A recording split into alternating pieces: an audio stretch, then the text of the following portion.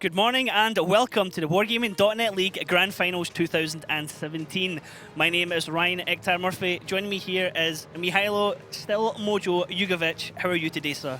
Much better, thank you. I missed some couple of really brilliant games, I would say. Like total new innovations, and I'm looking forward to see something new now. Yep, it's going to be an awesome day of matches. We already went through 6 matches yesterday. We have 6 more today, and then we will know who's going through to the playoff stages on Saturday and Sunday at the Ice Palace in Moscow. Now let's have a look at the groups that we have today and actually the effect that this has had on the groups from yesterday's results. Well, sadly, as far as I saw already, we have two teams that have nothing else to do in this competition anymore. Yato Gaming really gave it a try with Kazna, almost brought them to brink of defeat, but they lost 2 matches against TL Gaming and Kazna both. Yep. So they're out of the group stage. Same will go for Brainstorm, who lost to both Navi and Ding, so they have 0 points, as you can see. But there is quite a lot of teams that didn't even play a single match yet. Yep, today we're going to see Team Efficiency play 2 games. We're going to see Oops play 2 games. And generally, I think everyone else, pretty much, other than Yato and Brainstorm, have at least 1 game. So we'll know today who is going to be the top of the group, which means they're going to be playing against the runners-up against another team, and we will know, the groups for, the playoffs for the Saturday, Sunday, which is going to be really exciting because there's some big games that can have a big impact today. Navi Ding, for example, whoever loses that one will more likely play Tornado Energy, my bad, in the next stage, which is a really tough match. Yes, all of these teams, besides just trying to qualify out of the groups, which means that one must fall out from each group, also must fight for the seeding. And seeding will decide who are they playing next. That means if you are number 1 in one group, you will play someone who was placed second in another group that you are paired with. So you obviously do want to be top dog in your group.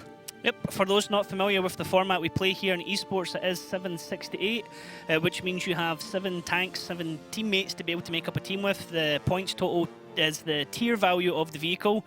The general lineups you see is usually 6 tier 10s and a tier 8, or you might see 5 tier 10s and 2 tier 9s. You could take lower tiers, but generally they have no There are real some use. experiments with some lower tier artilleries before because of the gun arc and things like that, but I think with new meta it really has no meaning whatsoever. I seriously doubt we're going to see anything like that. Okay, we also play an attack-defense format, which means one team attacks, one team defends, and then they switch places and the teams go at each other the other way around. Match limit is 10 minutes. If the clock runs down, it counts as a defensive win. So the attacking team must kill everyone, or they must cap 1 or 2. We've never seen really 2 at the same time, but one of the bases before the time limit's over, and that's how the attackers win. Well, attack defense effectively means there can be no draw because always one team is attacking, and unless they win, they automatically lose. Yep. Now, going into the first match of today is going to be Not So Serious versus Team Efficiency. First of a time, Team Efficiency on the international stage. Not So Serious from yesterday looking super strong. They lost their first round to Team Elevate, but then straight away after that, they kind of showed some really innovative tactics against Team Elevate. Lots of stuff that people didn't know about, lots of climbs. Daki asked some of the team captains yesterday, did you know about this? And they were like, no. The first thing we did is go straight into the training room to practice it. Looking forward to seeing if Not So Serious come up with something like that again. Now, for anyone not familiar with Not So Serious, here's a little video to remind you all about them. Not So Serious team has overcome many obstacles and is always surprising its opponents with a non-standard approach and a high level of team play. The team successfully has managed to overcome all the difficulties on the way. They finished the season on 2nd position with a minimal point difference from the 1st place. During the season finals, Not So Serious finished at the 3rd place, losing against Tornado Energy in the semifinals. However, the grand finals is ahead, and we hope that we will see the NSS in full strength performing as we know they are capable of.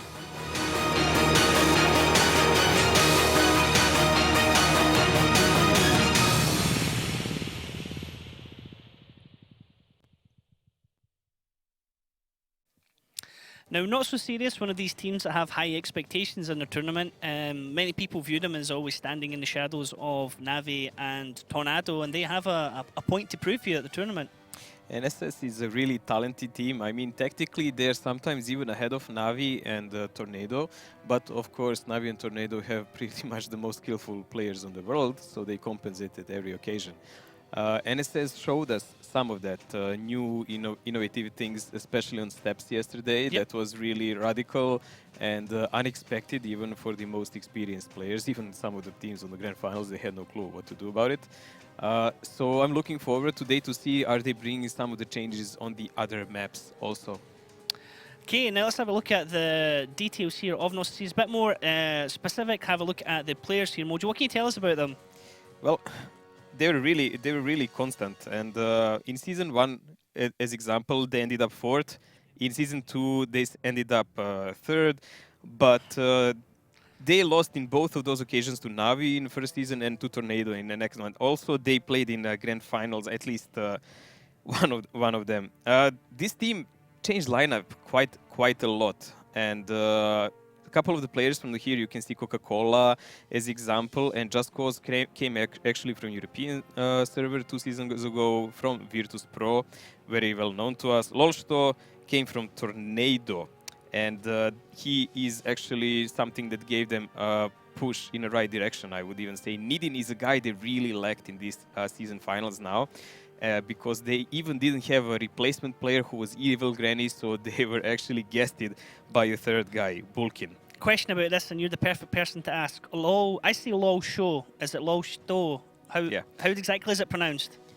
Lolsto is how the Russians call him. It's more like that letter is like read like sh, but it's more like a joke between them. And that's why they call it like that. Okay. Because it's one of these names that people look at and say like they're pronouncing the name wrong, but you know. Yeah, you would call it Lolvo or something like that. Yeah, it's like Lasha as well. Yeah, but it doesn't work like that. Okay. Well, Matt Andrews had a chance to speak to Not So Serious before this match. Let's have a little listen to that interview. Andre is here. He's the manager of Not So Serious. You're here with a slightly different roster than we saw a few seasons ago. Yeah, we have some new players from the last finals. We have Nidin, the new player obtained visa to Moscow already, and we hope that will help us. I'm glad the visa issues that plagued you back in Katowice are out of the way. Good start for you, though. You beat Elevate 5-1. Was that as you expected? Yeah, that was that we expected from American team. Now we will play with Asian team, and I think that will be the same. That's team efficiency, who you're going to be lining up against next. So as far as NA regions and APAC regions, you're sure your region is the best? Yeah, I think the systems are the best in the World of Tanks, but who knows?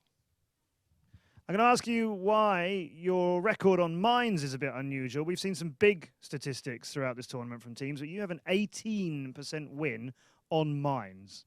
But we have 100% on Himmelsdorf. Fair point, fair point. All right, so we'll see how you get on against Team Efficiency that you've got next. What do you want to say to everybody who's supporting NSS? Guys, support us, and we will show you the best we can. Ребята, поддерживайте нас, мы вам покажем хорошую игру, болейте за НСС.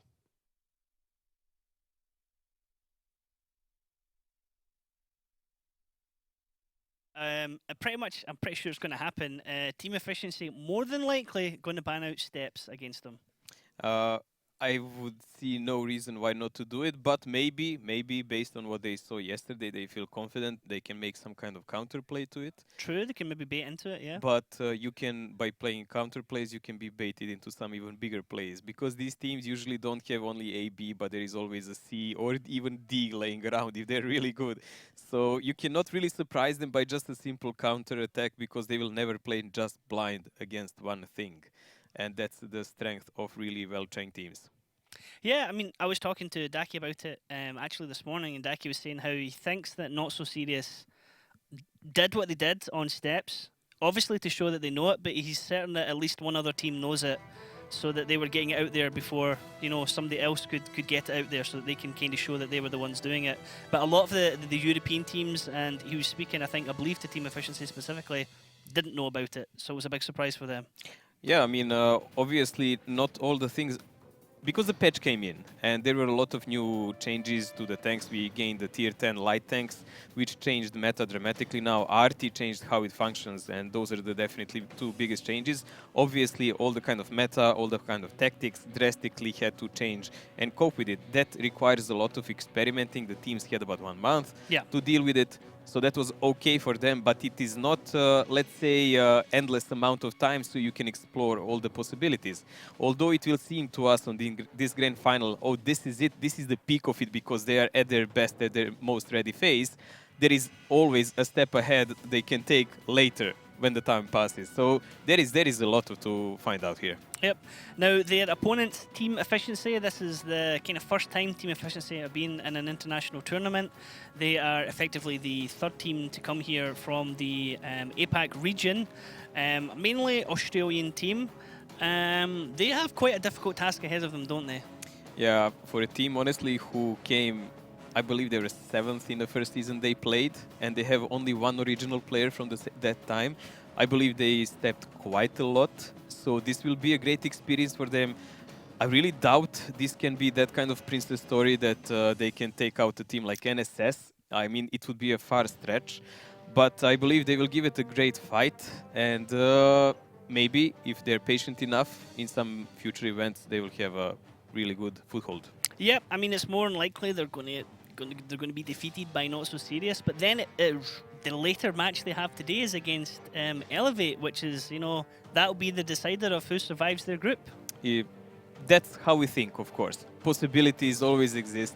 There is always one in XX exchange that NSS will just have a bad day, or just play bad, or Team Efficiency will just play that brilliant. You never know. Always a possibility. So for anyone not familiar with Team Efficiency, here's a little video reminder to introduce the team to you.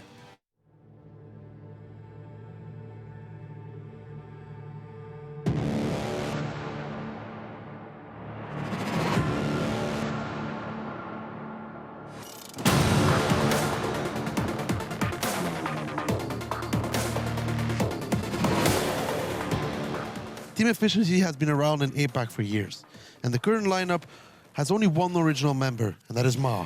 After a number of rough seasons, Team Efficiency managed to get through to the Season 1 APAC Finals last year in a result that Team Efficiency said were more surprised than proud about it. This season, after adopting a stricter training schedule, the predominantly Australian team drew blood from the previously unbeatable EL Gaming and continued their excellent form right up to the season finals, where they secured their spot at the Grand Finals 2017 after a win against Karen Tiger.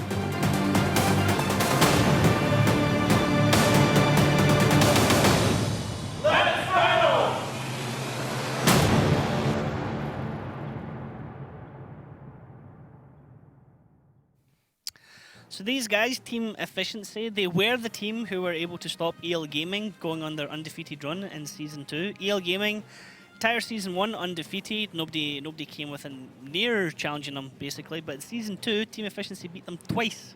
Yes, but in Season 1, when it mattered, in semi-finals, they lost 7-1 to EL Gaming. In Season 2 finals, they lost 7-2 to EL Gaming.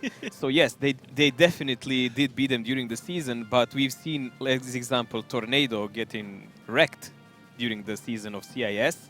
But when they came here to the season finals, it was like another monster released, and Navi had no response whatsoever. So that's whole another story. This is why the offline competitions, when teams actually meet up, are completely another level, another story that needs completely another tactics and focus. Yep. Well, let's bring up the details for Team Efficiency and have a bit of a look at the team in more detail. Now, team captain is Safi, playing with the team a long time now. I was speaking to Elfish Guy, and he was telling me that I believe Mo and Granovsky are the two kind of key players, damage dealers, especially Granovsky. Yeah, Mo is just the guy that, as Daki already mentioned in that interview, who is from the original setup. There is one guy who is missing here from the season finals. It's Bohan. So he's replaced, I'm not sure, will it be Bolognese or Dexta, who is not on this list because the list accepts only 7 players. So I'm not really sure which one of these two will play. I'm actually looking forward to see it. Yeah, I mean, real interesting to see how these guys do. The match later on that they have against Elevate is certainly going to be a hugely important one.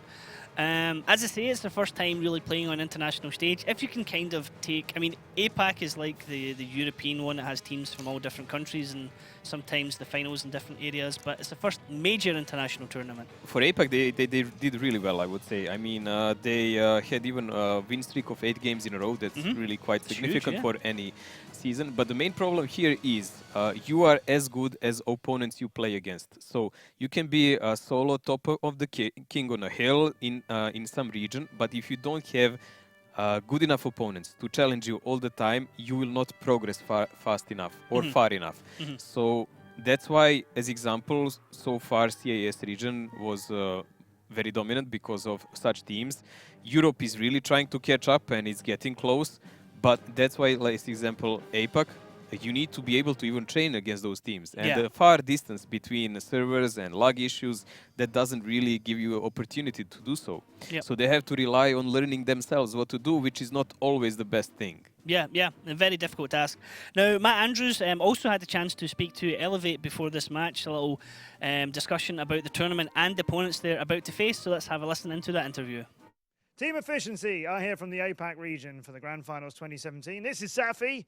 You guys had a few sort of shaky seasons. You've been around for a long time, but it wasn't until maybe season 1 of APAC that you got through and were actually seen at like a big finals. Indeed. Yeah, no, when I came onto the team 3 or 4 seasons ago now, there was a couple of relegation battles, 2 seasons in a row, and then come last season, we finally started getting some traction. I think we only finished 5th, but then we got into the finals anyway.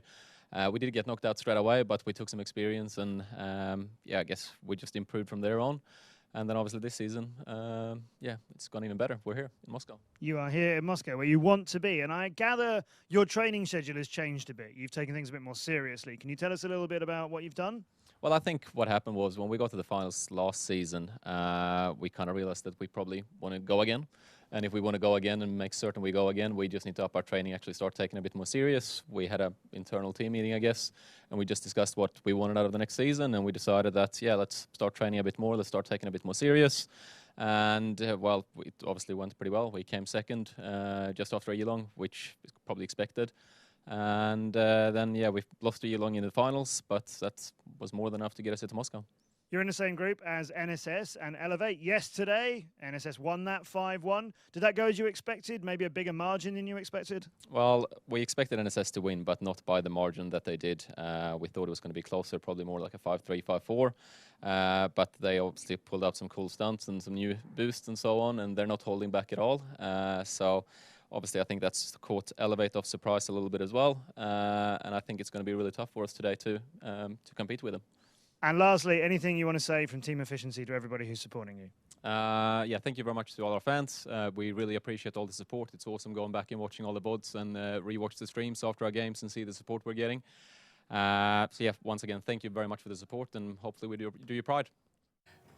So, Safi there, big thanks for all the fans, certainly giving everyone. It's something I do myself afterwards from watching the streams, because we don't have live feed, we don't watch the chat as it's happening, so sorry for any messages people put into us, but it always is helpful to look back, always self-review as well, just see any kind of support, or obviously any trolls giving us nice messages. There's one important thing he said, if you noticed. He said they started to actually practice more serious. Yeah, definitely. And that came to these results. This is what we're saying, like you grow as a team over the time, and if you have patience, you can actually do something. So I'm hoping this will be a grand experience for them and bring them to a higher level. It's interesting that he pointed that out as well, because he was saying how, you know, they weren't taking it too seriously. And everyone starts like that. Yeah, everyone's like, we don't take Kazna it too started seriously. like that. And then we knuckle down hard. Like Kazna were coming, gaming house. Like they're one of the only teams that come when they come to land finals and go to a gaming house. And throughout the season, sometimes in the European League, we're like, it doesn't seem like they've been preparing. Like you can really tell from the team coordination that they have not been practicing whatsoever. And then you can see the teams who practice, and you can really tell that the synergy they're putting in together. Yeah, but Kazna decided this season, as far as I remember, to do a completely different story, and this is the first time they actually automatically qualify to season finals and so on. Okay, now for the map picks, Team Efficiency going to have the first ban. Oh, they're going straight for Mines. Interesting. And Not So Serious are going to ban out Himmelsdorf. Well, that's highly expected. I mean, that 100% was more like a joke. Because they probably played one game somewhere. Yeah. I mean, they effectively avoided Himmelsdorf entire season, and obviously they're not trying to change that now.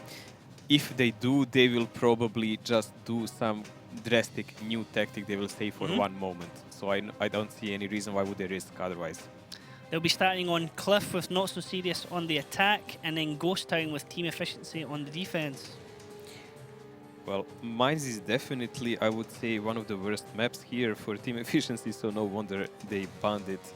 Steps are in the play, that's a bold move. No, that's banned. Steps is going to be banned. Okay. I knew that was coming. I was expecting that from Team Efficiency after what we saw yesterday. Muravanka then being banned by Not So Serious. I'm quite happy with that, to be honest. I think Muravanka can sometimes be a bit one-dimensional. Although we did see some really nice plays in it yesterday. Then we'll have Prokhorovka, team efficiency on defense. Runeberg, then Runeberg and Osasidis on defense. Ruinberg, that's a brave choice against a team like NSS. I mean, they played really decent. Also, they can do quite, I'd say, new tactics. I mean, they were the team that brought Arti on Ruinberg on the last grand finals, and they completely surprised everyone. So they might bring something new here also. It could be really interesting. I mean, from what we saw yesterday on Steps, okay, is that something that, Daki said it's something he thought about when he saw the lineup. He thought, maybe that's possible. And then later on, when he saw the two lights, he thought, okay, maybe they can just solo boost each other to the top left corner. There is always a why behind something. You will not take two lights just to randomly spot something. There must be a higher purpose always. And you could notice in yesterday games, like when teams take something like two lights in their lineup, it's heavily compensated with huge guns by other tanks. So you have more mouse tanks, you have more tank destroyers or something. You noticed maybe when there was a defense by NSS, they actually took like Udes as a tier 8 because they had a tier 10 lights. And tier 8 light is in this patch not so great because the guns are really ridiculously low on penetration and they could not be reliable to pen any tier tank except maybe an engine deck. Okay. Which is not given freely. Okay. But Ude still has a high penetration. Okay. And do you think against team efficiency that Not So Serious are going to be doing any more new stuff, or do you think they'll just try and keep it fairly standard tactics and just try and just use their experience here? I think they will play here mainly on experience, and if something goes wrong and they think they might lose grip of the match, then they're going to rely to some more drastical tactics. But otherwise, I think they're going to just try to play it cautious and not give away too much. Because they're Daki said in the intro interview, they're the kind of the innovators of the RU League, the CIS League. They're the team that kind of often yes, but not the only team. Not the only team, definitely. I was going to compare them to, for example, Oops on the EU League. Oops brought You cannot really compare it like that because Oops brought a lot of tests, but most of the time they didn't work that well. Okay, that's true. That's true. Sometimes it didn't totally go their way. It backfired in a big way. Okay, so now for the interesting bit. What is your predictions, Mojo, for this match? I would say most likely 5-2-0 or 5-1 for NSS. 5-0, 5-1 NSS. Harsh, but that's how I feel. I'm going to go with 5-2 to be fair. NSS win still. Sorry, team efficiency. I just think it's a really hard task because Not So Serious are an incredibly strong team. Any of the CIS teams are really strong as well. But now that we've got my prediction and Mojo's prediction, there is one more important prediction, and let's find out exactly what Tomato the Lobster thinks for his prediction.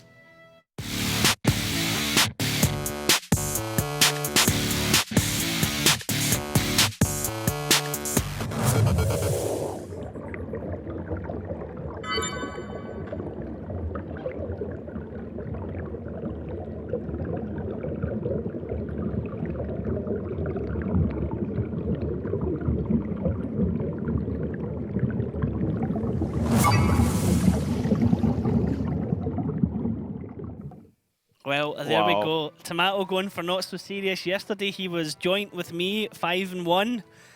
Daki had all 6 predictions correct yesterday.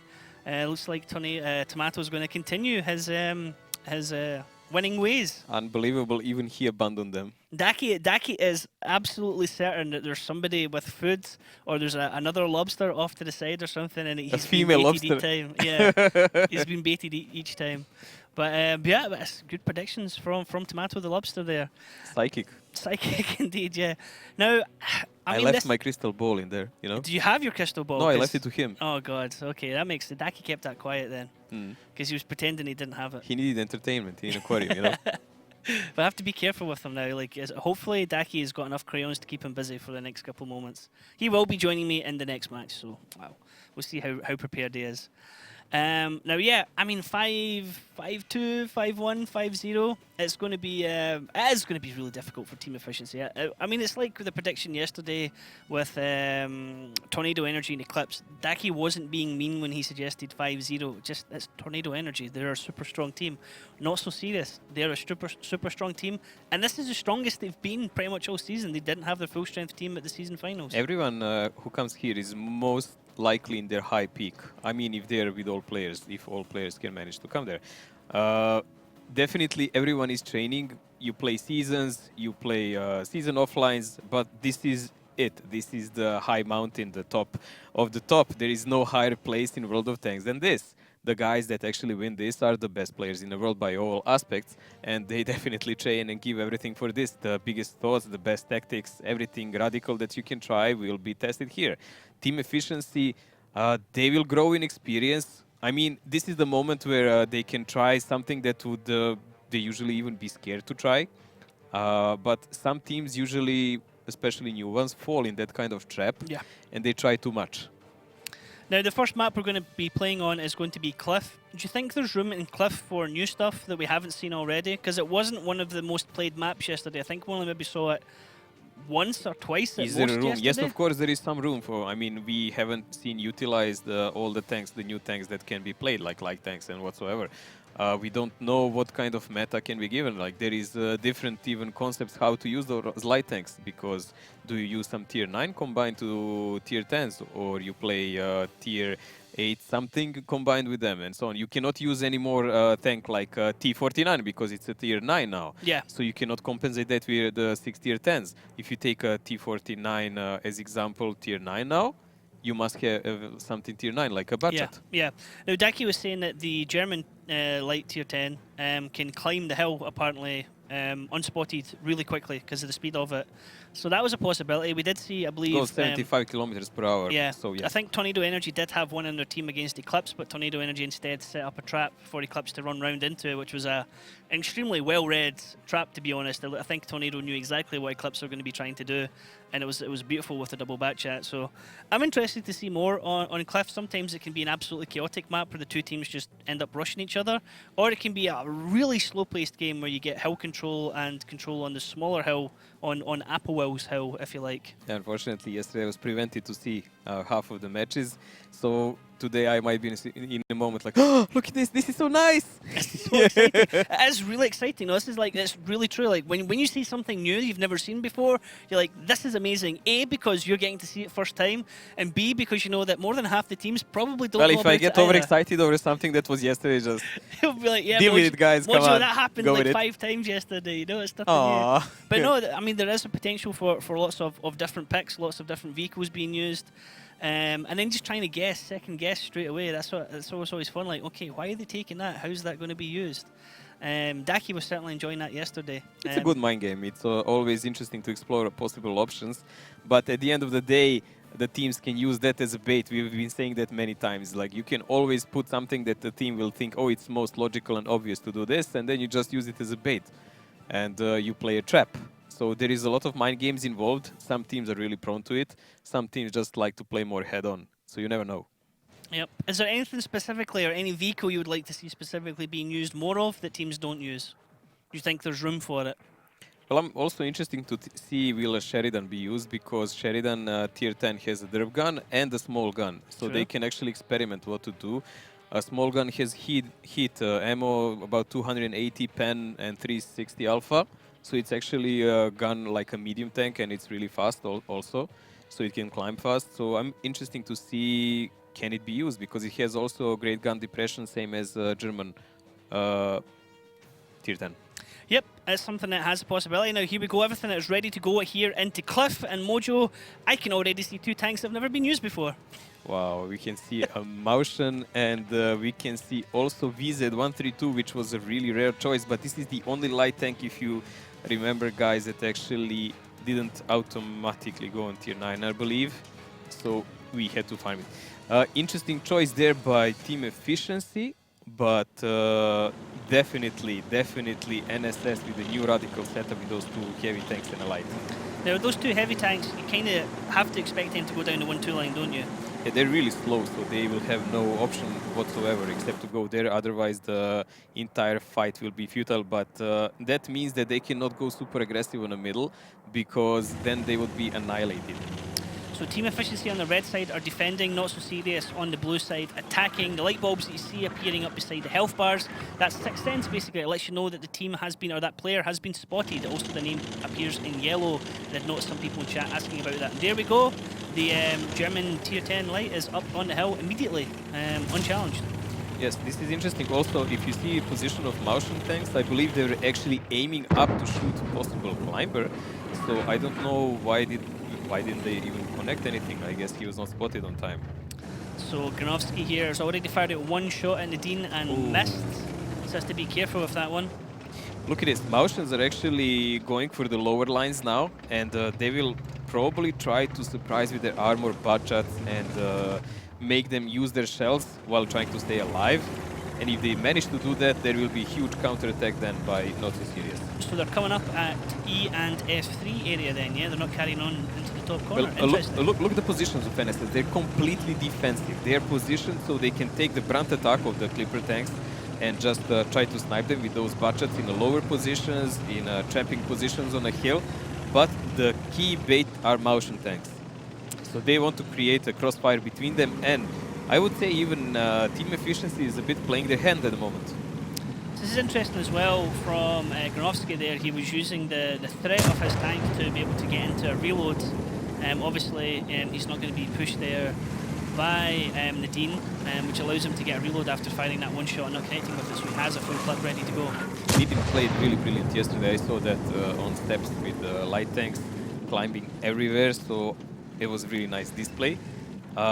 These guys are still anchoring up, and there is a single budget going around from NSS. That's a really risky and bold move, but he's covered from the hill. Yeah. Coca-Cola was pushing around there, and he was spotted out by Granovsky, who got a really nice shot into him and forcing him to back off now. That was really nice play, because had Coca-Cola got around there undetected, he would have clipped out into Granovsky, and I'm pretty sure Nadine would have tried to push over as well with Lolshow right beside him. As I said, he is covered. There is Just Cause is on the top of the hill. So Motions are taking some of the damage now. Of course, they cannot really bounce if they head on forward, all those heat shells. But look at this, Mav is on one shot now. Ma getting shot at there. He goes down. Lolshow gets first kill of the game, so first blood going to Not So Serious. Shotnik taking some damage there are Not So Serious as well. Safi's now on a reload. He was the one that was clipping out down into Beowulf, who now has a damaged engine, and you can see how slow it goes. I guess that means he perhaps doesn't have a repair kit or is saving it. Well, important thing is here you can see the reload. Just Cause, Shotnik and Coca-Cola. 3 budgets are in reload already. Lolshow is keeping his clip because he fired only one shell. So they're preparing for the next attack, I would say. So Beowulf has used his repair kit already, so it's on cooldown at the moment, so that means he can't fix his engine. Bolognese here relocating as Monty's now able to push up into the middle and draw attention. He gets a nice connection there into Safi, who's going to have to back off over the hill, and Team Efficiency have to be a bit careful because it looks like Not So Serious now want to push up. Oh, Safik taking another shot now. I mean, this is kind of a problem because they're gradually losing positions. You can see that high hills are completely dominated by NSS. Shotnik will soon probably join the rest of his team. Oh, Granovsky, you are in a problem, mate. Granovsky now stuck in a crossfire here between Monty and the tanks on the hill in front of him. At some point, he's going to have to give up hill position because if he backs off one way, Monty's going to shoot him in the back. Nadine and Lolshow is up on the hill with him as well if they want to push over, but they have to obviously be careful at the covering fire from the rest of Team Efficiency. This is a experience you can compare between the teams now, because you can see how NSS is slowly draining the HP of Team Efficiency. A shot here, a shot there, a shot here, a shot there, and in one moment there will just be a big collapse that will end the game. This is the problem that Team Efficiency has to deal with, because all those baits by Motions are not worth it. Even these shots they're doing now will drain their power if they're done by just Clipper tanks, because once NSS actually realizes, okay, these budgets are on reload on a hill, they're just gonna push in an instant. Yeah, this is the danger. The mouse in there are, I mean, they can hit for quite a decent damage. They're hitting 500 plus each time, but they're more really there as a distraction. It's to give the Team Efficiency something to shoot at, so then the Not So Serious backchats can then come in and sweep them up. And Granovsky again takes another shot. He's 2 more shots and he's going to go down. That's a really dangerous position. I mean, he can almost get taken out here by one of the Motions shooting at him. Motions are both around 1500 HP. I mean, until they fall like below 1k, I would say they can do whatever they want, because that's still significant amount of armor and HP to play around. And you can see NSS is gradually leading with HP. They're about 1k up. That would be about HP of that light tank who died. But they are taking the positions all the time. And the important tanks like Bachat, where is Granovsky and so on, they are taking damage. Look at this. A shot here, a shot there, a shot here, a shot there. I was just going to say, Party has been unspotted all match here, yet he's taken 2 blind shots already, which is really bad for his position. The minute he gets lit up in that area in the TVP, he's going to go down. I mean, generally, if you have a TVP here on Cliff on the defensive time, you know exactly where TVP is going to be. Well, there is a couple of positions actually in that area. It's not that small. I mean, it's one hill, but you can be behind the rock, you can be in back positions. So for most of the teams, yes, they do blind clips, but they have to do it at the times and try to guess best where he is, because if they empty the clips, they can be counterattacked. But in this moment now, NSS can do whatever they want. They're just dominating the map completely. And honestly, I don't know why is NSS not pushing yet, because they do have the HP and power to do it. Monty just takes on the shoulder, as does Just Cause. Actually, focusing Just Cause now. Here comes the push as he focuses down into Granovsky. Take him down. At the same time, Coca-Cola pops up and starts shooting at Skrell as well. Just Cause and Nadine can drop down onto JT if they really want him. Shotnik takes out Safi, whereas Bolognese is managing to take out Monty and the Mausen. But I mean, not so serious. I was just going to say, Mojo, looks like they're just waiting to then attack in unison and in quick succession take multiple tanks down. Coca-Cola is now down to a 1 shot. It's not over yet. Team Efficiency still hanging in here at the moment, but they're pressuring onto JT. And once JT drops, that's pretty much game over. Well, you could see that entire game JT was pretty much ignored, and now they're just trying to finish him off because he is a gun in a game and there is no one else to shoot on a higher ground. So effectively, they just wiped. They just wiped out everyone. Just Cause going from the ram kill, they're dropping down from the cliff into JT. 4 tanks left here for Not So Serious, only Bolognese left for Team Efficiency. This is going to be 1-0 to Not So Serious, and that was quite interesting, Mojo, because they weren't playing hyper aggressive. They were, you know, they were kind of treating Team Efficiency with a bit of respect here. Yeah, but why would you risk a game on a Pride? I mean, we've seen teams on Grand Finals lose games just because they were obsessed with Pride and how it would look. There are more than one teams, actually, I can name that did it. You always beat the opponent nice, but this really? Just finished. That was dangerous. I mean, okay, he's on a reload shot and can finish him off, but that ended closer than it really needed to. 2 Not So Serious players killing themselves trying to go for glorious ram kills. Well, at the end of the day, it's all about the end score, so it doesn't really matter how they did it. But I would say it's interesting thing what they did with those motions. I'm not really sure it would work against CIS teams. I don't think they would even dare to try it, honestly.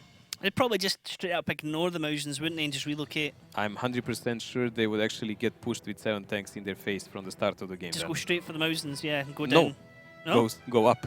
Go up and just go round them, ignore them. No, go from the upper side of the map because Motions cannot get there. Okay. Push straight through the middle and fight. 7 tanks, you lose some, you win the higher ground. What do Motions do then? Yeah, because they're stuck. Yeah, and you'll probably have one guy up in the... Yeah, might be a nice, strong push, yeah. So, especially since they have a light tank, yes, he gets the hill, good for him. But also Motions can be used, I guess, when other team has a heavy tank. But even this Ice 4 will get in a fight in a time compared to them. Yeah, I mean, it was more or less a standard kind of defensive line-out that Team Efficiency took, didn't it? A kind of jack-of-all-trades line-out to cover for all eventualities, but not really thinking, like, okay, how can we specifically eliminate the Mausen, or how can we specifically I would totally play them? full aggression if I saw a pick like that, but they chose to play something they call their standard, I guess, so this is how eventually it came, because they allowed themselves to get in a trench war with a team that is much more experienced than them. You should always avoid that kind of situation when someone has more games in their fingers, more games in finals like this. They will eventually just find a way to deal with you. So you don't want to play super long games against such teams. Just get in there and hit them hard, quick strike. No, find a meaningful tactic to do it, not just blindly YOLO. Against this, when you see a pick like this, then you can guess, okay, these tanks are just too slow, let's do something about it. Okay, now round 2 is underway. The teams have swapped positions. We're now going to see Team Efficiency on the attack, and we're going to see Not So Serious on the defense. Now let's have a look at the lineups here, Mojo. Team Efficiency again going with an IS-4. Not so serious going with double Mausen. I think this is perhaps the lineup that we just saw, although they are taking Borsig there as well. Not sure if that's well, more that is what we just saw. So I don't know if that is the current lineup right 1390 now. and T49. That's actually interesting. Okay, that's not the lineup. It is a different lineup, Mojo. So we've got double E50 for team efficiency. We also see this going with an AMX 3090, a T49 as well. Two TVP 5051s. Double E50s usually mean like heavy pressure on the middle. You want to brawl with them, use the cooldown, and eventually simply just push in a team because you have that single shooter. This is something like in the old times where people were using LTTBs as tier 7 lights when they were like that tier. From, let's say, NSS side, interesting is they have two tier 9 lights, T49 and 1390. Now 1390 is rather a risky pick. It has 4 shells now. It's a bit better gun than it was and so on, but still fighting against something like E50s, it's definitely inferior vehicle. Beowulf in a bit of trouble there, having to drop off down from the hill. He was getting shot at by both E50s. Both of the E50s have taken a bit of damage already. Mo already below half health, Skell nearly there. Beowulf actually coming out on top of that trade in the E50s, not faring too well. No, I would say Beowulf and Just Cause actually lost more because you can allow E50 to lose some of that HP. But Bachats are the real kings of this map, and you must watch their HP most, by far. Viewpoint here from Lolsho as he sets himself up in a bush there to give himself, his team, a bit of additional vision and keep himself protected. Now, like you said, Mojo, the E50's bit of hill control. Shotnik is spotted, Nice Bale spotted again. Nice trade, but Granovsky taking a bit of a beating in this exchange. Granovsky's going to go down, and it is Nadine that takes the kill. I guess NSS just showed them a trick how to delete that position that team efficiency were just not aware of. And now they're in a crossfire because effectively NSS is controlling the lower lines. You can see where Nidin is spotted now. They are controlling it. They still have Monty down, watching his back so he doesn't get counter pushed from the lower side. And he can always go there and just snipe their flank of these E50s.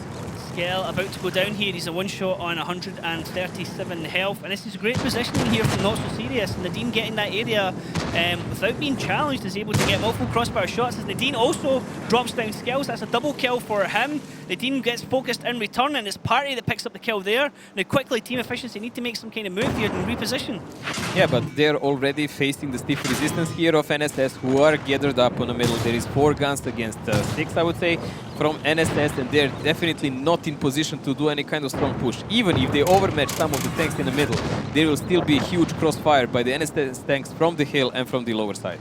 NSS with multiple autoloaders here are just simply coming off reloads, peeking over and just focusing down individual tanks of team efficiency, and they are doing this very efficiently. Now Shotnik is almost dead here, but he's going to survive a little bit longer as Lolsho gets the double kills by taking out Safi. Now they're turning on to JT as Lolsho picks up his triple kill. All that's left is Bolognese, who's just going to run into the guns of Not So Serious, and this one is over fairly quickly in roughly about 3.5 minutes. This is one quick clip. So far what we've seen from this map is use of tier 10 lights. I would say that's interesting to push the hill, and I wouldn't really say this motion test was that successful, though it worked here. Yeah, it worked in their favour. They are now 2-0 up. Unfortunate for team efficiency, but as we said, the biggest problem they have here is they're just simply playing against a higher caliber team with much more experience. Yeah, the reaction time of NSS is obviously quite higher, and something that team efficiency didn't grasp yet well. This is something that a lot of teams on Cliff don't get it in a start, while they're still growing as teams. You must fight for your positions. You cannot just hand them over to opponent and hope for opponent to make a mistake and then you will shoot him. No, you must fight for every position. You must have a good plan how to have a crossfire. You could already see that NSS saw a position where Granovsky was. They already knew how to take him out by leaning the tanks on a slope of the mountain. Granovsky and team efficiency were obviously not aware of that. The thing that surprised me as well is in the second round, Nadine just getting a free pass to roll around that corner unchallenged and shoot into the flanks. That generally never happens. I mean, that's a damage farm, pure and simple, from him. It's not that easy to farm the damage because while Granovsky was alive, he could not do it, definitely, because he would spot him. But otherwise, once he was eliminated from equation, that's it. That's called like a plan that you think is good, but it's actually flawed because you're not aware of all the aspects.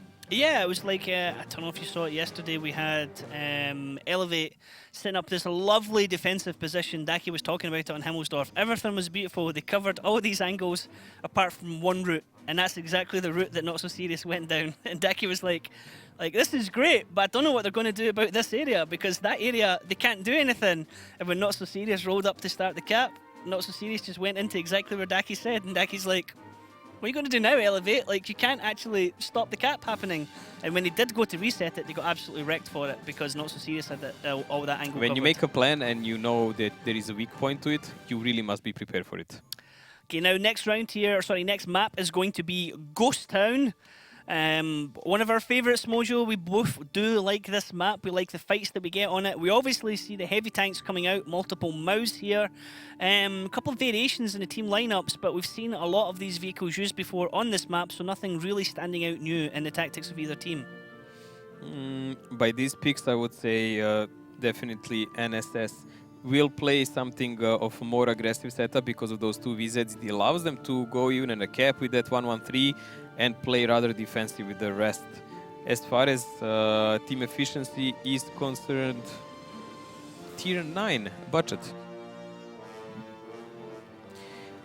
Well, NSS is definitely going for the lower cap. As we said, the tier 10 budget spotted the outer side, and there will be a cap pressure rather soon because there is no one spotted from team efficiency. I'm not even sure what we will do about it because they have so many tanks off positions. Okay, now Party backing off here in the 1-1-3. He was aiming towards the center circle area. Cap started here. Monty, Coca-Cola right behind them as well. There is no coverage on the cap here, Mojo. This is a bit dangerous. Safi can spot it. He can shoot, but there's been no attempt to take out the buildings really yet from team efficiency. This is what I said, like they didn't even break the buildings on a time. There is 25 seconds now. That will require some heavy push in by team efficiency forces. They cannot really rely on a safe decap from these positions.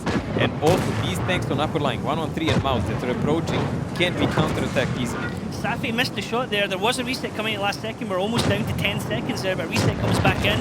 We're back to 24, and Not So Serious are drawing team efficiency into the fight. The cap is more or less a distraction. The rest of the team are waiting here to kill any of the team efficiency tanks to go in to try and take the fight. Now Shotgun is taking some damage, as is Coca-Cola and the cap. We're down to 15 seconds. Team efficiency really need to keep the pressure up on the reset, or Not So Serious are going to cap this out. Back to 20 seconds again. Another reset comes in. The Dean taking a lot of damage in his T57s, having to back off a little bit here, but in the meanwhile, Bolognese and the Mouse is taking an absolute pummeling in the middle, and if he goes down, that's going to be really dangerous because it's going to give Not So Serious more of a position to move up and pressure team efficiency. They completely ignored Just Cause, who came from the flank and shot him in the back. Now he's pushed by tier 9 Butchot, and that's why he will probably fall. There we go, but still, there is a huge advantage here for NSS, about 3000 HP. And there is a lot of tanks on team efficiency on low HP. They can just utilize and use that. Logshow is still sitting here on the cap and almost full health at the moment. Monty is backed off from the cap area. He's still pretty much on full health, whereas everybody in team efficiency is bloodied and bruised at the moment. They are trading, but they're losing the trade. This is just simply better shot coordination from Not So Serious, and well, this is going to be a hell of a struggle for team efficiency to come back from this situation. The funny thing, the cap pressure is still on because Losto is keeping it solo, and there can always be one guy who will just join him in one moment and put heavy dose of additional pressure there. And there you go, I think Coca-Cola will just do about that. This is the double Mouse of Beowulf and Shotnik can pressure the two Mouse of Team Efficiency, and the Dean can come around the flank in the T57 Heavy. Looks like he was making a move for that, trying to get shots into Bolognese. Bolognese is pretty much a one-shot. He is a one-shot actually, so the T57 can take him down. Beowulf can take down JT here. 5 seconds left in the cap. It looks like there's nobody coming in for reset. No, there is a reset at the last minute, but it hit the wrong tank. So, last minute reset again, but Team Efficiency, all they're doing is prolonging the match here and dying in the meantime. It's a hell of a fight doing so, but they just don't have the HP to continue this trade. Well, Coca-Cola fell because he was more or less sniped by Granovsky here, but look at the counter-attack. Shotnik and Beowulf, they have so much HP, they can just go drive through with team efficiency, and they're just doing that. Just like that, bish bosh bosh, 3 tanks down in quick succession. Team Efficiency now only left with Safi and Skell. Not So Serious have 5 tanks remaining and a considerable amount of HP on all those tanks. Skell can just do a little bit of a damage farm here, but, well, he's the only remaining tank for his team, sadly. Well, dying moments here for Skell, and this will be a 3-0 for NSS. A rather, I would say, even simple game for NSS because team efficiency gave them quite an opening by ignoring that side of the cap. I mean, when you see 3 Chinese tanks in opposite team, usually what as a team captain you should first think, okay, the greatest danger here is they can actually cap us. They can go on that open cap that has little hills and houses. Yep. They can pressure it. It's been done so many times. Some teams even lost without fired shot because they split all over the place. And they just went in the NSS hand. Yeah, you should generally, was something we talk about. Jackie was saying like a lot of the time it's cap 2 that everyone goes for now because it's so easy to put a tank up on the hill and defend the number 1 cap. But when you see those tanks, when you see the sloped turret tanks coming in, or you see things like the IS-7s, the 113s, the WZs, you have to think to yourself, it's going to be potentially cap 1. That's like their main thing. Okay, there can be a rope-a-dope, they can draw you in there and go somewhere else, but you really need to have that area still defended from the start. This is a big chance that team efficiency missed, honestly, because they had a chance to brawl them here, which would be much better for them than to play some huge tactical games, as I already said. And the fight in Death Valley was strongly in Not So Serious's favour. Those double mouse that they had in that area were in complete control there. I would say in one moment Just Cause was a bit greedy with that butchot. I mean, he did clip out he was actually mouse. burning, I think, when Safi killed him. The HP was continually dripping down. No, he was firing on mouse, and he started the reload and to run away, but Safi caught him and started to shoot him. Maybe he set him on fire. Yeah, I didn't see that. he was either, there was either some kind of collision or what maybe I'm he was on trying to top say, of him he or didn't something. actually have to die there. Yeah, Even he could have ran away and this game would be even shorter. Yeah, he could have made it for free. T57's doing a decent amount of damage there as well, doing the role, surviving to as long as possible. We had the team efficiency T57 there right in the fight at the end, doing damage on the double mouse. The teams are going to swap positions now, so we're going to have team efficiency on the attack. We're going to have Not So Serious on the defense. Vehicle lineups here available to us. T10 coming out there, team efficiency, WZ, AMX50B. Udes coming out from Not So Serious, so he's going to be covering the A1, A2 area to cover the number 1 base. And there is not much to do with Udes. I mean, only thing you can play with that thing on this map is just to climb him in a corner. On A1, we all know that. So this is going to be what will team efficiency do about it. They will probably play about the center cap, trying to play from the lower side of the map. But NSS knows that, and you can see already their positioning 113 and 50B toward that side of the map. This is actually exactly what NSS did yesterday, where they had Batchat leading the Udes up into that area.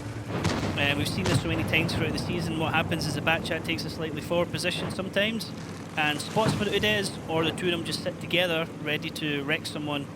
But if you're watching from the viewpoint of the Batchat and Udes, more than likely they're taking down the buildings right now as well on base number 1. I believe they are. You can see Monty, yep, you can see Monty on a reload, so he's just shooting all the buildings to give himself a clue shot. And team efficiency again plays a slow game, tries to catch someone off guard from NSS, but it's just not going to happen. 113 is in a cooldown. Coca-Cola, you can see him there. He's covered by Shotnik, who will shoot anyone in the flank who tries to connect on him. Constant shooting here from teams trying to blind fire and take down buildings. Now, for anyone not familiar with the UI, if you are new to watching World of Tanks esports here, you obviously have player names on the left-hand side or right-hand side and the tanks they're in. You have the shots if they're single shooters, so 1-1, or it will show a reload timer if they're on reload. If they're an auto-loader, it will show the clip that they have, like 4-4 or 5-5. And then a little bar underneath will show the loading time as well. The symbols beside the numbers is for damaged modules or damaged crew members or dead crew members, which can be healed or repaired during the battle. The vehicles have consumables, which you can see in the middle. They have a repair pack there, food, which gives better stats, and we have a repair pack which will help fix your tracks and stuff like that as well.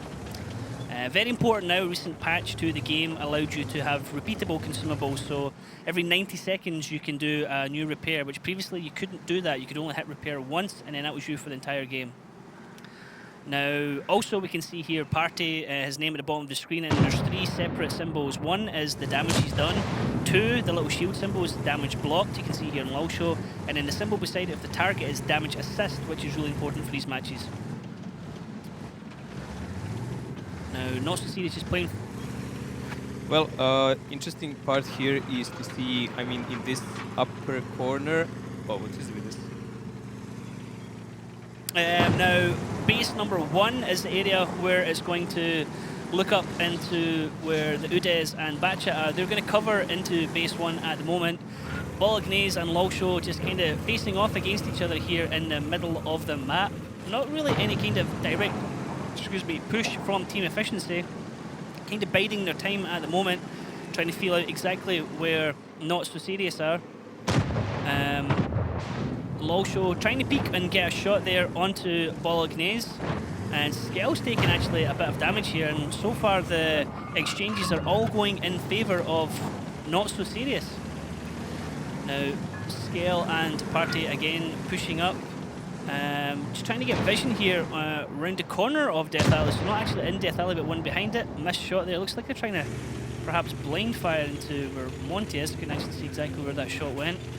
But at the moment, Not So Serious in complete control here, potentially going into match point, potentially taking the lead here 4-0. And then that's going to be a really strong position for them. And sadly, a kind of result we expected it to be. Now, Team Efficiency, well, I mean, Mojo in their position, how would you approach this area? Definitely, I would start a long time ago here, and I would press the guy that was here on this corner, because this was open tank. What I wanted to say, like, and we were talking about it, this guy is actually spotting for this cap. So Udes can have a free shot. This is what we were mentioning. Sorry about earlier, but we had some like problem with this drawing tool. We have this tank here. He's monitoring on this side of the map. So if he is heavily pushed by anyone, this 50B will do free shots and clip like this. That's how they're covering each other. So in one moment of the game, this was the only free and available tank that they could use to attack, maybe going like this, in his back and pressing forward. But now he has a support of a second mouse, and you can see that the other guys will try to do counter pressure also, because the guys from NSS will go in here. Okay, now there is a push. Skell's taking a lot of damage here on the middle of the area as he's pushing up with Bolognese and Party. Team Efficiency having to be forced into making something work for them. They're trying to focus into Beowulf, but the shots here from Not So Serious, they just have more angles on Team Efficiency here. No matter where Team Efficiency try and make a push, they're getting shot from different angles. The two tanks, I mean, Beowulf was happy to trade off against two different mouse and hold them up on his own, while the rest of his team take out the remaining tanks of Team Efficiency. Now, Granovsky's been dropped. Maw is going to get dropped in just a second as well, as is JT. And Team Efficiency are losing tanks in quick succession. 3 already down in an instant. This is a really desperate push by Team Efficiency. They were trying to create the pressure, but NSS has created the crossfire, as we already mentioned. So this is some damage done in a direct brawl, and we can see Beowulf falling due to that. But it doesn't really change the fact there is so many tanks of NSS that are almost unscratched and in positions to do damage. Safi still has a lot of HP available to him. However, if he comes off reload, he can be a big factor in this battle, but all he can really do is take down a single tank. He won't be able to take down the mouse. He can take down Coca-Cola, he can take down Nadine, he can take down Just Cause, but you still have Lolsho swinging about in his mouse, 2.3k damage. Nadine now takes out Skell. Nadine now takes out Bolognese, and well, even if Safi could get a clip off, it's not going to matter at this stage, because Party is just about to drop. He's on a one-shot, and now, well, Safi, it's a wing and a prayer you've got, mate. It's going to be Desperado shooting by him, trying to run away, but I don't think it will even matter whatever he does now. Just Cause will be in reload before him, and he will chase him all the time to make sure he doesn't come with the reload. And even if he does, he has 464 HP. I mean, mouse in his bed, they will actually kill him. Shot in the rear end there from Monty up in the hill, 420. But he is okay. Safi being chased down here by Just Cause. Just Cause, I'm pretty sure, is going to auto-aim. You can see the circle following him there through the corner of the building. Safi running for his life. Just Cause might go for style points here and jump off the cliff. He did take the higher route, which is cool because it cuts him down. Much quicker area. Safi did reload at the same time, or he had the reload, but nope. There is a triple kill from Just Cause. Now Not So Serious are leading 4-0. Just Cause, always aggressive player, even since the times of the Virtus, one of the best budget players, and even from the tier 8 times, I would say a really talented guy. Definitely not gonna let go of someone, run away, and possibly do any kind of problem to his team, and maybe prolong the game. Not needed. But this map is pretty much one-sided again. Yep. and team efficiency didn't really have any answer for it. A Ghost map is something what Ryan said. We really love this map because it's a heavy brawl map, but almost every time a team that hesitates and just abandons any kind of initiative from the start doesn't do anything in this. It's a real interesting map, Ghost Time, because it is one of pretty much the only symmetrical map we have. It's something you can only play by going into team battles. It's not part of the random maps that you get when It you was play the game specifically normally. designed for Yep. esports, and it's really small map, Yep. so you cannot really play 15 on 15 here. Where would you even fit the But tanks? the thing that makes it really cool is because of the layout of the map, you have the main city area where the heavy tanks go in and brawl, and that comes down to a lot of individual skill. Okay, a lot of people say they're shooting premium rounds, but I mean, the premium rounds, okay, you get better penetration, but you still need to know where to shoot. The angling's still super important, the armor's still super important for these vehicles. At the same time as you have these heavy brawls, you have the autoloaders or you have various other mediums that are vying for position. They have a lot of freedom to rotate, and they can have huge impact in a battle as well. It's a very tactical map. It's not just a let's push into the city and win map. All the maps that are smaller, physically smaller, like Mines, Ghost Town, and even parts of Ruinberg, because that map is not that huge. Yeah. When you think how much is used for fighting, they require a significant amount of team coordination to function and focus fire. If you have any of those off, you can never prevail on them. Yeah, definitely. Now, the next map we're going to be playing on is Prokhorovka, a map I quite like watching as well, because sometimes we see unusual stuff come out for teams, and generally, whenever you see something unusual, it pretty much never works, which is fun as well. We've seen lots of weird variations about this in Europe. We've seen some, I watched an APAC match where they used American mediums for some strange reason, because of better view range, I believe. Nothing really stands out here, Mojo, to me, as different from what we see normally. A couple of E50Ms, actually, don't really see them much on this map, though. E50Ms are actually used on Prokhorovka as a part medium, part sniper, because of its high alpha for a medium and heat ammo. They can pen on mouse tanks and such, and still they can rotate around, and they have armor so they can bounce some things if needed to push in. Oh, this is interesting. Now, team efficiency taking a kind of spread move here, not really covering both sides, but not so serious, going hyper aggressive on one side, and we're going to get a 1-2 line push, and if they do push it, they're going to absolutely wreck that flank. Granovsky and Safi, well, they could go down really quickly here. We will see what will NSS choose to do. At the moment they are gathered up, and it does look like it will be a YOLO on 1-2 line. Maybe first time we will actually see it work properly. Kazna crew, if you're watching, please take notes. Again, we joke about this, but a 1-2 line push generally only works if the other team are not there. You know, you never get a 1-2 line push that works. It can only when work you go into the enemy if team. you don't have STRV behind, Yeah. which team efficiency for some reason does not have. They are now rotating, so actually if they manage to position on time and catch NSS off guard by a lot of forces here, they can actually take them out. This can be quite interesting. Good fight incoming here. It's going to come down to a lot of individual skills from players. Party spots out Just Cause. He hasn't spotted any of these tanks, though, rolling here in a wolf pack coming up the flank. Skell is in position. Safi's there. Granovsky's there. If they focus shots, they can take down a lot of damage. Shotnik and Coca-Cola leading the charge. They spotted Beowulf as well. Lulshaw and Monty still not spotted. Lulshaw spotted, Monty spotted. They've stopped. They're going to focus on Safi. The focus fire here from Not So Serious is outstanding. Safi is going to drop 42 health. He's still alive. No, he goes down. Shotnik gets the kill. Now they're going to turn and focus onto Skell. He's spotted in the STRV. He can bounce a hell of a lot of shots, though. But look at this. The counter-attack coming in here from Team Efficiency into the flank. They're focusing into Lulshaw. Monty's taking a lot of damage as well. And this is a hell of a trade-off right now, Mojo. There's been even an AG shell fire that STRV to try to make sure he's gonna go down. But you can see the main problem is the Bachats lost like that. They fell too early. When you want to fight a game like this, they need to go behind the corner. They need something with armor in front of them, so they can actually use those clips.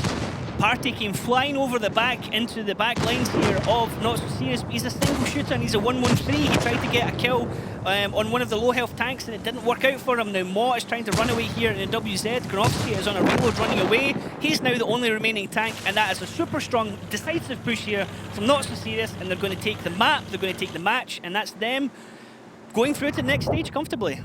Yeah, rather easy 5-0 as I thought it would happen. They actually used a tier 9 Swedish STRV. I talked to many friends who actually went farming that line, and they told me compared to tier 10, that's completely rubbish tank. The tier 9 to tier 10, big difference, yeah. Huge difference. Yeah, armor-wise as well, yeah. But still, for this game, it turned out more than enough because NSS had a lot of armor and team efficiency again didn't predict what they can do, the weakness in their defense. They just covered, as you said, the entire map. A little bit here, a little bit Yeah. there. It's like a salad with a lot of taste, but no particular one, you know? Yeah, yeah. Now, the interesting thing from this one is now Not So Serious have won their 2 matches, 5-1, 5-0.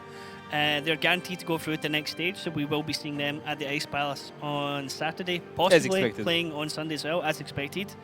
As winners of B Group, that means that Not So Serious will be playing against either Kazna Crew or EL Gaming, which we'll find out later today, whoever wins Group A. So that's going to be real interesting. I think Not So Serious against Kazna would be an interesting matchup, but I still favour Not So Serious. I think if Not So Serious were to play EL Gaming, I think it would be a similar result to what we just saw, to be honest. It would be a 5-1, 5-0. I think NSS is far dominant at the moment. I think both they're tipped for definite being semi-finalists, Not So Serious, to be honest. That depends on how the seedings work. Yeah, honestly, yeah. because when you meet teams like Navi and Tornado, I think they're still a bit ahead of NSS, though NSS has brilliant tactics. I think Not So Serious would have to play against Tornado or Navi eventually before they can get through to the final, yeah. Because if Tornado or Navi, if they win both their groups, they will never see each other again until potentially the finals, because the way We the shall group see when the works. time comes. Well, that was an interesting matchup. A matchup that kind of results, sadly, that a lot of people perhaps expected, simply because Not So Serious are just such a experienced team, taking nothing away from team efficiency. They're just, like you said, they don't play against regularly that caliber of team, and the experience shown through, more or less, in the end. They just need to take this as a lesson and move on. Yeah, Go on. definitely. A big match against Elevate later on today, and that will decide which of those two teams stays on here and which one has to sit on the sidelines and watch the rest of the tournament without participating. Now, we're going to take a short break. We're going to be right back for the next match, which is going to be Oops versus Eclipse. A real interesting matchup because, well, basically Eclipse need to win that one to stay in as well. Mojo's going to take a little break, and Daki's going to join me. So stick around, guys, and we'll see you right after that break.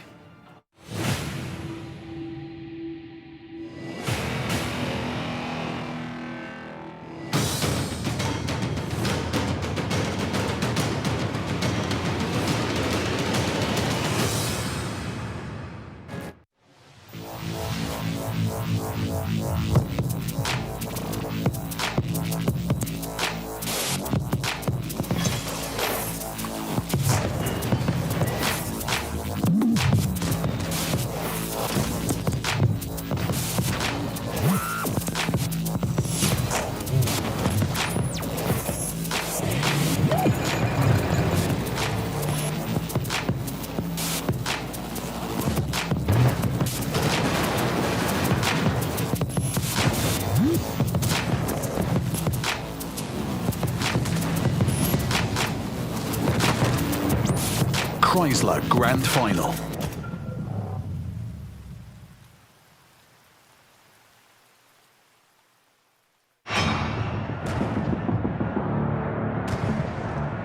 He's going to be punished severely for this act of seconds now, second cap.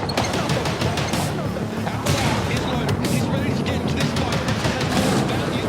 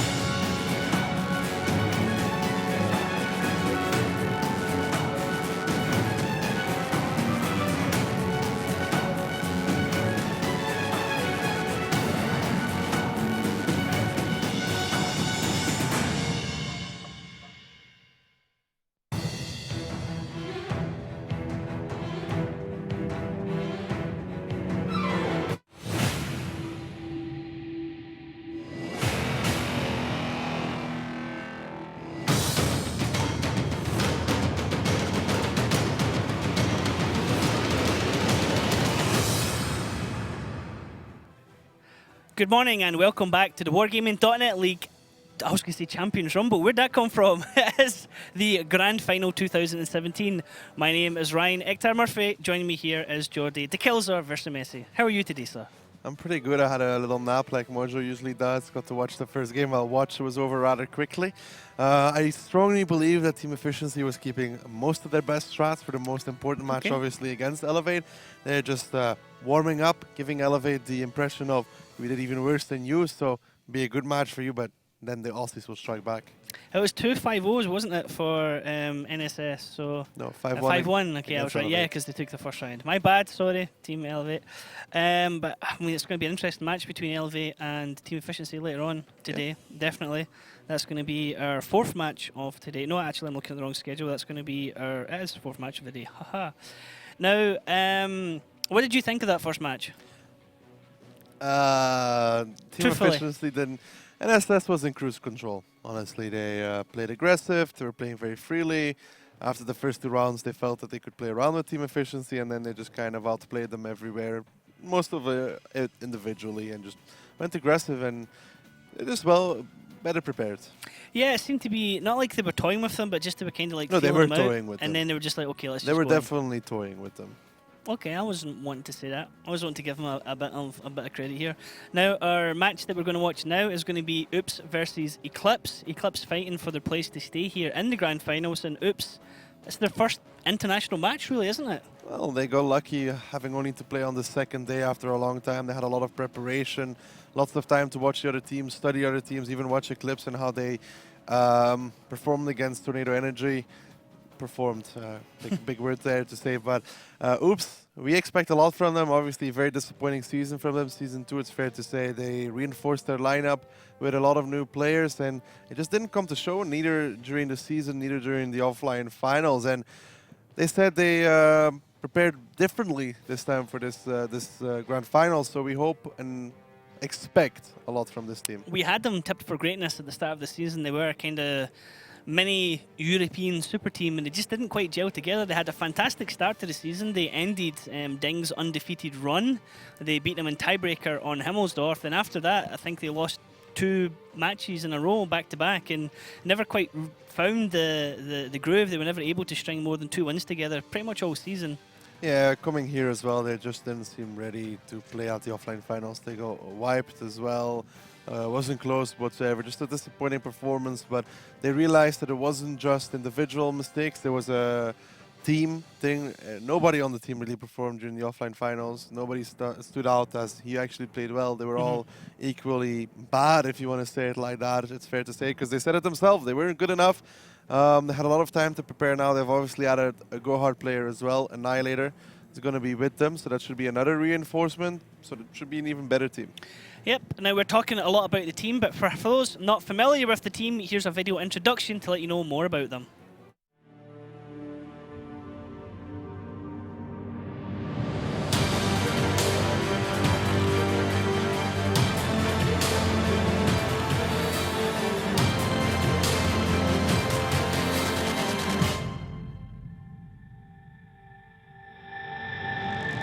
Oops, the Tough Giraffes are the biggest unknown coming from the EU region.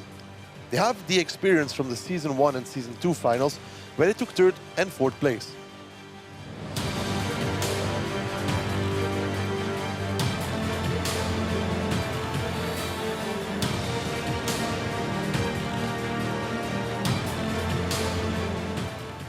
The issue for Oops will be that they haven't played yet on the international stage, so they have no experience versus the teams from other regions. With a rocky second season, the question will be if they can handle the pressure playing on the big stage versus the top teams from all regions.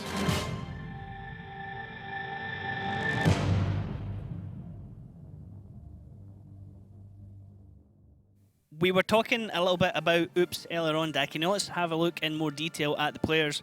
Something I want to talk about as well with Oops is a player tipped for greatness, and somebody who was consistent throughout the season being Milosh, but when it came to the LAN event, Milosh was pretty much non-existent. Well, I wouldn't say non-existent. I think the entire team wasn't there more than anything else. Milos, it's hard to perform when your team gets wiped across everywhere and you can't really perform then. And the team didn't have a good showing in general, so I wouldn't say that it was just Milos. I'd say it's more of a team issue that they didn't perform. Obviously, the dead zone is in this line. He's more of a support role, I think, during this event. I think it's Algo, Kamil, Insane, Melan, Teja, Milos, and then who are we missing? Annihilator, obviously, not on this Annihilator, yeah. list. I don't think Dead Zone's going to be playing. I'd be surprised if he was. Talking to Insane beforehand, I think goes between Algo and the Dead Zone. I think Algo I think Algo will got be the getting better the nod ahead of him. Yeah. between the two of them. So that's going to be the lineup there.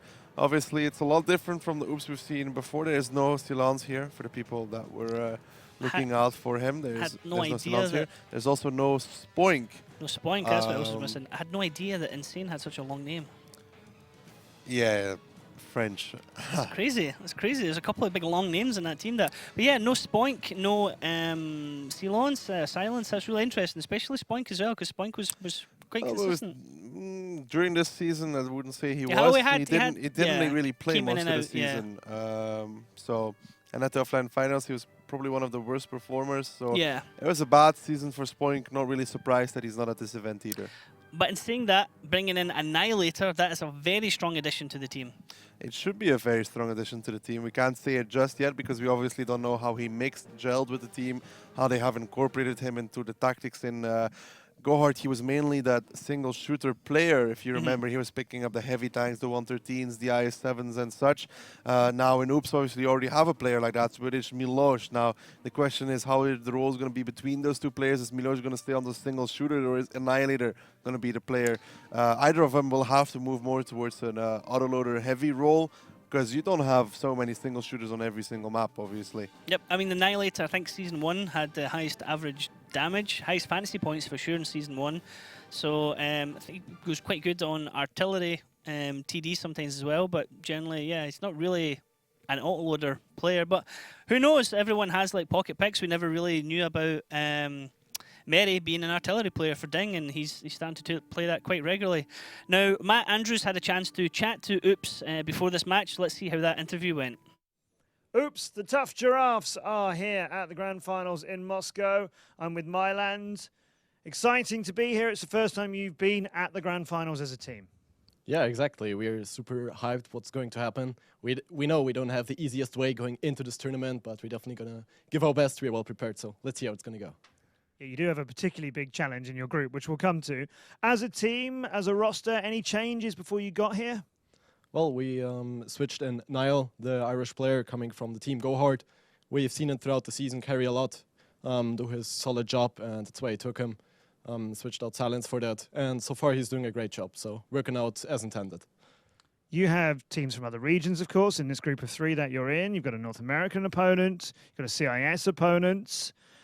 In terms of big competition, you've not sort of had to compete against them, but you've put the time in beforehand? Well, we trained with both regions before, so we kind of know their style, we know their meta, what's going to expect us.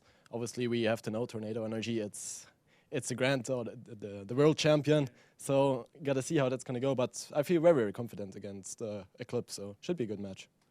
We've just seen Eclipse go down 5-0 to Tornado. They came out really aggressively. They were arguably in a good position to take that first map, but then it all just turned back against them with Tornado. So I guess you're pleased you're facing Eclipse first. Well, yeah, that's obviously if you win the first match, we're through the group stage. That will give us some kind of motivation. But at some points, I didn't really like the play of Tornado because it was a bit of maybe disrespecting the enemy, just playing too aggressive in their face.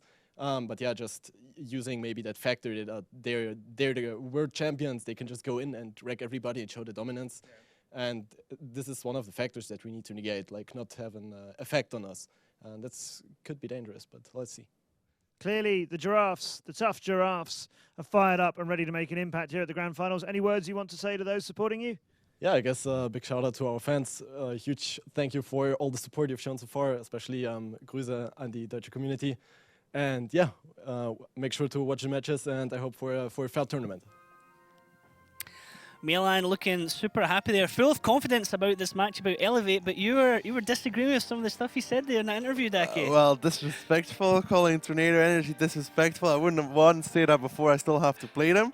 And two, I wouldn't say Tornado Energy played disrespectful. I'd say they played exactly how they were supposed to play against an opponent that is less prepared, less used to aggression, and just all around probably worse than you, taking it straight to their face, making them make those split-second decisions, which you know they're not going to be able to do because they're not used to playing against a team like that. I'd say that's the perfect game style against a team like that. A team like Navi might be able to punish that, but we've seen them struggle with that as well. But a team like Tornado, bringing that style against a team like Eclipse, I think that's exactly what they needed to do. I think a slower game would just help Eclipse to perhaps make their strategies work and take the positions they want to.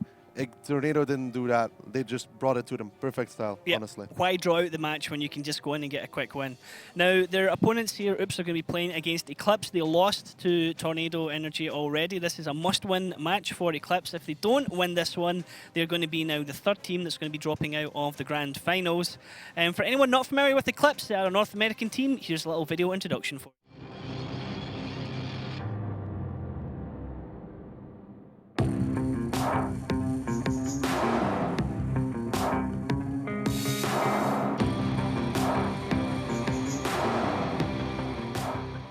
Eclipse is a former champion of the WLNA, taking first at the Vegas finals in 2016 under the leadership of T1 Diabetic. The team has been a force to be reckoned with in the WLNA. Since their championship run, Eclipse has been overshadowed by Elevate. Most notably, 4 out of the 7 starting players from Eclipse have taken their skills elsewhere and pushed Eclipse into maintenance mode. It wasn't until Season 2 Finals 2017 that Eclipse took second and looked like the Eclipse that had previously dominated the North American region. Eclipse, though, is for sure an underdog going into the grand finals.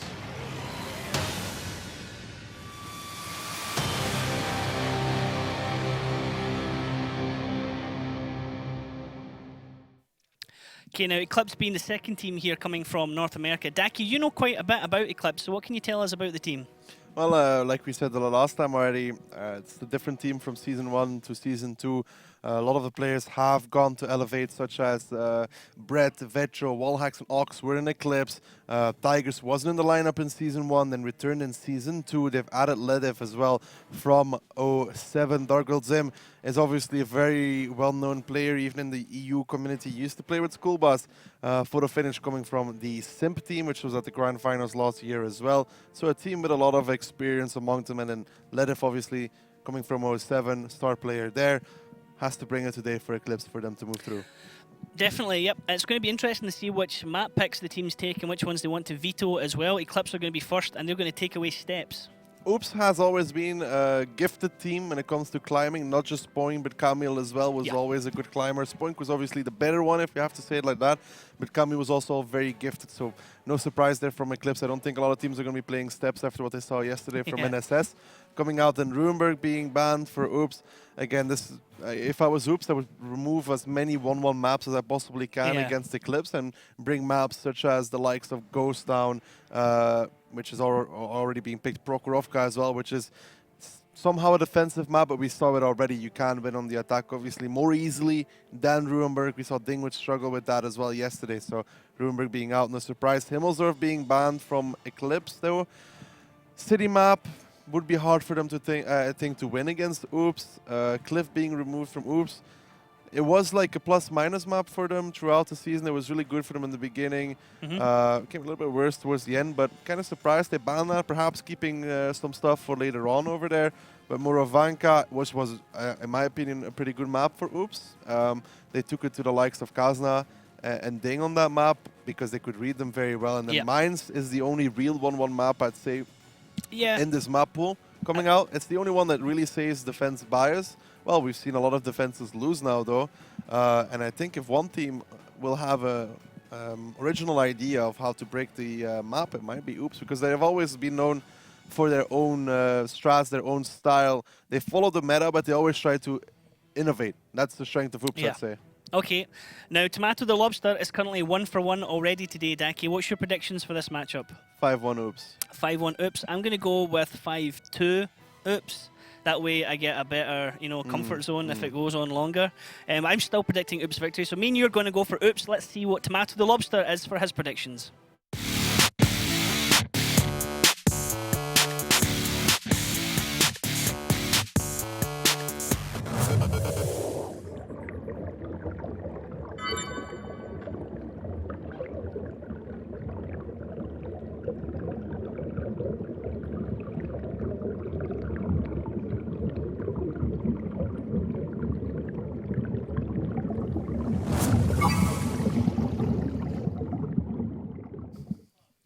It's exactly what I needed, Daki. Brave. I'm going to get ahead of Tomato the Yeah, Lobster but I'm now. still going to be ahead of everybody else. You're still going to be, you could potentially be all right now. I'm not going to say 5-0 anymore because it said it yesterday and the team actually lost 5-0 and I felt really bad about that prediction. Jinxed it. I So you're felt gonna go really 5-1? bad about it. Yeah. Okay, that's a fair result. Fair result. But yeah, I mean, I'm going to, we're both kind of going with Oops because, nothing again away from Eclipse. Just I feel that Oops are more ready for it. We know how much training they've put into it. We know the potential that this team has. But then again, Oops had more stable lineup than Eclipse Yeah. as well throughout these 2 seasons. I mean, yes, they've added a lot of players, but the core has remained similar to before. Where with Eclipse, it's been a lot of changes, not just during Season 1, Season 2, EXO not being able to play, then Ledev coming in, the players leaving before, some switching there between Master Pupil as well, I think, and Drawcab. So there's been a lot of switching, a rocky season for them even, and obviously there's always going to be the lack of training partners, which we did talk about, which is harder for North America to get those training partners, to get those good scrims in. So that's why I have to favor Oops, because they can train against North America, but they can also train against CIS, so they should have the better preparation. Yeah, indeed, and this is something we know. Oops have been practicing with multiple teams. They said in their interview video they've been practicing with the, oh wow, whoa, BM, Daki, BM, you're getting wound up here. How's the M63 mark progression going? Probably better than Oops' tournament will go. Wow, Oops, this is going to come back and bite you. It's going to burn you big time, lads. Let's hope that you can get the win here, because if not, Daki is going to punish you quite hard for this. We just jump into Prokhorovka. Interesting to see the lineups here, see if we see something new. It's going to be mentioned quite a lot of the time here in this tournament because there was a major content patch just before the tournament, which allows for different vehicles to be used in different scenarios here. We've not seen too much innovation here yet on Prokhorovka, but Malshin coming out from Eclipse, we saw it before from T100 NSS as well. On Cliff. Yeah, T100 can be used, but the Malshin is a more interesting pick because it plays a little bit like the Mouse. It's kind of slow. This obviously has a weaker armor, which is natural because it's a tier 9, not a tier 10, and it also has that massive cupola, but it is hard for bat shots and such to penetrate it very well. But this lineup from Oops is not really an aggressive one. There's it's no more of option. a... That was a wrong lineup, unfortunately. Nice. So Dark God Zim, HWK, Tigers, Batchat, Druckup, Object 263, E50M from Diabetic, and 2 113s from Eclipse. Yeah, so slightly different lineup there, but like you said, Oops' lineup with double STRV, Mouse, LTP. It's not really an aggressive one, it's more passive. But Camille seem to be in trouble a little bit over there. Algo already getting the first kill, taking out Dark God Zim. Tigers is pushing up into Algo. Algo's on a reload there. Tigers has to be careful he doesn't overextend because there could be a crossfire coming out here. He is trying to chase down Algo. Annihilator can get shots into him, and Camille is over there as well. So first blood here going to Oops. Yeah, good stuff there from Oops to begin with. Camille got safe as well. In the meantime, Oops is already taking control over 1-2 line. Eclipse tried to be aggressive in the middle, tried to catch out somebody for the likes of Camille Annihilator, but they won't be even able to spot that STRV sitting on A6 unless they push up. And in the meantime, they're going to start getting crossfired from the 1-2 line very, very quickly. We can see here Tigers doesn't have a Medipack, or if he has one, he's already used it because he has a dead commander right now. So that means his spotting is going to be terrible, and he's in a really bad position as well because he's stuck in a depression, and it looks like Camille and Algo might just actually push up and kill him because it's 2-on-1, and that's going to be an easy overmatch. Yeah, I like this from Oops. They decide they're not spotting the middle anymore, so they decide to back off. As well. They back off from 1-2 line because obviously there can be a counter push from Eclipse. They decide to fall back. In the meantime, they're sending Algo and Camille as a hit squad to take down Tigers because they know he couldn't have left, and they know Eclipse might be rotating at the same time. Good stuff so far from Oops. Camille actually goes slightly ahead of Algo, but Algo's going for the HP. Tigers is going to go down. He has nowhere to run. He's on a reload, and it's Camille that picks up the kill. So that's 2 for 0 right now. Oops to Eclipse. Eclipse have lost Batchat 25 and their the Hawk 12. This is going to be quite tough to come back in from this one. Especially because Oops did not commit down 1-2 Lion, where Eclipse rotated to Insane, fell back towards a more passive position, but Decha is waiting there, Insane is waiting there, and also Mayland in the SDRV. They're just going to take some distance now because they have the advantage and the HP to work with, so this is really not going to go well for Eclipse. Diabetic in a crossfire there, Decha getting a shot into him, and Insane is able to shoot into him as well. Decha just sitting there in the mouse saying, yep, I've got great position here, you're going to have to come at me. Diabetic taking a lot of damage for this push. He was lucky he's going to get 1 into the mouse, but he took 3 for the approach net, and that's a really nice ricochet actually, a real lucky one there. Well, at E50M turret with the HD update actually got a lot more bouncy, and for Eclipse it doesn't really matter anymore what they're going to do at this point in time. 2 tanks down, no positions gained for them whatsoever. Oops has entire map control, HP and tanks to work with. Eclipse can already start thinking about the next one, because unless Oops makes some major mistakes, there's no coming back from this. You can see on the minimap, Algo in the middle, Camille now down the bottom, is setting up a crossfire here. This is really dangerous for Eclipse. No matter where they peak now, they're going to get shot at from a tank of Oops. This Algo taking a little bit of damage. Oops doing really well to preserve their HP. Milan still in full health, Insane still full health, Annihilator still full health, as is Milosh as well. They're just basically picking which Eclipse tank they want to shoot down next, and once they decide to go for the all-in push, they can win this one in a matter of seconds. They could push in right now if they want to, but they're just chipping away at the HP of Eclipse rather slowly. Oops obviously showing some control, deciding not to YOLO in just yet, just playing the angles. And don't forget, Eclipse is obviously on the attack. They have to make the move at one point, and like we said already, they have no position going for them. They're completely surrounded. The only reason why they're not dead yet is because Oops allows them to live for now. Yeah, basically. Oops in a way toying with them, but they're just really rotating who peaks. As now Insane gets the kill on EXO. Drawcap and Leadif taking a lot of damage. Leadif looks to be the next one focused at the moment. He's down to 158 health. Milosh now pushing over into T1 Diabetic. Camille getting the crossfire shots down to photo finish, and Leadif, exactly as we said, it's going to go. Camille only got 1 shot left. He's going to hold it, I guess, until the mouse of Decha can push in here. Yeah, Decha coming in with the mouse. Milosh is probably going to go in as well. The rest of Oops will converge. Eclipse have had their time during this round, and now it's time to go towards the next one. Fairly easy hold from Oops, to be honest. Drawcab, the remaining tank left for Eclipse. Oops going to win this one without losing a single tank. And that is an absolute dream start for Oops here against Eclipse, and exactly not what Eclipse wanted to see. Yeah, that was not the best start from Eclipse. They tried to go aggressive towards that eastern side there to get some spots maybe on towards A6, but there was Camille and there was Algo as well. They did some initial damage towards Camille, not enough to make it worth it. And once they don't get those spots on towards that A6 position, those tanks from the middle really can't do anything. Annihilator pinging them from the distance, and then you had the tanks as well in 1-2 line.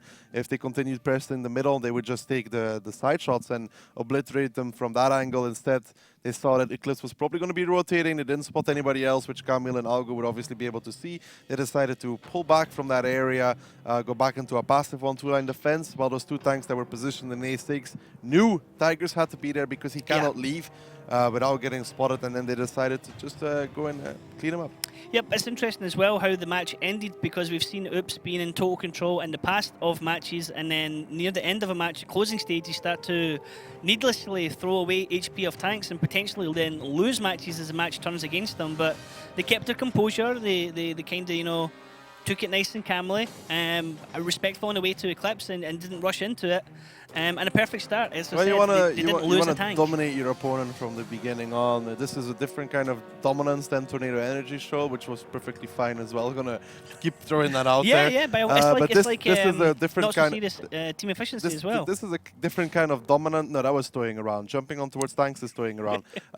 This is a different kind of dominance with you put your enemy in a position, and he knows he can't do anything, and you just let him sit there for a while. Think about life, think about how they got here, and think about what to do for the next time round. Next one, yeah. Always, I mean, it is a tactic sometimes we talk about. If you're the last remaining tank for your team and you know that the round is lost, you don't necessarily drive out into the enemy guns and die. Sometimes teams will draw out a map for as long as they can, so it gives them time to kind of talk amongst themselves about what just happened and what they're going to do for the next round. So Mouse coming out either side of the team, and Artillery coming out here for Eclipse as well, and Dark God's in playing it. Well, when you bring in Artillery, you kind of say that we are going to be defending more 1-2 line-esque, especially with that STRV as well. The RT can reset at number 2 base, which means you don't have to commit tanks towards the eastern side. It is a risky strategy to get away with, because you have to defend 1-2 line, but you can also not leave middle control, because if you give up that F line completely and the enemy's allowed to play F6-7 and they take control of that eastern side, then your tanks that go towards the rails to spot get shot at while they're trying to spot across that cap. Insane getting some early spots here in the LTTB. Dodging shots fired back at him, although only one came over his head. There's the photo finish pushing up. Tigers getting shot again at the start of the battle, peeking over there in the back chat. And there's already guns aimed at his area. Photo finish trying to shoot across into Algo Camille area. It was Algo actually that got the show off against Tigers. Initial damage there. Obviously Tigers was the initial spotter. He's always going to take some, most likely, but good stuff here so far from Oops. This is what we talked about. Eclipse decided to solve the problem of being shot from the middle with putting a mouse on the A6, A7. That can work, but don't forget there is Milosh, there is Annihilator, there is Melan, and there is Deja. All those kind of tanks can punch through a mouse even on distance. The 113 will struggle with it, but the E50M with that highly accurate gun, heat ammunition as well, will not struggle at one point. And actually, nice shot there from Milosh though. So they need to be careful, because Oops has taken a lot of map control in the beginning of the game here. You gotta see it. They already have A0, they cleaned that out. And now the mouse, over time, with 8 minutes left, will start getting chipped away off. And Annihilator and Deja are not continuously gonna bounce. But RT is obviously a factor as well. Deca getting hit there, 5-11 there, tracked him as well. You can see that the blind fire coming back from the photo finish here, almost into the exact area where he was shot from, using the new hit indicators as well, which is really helpful for knowing which bush sometimes you get shot from. Yeah, the indicator actually gives it pretty accurate, but ooh, Kamil should get nice shots here on towards the side of the mouse, and if Drog turns his turret, then he'll get shot from the other side. Could potentially ammo rack him as well on that side, isn't it? It's the left-hand side of the turret. This is where the ammo rack is. Yeah, I've been ammo racked there before, so... We saw it in the qualifiers as well for the EU Gold Series. It actually turned a battle. Yeah, between Fame and Gunrunners. Yep, actually it was the turning point. I think it was Creator ammo racking a mouse for 2k HP, which was very well done. But some nice damage being done towards Drog here, but question is it worth it so far for Oops? Because Deja is taking a lot of damage for this. I honestly feel like he should not continue to peek/expose himself. Annihilator in the mouse with the artillery update and the lower penetration and such, already actually doesn't do a lot versus the mouse. There's a lot of times where he's going to be doing 100, 200 damage, yeah, and or even no penetration hits.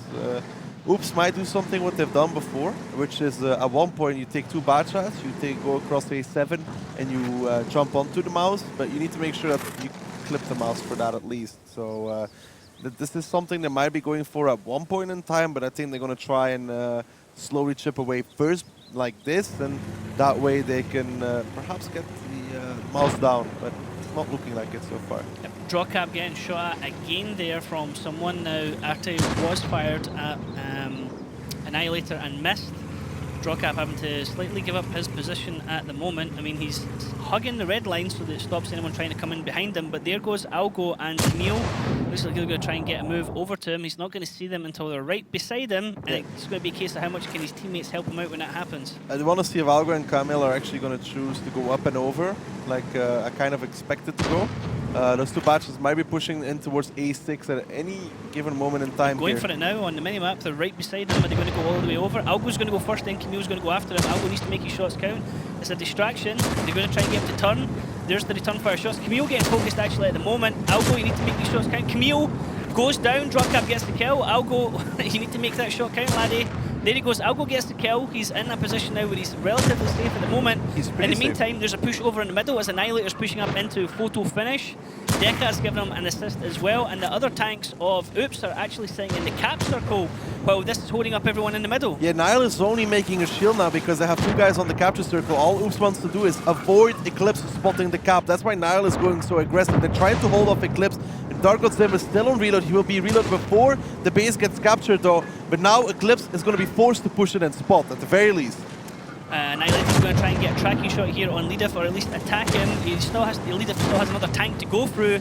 And Deca, Melan can give additional fire as well. Leadif can get shot at by the people in the cap circle when he peeks over.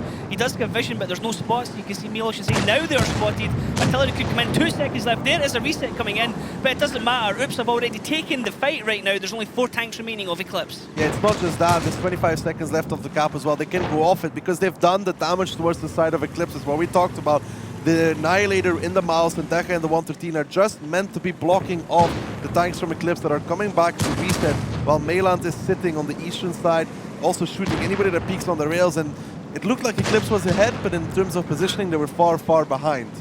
Algo peeking over here on T1 Diabetic as Bold. He does get around beside him, but it keeps T1 Diabetic's attention off of Milos and Deca, who are pushing into him. Deca might get hit by artillery here. Nope, goes right over the top of him. Only 2 tanks now remaining here for Eclipse. So sorry, 3 tanks remaining is T1 Diabetic and Dark God Zim. Exo is dropped by Milos, and this is going to be 2-0. Oops, and this is a perfect start for them. And well, Eclipse, it's looking like it's going to be a bit of a struggle for the remainder of this match. Yeah, they in terms of HP, they were looking good, but in terms of positioning, as soon as Drawk and that Mouse goes down, which is what we talked about at the beginning of the round, where the 2 bad shots could push up and over in towards that position and kill him. They did so while losing Camille, which was not a bad trade. Algo had then a Mouse wreck to work with to stay safe, but the plan for moves was just more than that. They had 2 tanks in the cap in the meantime, and Annihilator pushing aggressively. Therefore, the tanks from Eclipse, who were falling back, Tigers fell back as well. The 113 wasn't spotting the cap. Therefore, they had to rush back towards the rails to actually get the spot. Darkotem, poor guy. He's not having a good one. Yeah. But Algo picks it up. Wow, sneaks it right off the front of him. I like this Algo playing back chats. I think it's something that he seems to be quite strong with when he does get to play it with Oops. He does really well. Well, last time he played it on this map, he didn't kill the Mouse with 5 shots. Well, that was then, this is now. But no, I mean, he was tend to be the light player for Oops. And in the times where he has been backchat players, there's been multiple times where he has stepped up and done quite well. It's been plus minus at best. He's had a lot of missed performances as well, including Prokhorovka, so I wouldn't say that, but now this opportunity has arisen with the likes of Silence and Spoink not being at this event. So perhaps he can be more consistent throughout this one. Yeah, I mean, he's kind of fighting for his place in the team to be able to show that he's we'll see though. But the strat from Oops, as said, it counted entirely on having to force Eclipse back towards the rails to spot the cap, and they traded just way too much damage for that one. Now, our next map we're going to be playing on is Ghost Town. We were talking about it earlier on with Mojo. We always enjoy casting Ghost Town, always look forward to seeing how teams are going to play. And it does offer an actual variety of different tactics that can be used on it, although it looks like a relatively straightforward map. It should be Oops' map, to be honest, thinking about it. It's more of an individual skill, player skill map, where Oops should be ahead of Eclipse, again with the preparation we talked about, where it's harder for Eclipse to get good scrimming partners because they have 2 really good teams in North America, but obviously the rest of the competition compared to Europe and CIS is a little bit behind. Therefore, Oops should have the better training partners and should be more prepared for this event. Therefore, Ghost Town should not be one of the best maps coming out for Eclipse because of that team coordination that is really needed. And like we said, with the rocky lineup that they've been having for the last season, yep. I just don't know. They could surprise us, obviously, because one mistake can cost you really dearly on Ghost Town, such as Apple Wow flipping over in a tank, or yes. Meritorious flipping over in a Mouse. Milos. No, Mary flipped and Milos farmed bounced. him. Milos bounced shots off the underside of the Mouse. Now, we're going to see Oops on the attack. They're going to be on the red side. It's going to be Eclipse on the defense from the blue side. Going to be an interesting lineup. So, pretty standard lineup coming out from Eclipse. Triple Mouse, T57, Batshot, and Double WZ. What we've seen from a lot of teams. On the defense, though, this kind of stays more of an aggressive defense because you don't really have that climbing tank for A1. So they're going to have to hold the area of number 1 base somehow, because Oops themselves have a WZ as well, which they can park in that number 1 base. If they figure out nobody from Eclipse is up there, I don't think they will let them have that cap and punish. Camille already getting spotted at the south side of the map. T1 Diabetic is now coming over with photo finish to cover that area. Neil's still lit at the moment. He's to get himself unspotted. He's taking damage as well. Now he's unspotted. T1 Diabetic is getting rid of these buildings here to give his teammates clear line of sight. He's just making sure there's no K-Line rush like the likes of BL Gaming and Kazna Crew have done already throughout this tournament. But Annihilator Milos just taking some positions up on the middle. This is a standard start from both these teams, obviously spreading across the map, checking for any aggressive openings from either side of the attacker for the defender and vice versa. But so far, they'll figure out. Eclipse has chosen to not go aggressive and just be passive. I still fear for that #1 base being the option Oops will go for at one point. They had Deja over there at the very least. He's now pulled back a little bit, but I don't know. I kind of do feel like that #1 base could be a play that Oops could go for at one point with the fact that obviously Eclipse has no tank in A1. Deca able to get vision on Dark God Sims. They spot each other out at the same time through the diagonal there above base 1. That will give Oops a bit of information as to what Eclipse are planning and how they're looking to defend it. Tigers is also spotted out. I guess that's by Algo there. Tigers peeking around the corner. So they know that they have 2 tanks north of the map. Eclipse don't really know where anyone else is for the team. All they've spotted at the moment so far is Deca and Camille, and there's been a couple of trades between Milos and Annihilator in the middle with Drawcap. Yeah, but if you look at the rotations from Oops already, they seem to be going more towards that #1 base already. Posturing up in that area. I guess Tigers is shooting at the buildings at the moment. Algo just taking a couple of snapshots. Now he's on a reload. There's Camille and Milos moving up into that area as well. And Daki, you really have stolen Mojo's crystal ball because they are all moving up here into base 1, and there's a very slow reaction or rotation, if you like, from Eclipse. Eclipse are completely not ready for this at all, and they don't seem to be making a move so for obviously now Oops has relocated back from this area towards here. The thing is, what Eclipse doesn't have is what we talk about very often for the defender, is a tank up here. We've seen it multiple times because the tank of here can obviously reset this entire #1 base. Now Oops can make a 2-way prone attack. They can go towards the cap over here.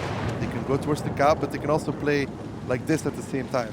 What obviously allows you, when you're playing in this area here, is to block off anybody that tries to come through here to try and reset, and you also block off these tanks and these tanks. Now if Oops does this, then they might have an easy route even in towards this cap, and they can do it with the 2 bad shots in the WZ, for example. This is like how Navi did it yesterday. Now when you look at the tanks that have to come back in defense, you have multiple Maus in the middle, you have a Batchat roundabout in the back area, T1 Diabetic. The WZ photo finish is way down bottom, so he's not going to be able to contribute to the battle. Big miss there from Dark God Sim trying to get hit into mainland. We're going to get a triple cap started any second now, or they're actually just going to push up into Tigers and Dark God Sim, take the overmatch, take them down, and then fight out the rest of Eclipse, and that's exactly what looks like happening.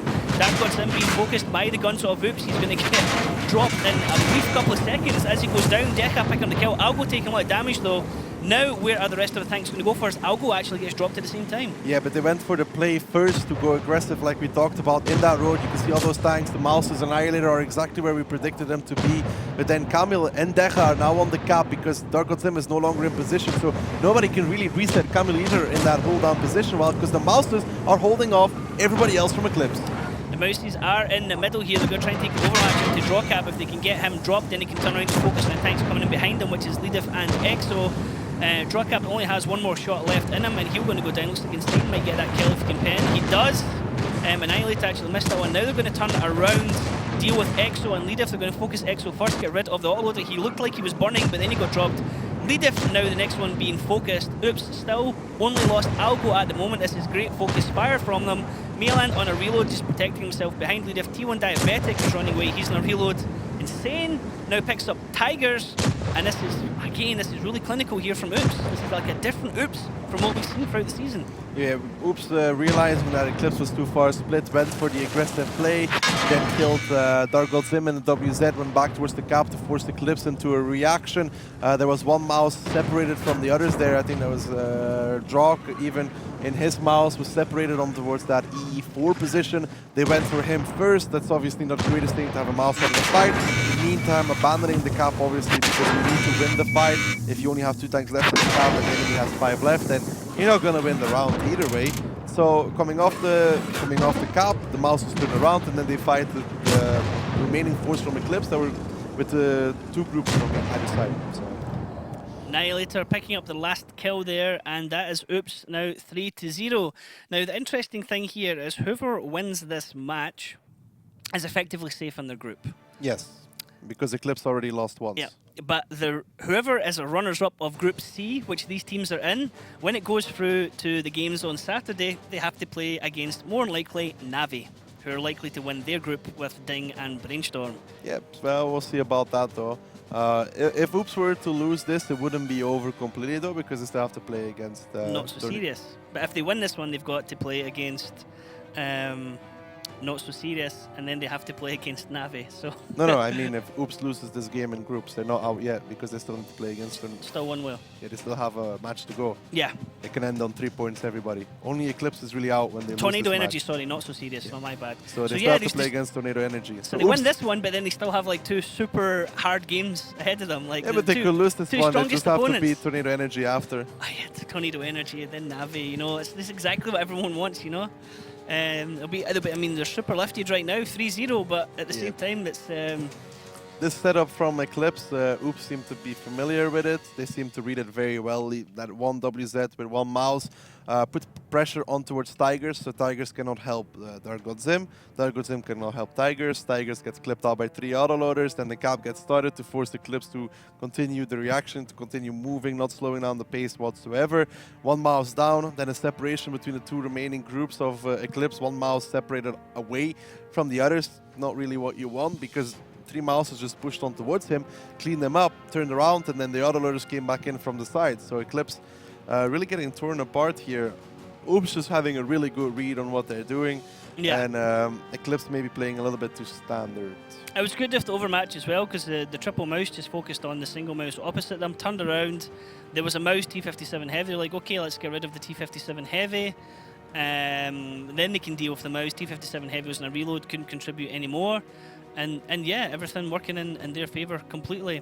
Now we're going to go into round 2. It's going to be Oops on the defence. It's going to be Eclipse on the attack. Potential cap play with Object 416 in the lineup, but I think with the Mouse and the AMX 50Bs, it looks like they're perhaps looking for the fight here, Daki. Well, they can go middle cap if they want to. We have seen this before from Brainstorm, park the 416 behind the crane. You can also go for the number 1 base, obviously, with that 416, because of it being very low profile. Difference between Oops and Eclipse right now is that Oops has the AMX 30, which is usually used to climb A1. Sometimes it is more of a bait. You can still go aggressive with it. But he's going to have that standard setup we have seen from the likes of NSS as well. But NSS did it with an Udes. Camille's going to go up. Insane's going to go behind him. Camille's going to be spotting for Insane. Well, they might have a spot. No, it's fine. Camille and Insane can sit up there first while Meland is still spotting. And afterwards, Camille can just go towards the A3 spot for Insane, and they don't really need to leave anybody there. Melan's just clipping out some buildings right now. Taking the buildings. Interesting thing here as well, just as you mentioning that about the AMX 30, we have seen a round on Ghost Town here where the AMX 30 was top damage, and I can't remember who it is, but he survived on something like 20 HP and still managed to pick up 2 kills and was vital in the battle. During this tournament or during the season? During the season, we talked about it. Probably. Yeah, I think that was it, Safarchik. It was an amazing game he played with the AMX 30, and pretty much single-handedly won the round for his team by staying alive and getting kills and doing damage. I think he finished over 3 or 4k damage, which was exceptional considering the role that tank normally plays. So far, standard start from Oops. Camille has decided to drop off, but they still have the WZ holding GA1 to make sure that the crossing can be shot upon, and they have a spot there. It's a strong hold from Oops right now. There is again that northern weakness though, that we talked about with other teams as well. Then I think Navi exploited as well with putting the mouse on the cap, 2 WZs behind. Obviously Eclipse doesn't have 2 WZs, but they still have a bad shot in the 416 that will go behind the mouse. And I feel if Eclipse does want to win this round, the northern side is going to be their best option right now. There is only 1 mouse and name X30 there available for Oops, and Camille, if Eclipse goes aggressive, won't be able to return to A1, so then somebody else will have to come and get the resets, force Oops to make a mistake, and I think that really should be the play for Eclipse here. I think K-Line is way too heavily defended by Oops because they have a bad shot, a WZ, a Mouse, and an AMX 50B. So 4 out of the 7 tanks focused on towards there. So I don't know about this middle play from Eclipse. It can work, but if it is going to work, that's a different question. Seems to be that you really have stolen Mojo's crystal ball here, Daki. You're telling them to go north. They are Going towards the posturing center. to go south, and instead they go centre now as well. So Dark Lord Zim slides into the cap circle to start that. Low profile, like you said, hiding behind the crane in the middle bit. Tigers, first one to take damage yet again for his team. Poor guy just seems to be the magnet for the first damage of each battle. Yeah, took 2 shots already. I mean, looking at his HP, 2,300. That's 2 shots of damage now, trading a little bit there. I just don't feel like this is going to be such a good position for Eclipse because of the amount of the tanks that Oops has available over there. A Mouse, WZ, and makes to be in a bad shot. Oops didn't commit because one of them got spotted, and second of all, Dark God Sim left the cap. So there's no need to commit somewhere where there is no longer pressure. Now Eclipse will finally do what I would like to see, which is going for that northern play. I think this has a lot more chance of being effective. They can park, for example, a Mouse on towards the cap for 1-6. Into that little hold down, Mouse takes most of the shots on towards the cap, and then they can play from there on. To make Oops into a proper reaction though, they need at least 2, maybe even 3 people on the cap, because otherwise you just don't have enough pressure. Oops can still rotate, they still have a lot of time. Now obviously if you put 2 or 3 guys on the cap, it goes from 50 seconds to obviously around 35 seconds, and that puts a lot of pressure on the likes of Oops, and as predicted, the Mouse will probably join the cap together with Dark God Zim, most likely. Mouse might even shield Dark God Sim on towards that cap. Yep, you have the double Mouse moving on to cap now. Insane can spot this out, and you can tell the rest of his team, hey guys, something's going on over here, there's some shenanigans. At the same time as this happening, Oops immediately start a rotation round the bottom of the map. Melan and Algo coming through the city area, Decha and Camille going the long way around. Oops have plenty of time to do something. They know there's only 2 caps there. There's actually 3 going into the cap circle now, so Oops are going to immediately I don't like start this position north. from photo finish over there. That Mouse is very, very out of position by himself. 250Bs coming as well. If Oops plays it correctly, they should remove him rather quickly. This is the pressure. This is the pressure we're talking about. Even if Milosh resets, Nile is bleeding a lot of HP already for this. So Eclipse actually in a good defensive area. We're down to 10 seconds on the cap. There needs to start being some spread damage out and hit another tank that has not been shot yet. 5 seconds. Oops, you're leaving it a bit late. There is 13 seconds. It is Dark God Sim with all the points at the moment. He's being protected by the double Mouse. Melan and Deca trying to get around through photo finish. Melan now on a reload. Algo behind him and the Mouse coming through the middle. Draw cap now taking damage. Photo finish is about to be dropped. He's a 1-shot, 258 health. He's ammo racked as well. And he has a dead loader. The absolute horrible combo. It's going to take forever to reload. Base capture down to 15 seconds, but Eclipse are starting to lose this trade here. Although Camille is getting dropped like a rock. Yeah, but Eclipse decided to back off from that one because they weren't winning the fight anymore. It wasn't quick enough, it wasn't snappy enough, and especially Camille coming from behind as well. And Decha was the main factor. He would have gotten behind them, but they can still maybe win the fight, but it's unlikely at this point in time. In the time it took photo finish to load a single shell, Meland was able to reload his entire clip there with that dead loader and ammo rack damage. That was absolutely a horrible thing to see on a tank. That is literally as bad as losing a driver and having your engine damaged. The only thing Eclipse has going for them right now is that one of the tanks, which is a lot of the tanks which have high HP, aren't going to be able to use them effectively. I'll go for a 1 in the Mouse, and then Insane in that position over there, full HP as well. So if they put enough cap pressure and can maybe kill Milosh, but Algo now got towards the fight, and that should be the end again for Eclipse. Leadif now bleeding HP. He's down to 1-shot, 12 HP left. Drawcap actually is showing 0 but still health. That seems a bit weird. That's perhaps a display error there. Exo He has and 90 Dark HP. 90 HP. Okay, that's weird that was showing 0 there. Insane now moving in. He still has all the HP on the board. He has the mobility here. Algo still has all his HP in the Mouse as well. This looks like it's going to be, well, it is going to be Oops taking this one 4-0. And it's a bit of a shame here for Eclipse. They're generally late to the party here every time. Oops are always one step ahead. Eclipse got closer, and this one, there's a few things that could have been closer, obviously, but Dark God Sim trying to pull an apple out. Oh, that is... It's Melan basically saved Insane there. Let him wall ride that one down.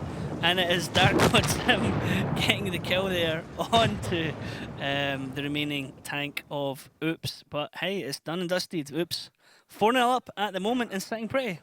Yeah, pretty good there from Oops, but a little bit slow from Eclipse. You want to show your... Dead Zone left hanging. Not the first time. Poor guy. Poor guy's that. It's not the first time that happens to him. But yeah, what was I talking about? Yeah, when you do this kind of cap, you want both mouses to appear at the same time. They had a little bit of a... They got spotted kind of early. You want to drive from between the gap of the two buildings. You want to drive into the cap with the 416 immediately. That would save them about 5 seconds, I think, in total. The 5 seconds can obviously make a big difference. Didn't particularly like Photo Finish's position over there. I think it's kind of exposed that mouse far away from everybody else. He didn't really get to stop anybody. He took a lot of damage in the beginning already. I think he might have been more useful playing more back. Yeah, he did some damage on towards Annihilator, but Annihilator can't really reset anyways. Deja actually the one in the WZ, I think, that made Dark God Sim abandon the cap. Although I do not know if it was needed for him to leave it, because Camille, instead of decapping, actually decided to kill T1 Diabetic in his batch chat. Camille should have reset it for one, he didn't. So Deja rushed in to try and do it instead, but Dark God Sim left the cap by himself. Yep. Now, next we're going to be playing on Muravanka. It's going to be Oops on the attack. Chances of a cap rush here, Daki? Who's on the attack? Oops. Oops on the attack. Chances of a cap rush? Unlikely. Unlikely? Do you think they might go for a cap rush bait, so it makes it look like they're going for a cap rush Oops to is draw not the them in? kind of team that goes for cap rushes mainly. They've been playing with the I7 for like half the season, putting MK line and then coming 1-2 line, 1-2-3 line at the same time to overmatch every side at the same time. So I don't think so. Your prediction could be coming true here, Daki. I wanted to say 5-0. Honestly, but I can't say 5-0 twice or what? It's not going to look good, you know? But if you think that's what it's going to be, I mean, it's not being disrespectful to the teams. You're just expecting the more experienced team to be winning. Should have said 5-0. I mean, they look quite relaxed, quite chilled. This is a very different Oops than what we saw at the LAN finals, who always seemed a bit prepared and a bit not up for it, but I mean, it definitely looks like a different team here. I don't know how much of it is just Oops playing better or Eclipse not playing as good as they could be. Well, that will be shown in their Tornado Energy match, I'd say, and see how they do here. This is their first test. They're looking strong. They're bringing double mouse and E50M bat shots behind it. That's not a cap rush of any sort, obviously. Well, okay. This is who played this thing? Navi played with triple mouse as well on their attacking round on Muravanka, where they put the Anatolic on J5, J6 from the attack, and he spotted out the spotter. Zim's going to spot out insane. Yeah, this is not good for the side of Eclipse, because getting spotted out so early tells you that you're not playing the bushes, so you're either rushing 1-2 line or the eastern side, and oops, if they get Dark God Zim, then this game is over. He's protected at the moment because there is like a kind of ridge line he can run away from. Annihilator's following him up insane, and Milosh don't have shots on him, so Zim is going to get away for free there. And the rest of the tanks from Eclipse are pushing up. Algo already backing off from that area because the rush from Zim, as you said, gave them a lot of information, which generally says we're going up the other flank. And Eclipse are pushing up into nothing right now. Well, maybe they can catch Deja, who's still in the open for now, but that timing window is closing rather quickly as he's driving in towards the forest. Maybe if they get Zim to YOLO somebody or the YOLO across the A-line, obviously there's always the blind place they could do. If they keep pushing across the A-line, Algo is dead.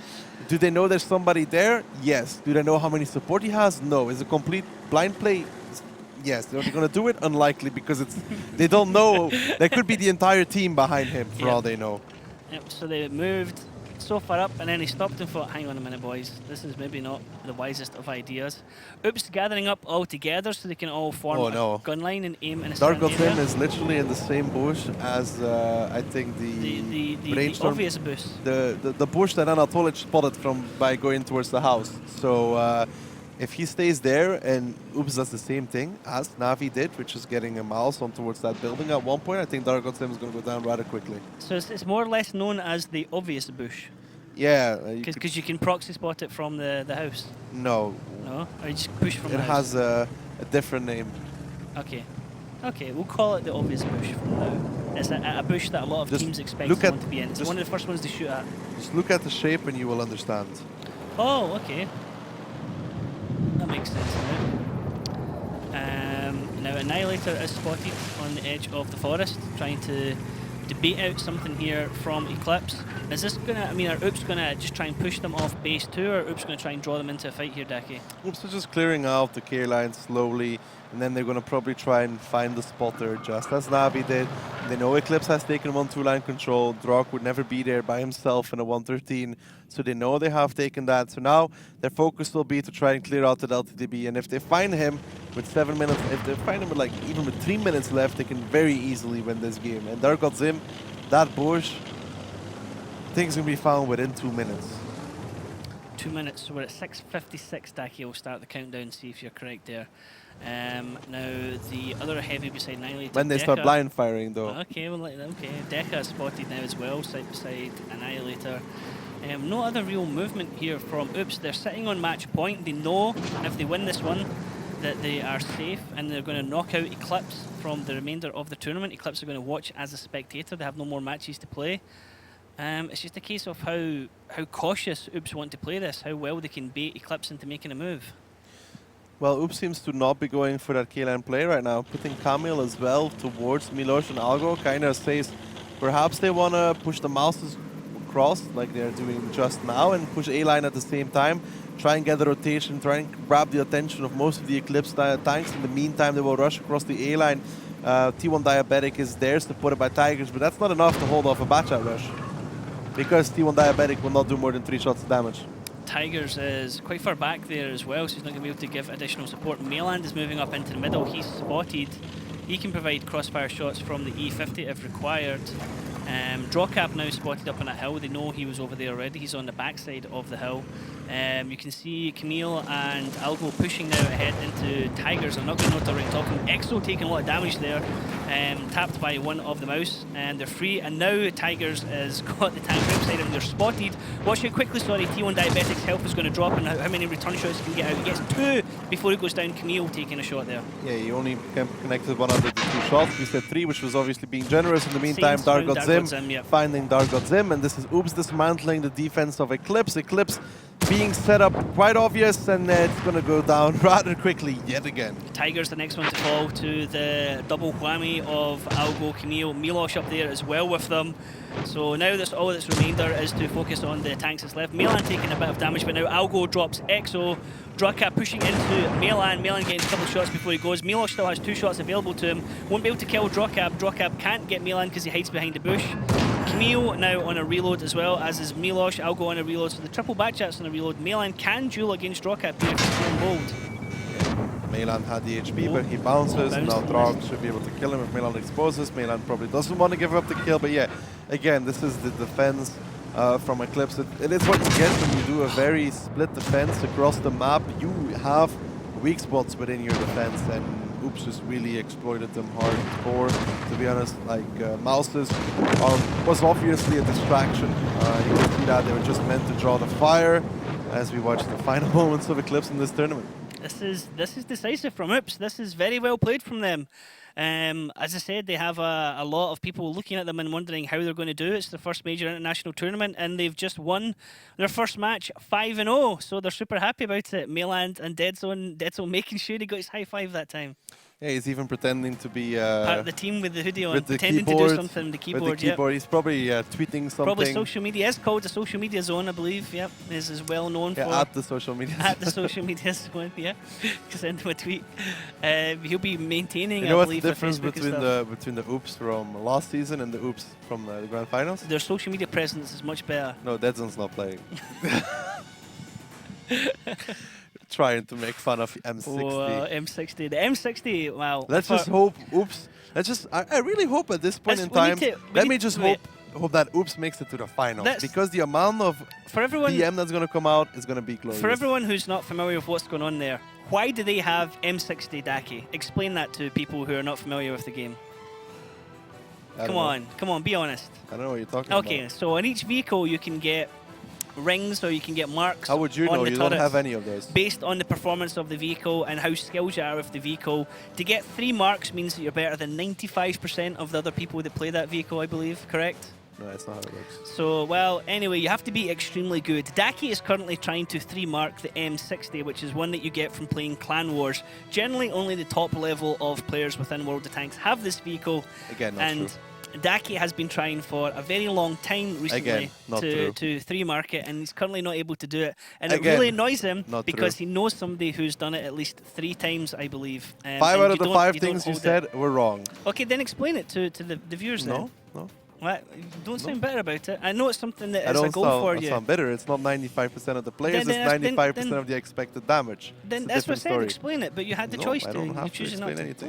Don't be salty. I'm not No salty. salty, Daki. Don't state Daki, hey. false facts. I was asking you to explain it. You chose not to. That's cool. That's your fault. Well, we're going to go on to the next battle. After this, we're going to take a little short break. It is going to be EL Gaming versus Kazna Crew. Looking forward to that one. The winners of that round, well, they're going to. It's basically a battle for first and second place. This is going to be interesting. So stick around after the break, and we'll see you soon.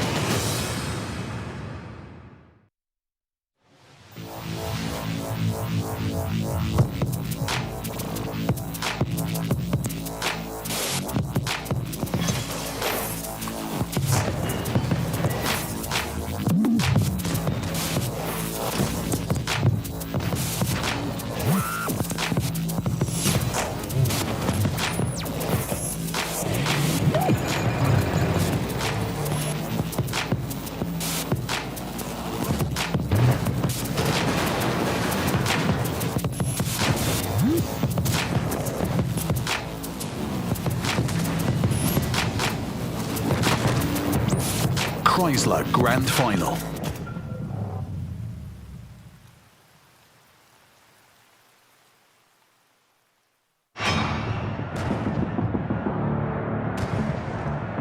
He's going to be punished severely for this act of seconds now. Clear cap. After that, he's loaded. He's ready to get into this fight. Value.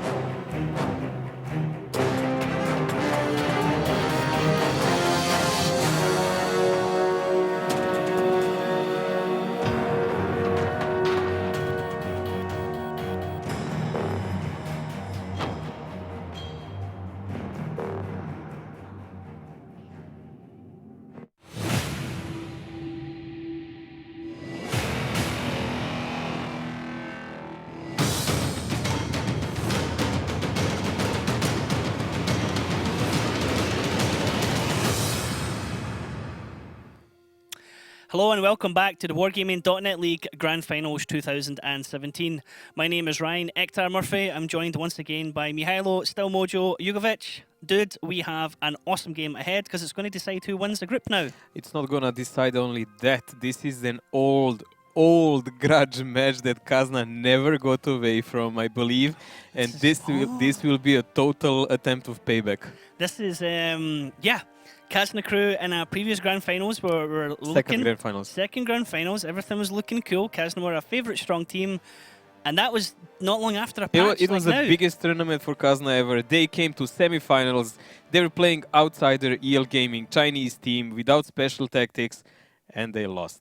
They lost to a bunch of aggressive rushes from EL Gaming, and I believe Kazna never got away from that one, and they really are waiting for their chance patiently, and this is it. EL Gaming simply YOLO rushed them pretty much on every single map. Every single map from the get-go, boom, just at them. And it was 5-3.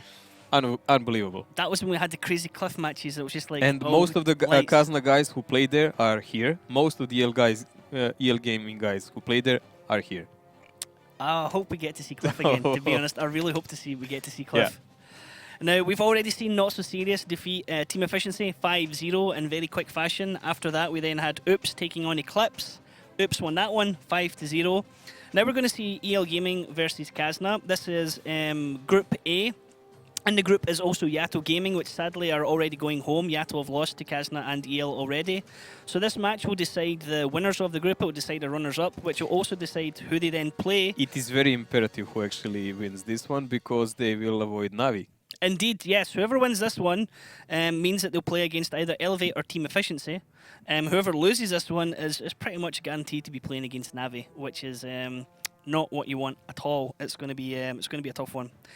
Actually, Group A runners-up are going to be playing against Group B winners, so they'll play against Not So Serious. I've got written here, so maybe I've got that wrong. But they'll play against the Russian team, which they don't want. They want to avoid the Russian teams right now. Probably get them later on in the stage when it's more prestigious. Now, EL Gaming, a team from APAC region, undefeated Season 1, almost undefeated Season 2, but Team Efficiency stopped that. If you're not familiar with EL Gaming, here's a little introduction video to let you know more about them.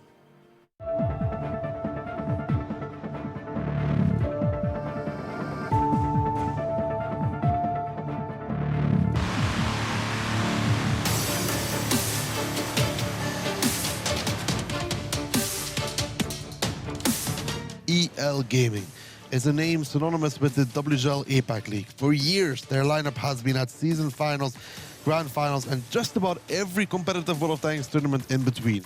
After their unbeaten run last season, EL skipped a beat in their road to the finals this season, losing to Team Efficiency twice.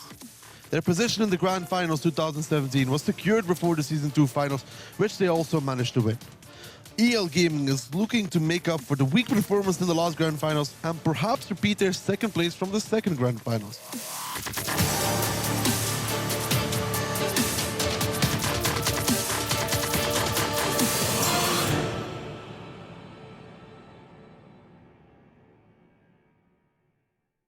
EL Gaming carrying the hopes of the APAC region. They are the dominant team across there, and many people are expecting big things from them in this tournament.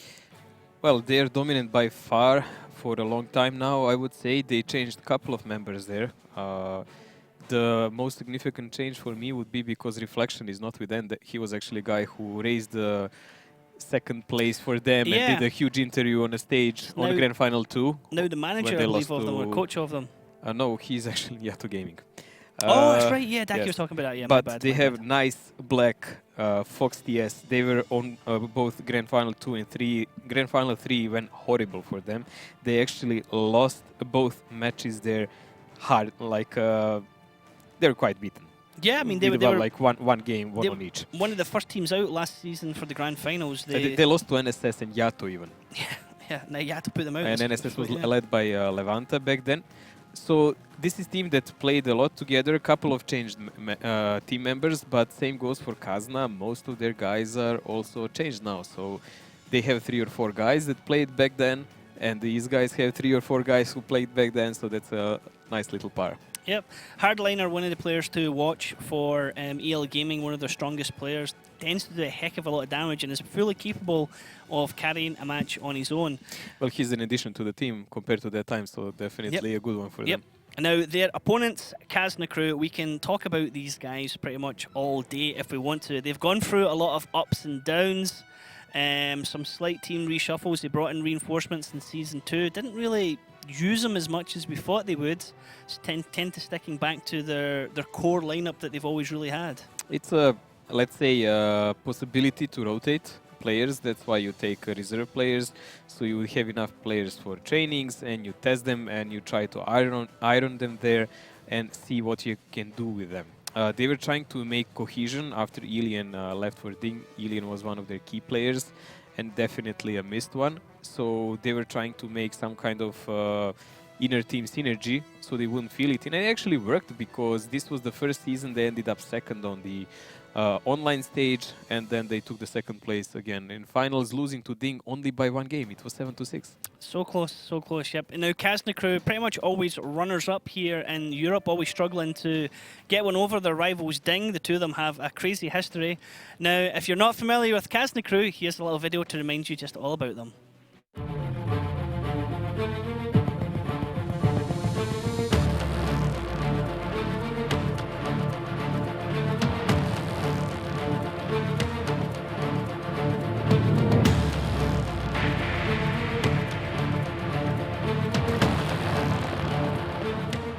Kazna Crew is attending their 3rd Grand Finals as a team.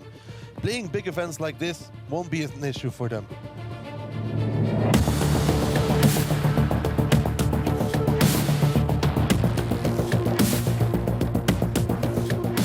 They took 2nd place during Season 1 and Season 2, and also at the Challengers Rumble they took 2nd. With their experience at big events and strong showing during the last year, they want to bring the pain to the favorites coming from the CIS region.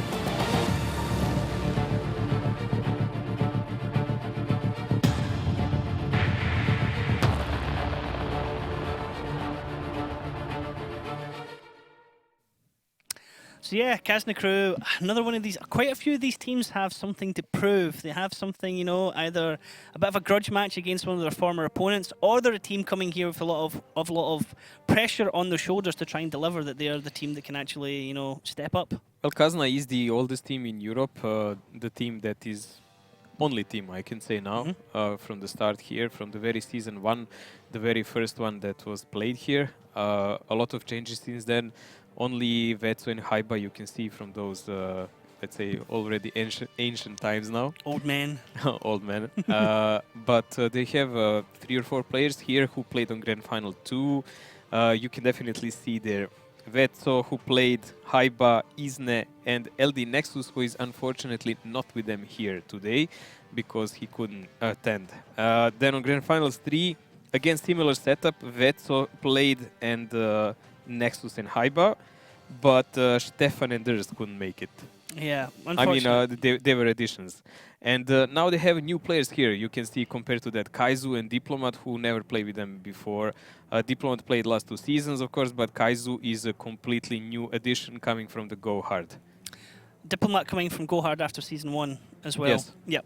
Interesting though, because Kaizu is a very strong pickup for the team. Kaizu, one of the players from Go Hard, who sadly didn't make it through to the Grand Finals here, but both Kaizu and Annihilator joining Oops, are 2 exceptionally strong players. And I think it's fair to say, had Kazna, had Nexus been able to attend, Kazna would have had a really strong lineup there with Kaizu being able to play with them as well.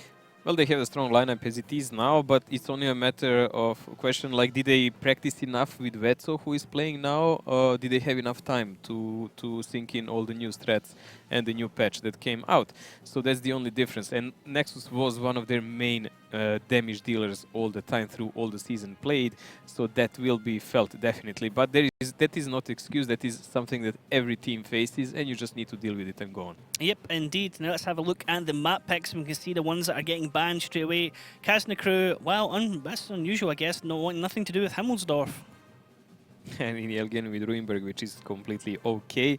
Kazna, honestly, I'm not sure why do they want to avoid Himmelsdorf. I mean, that's a map that they just play 50-50, but they're good on it. But there we go. Cliff immediately.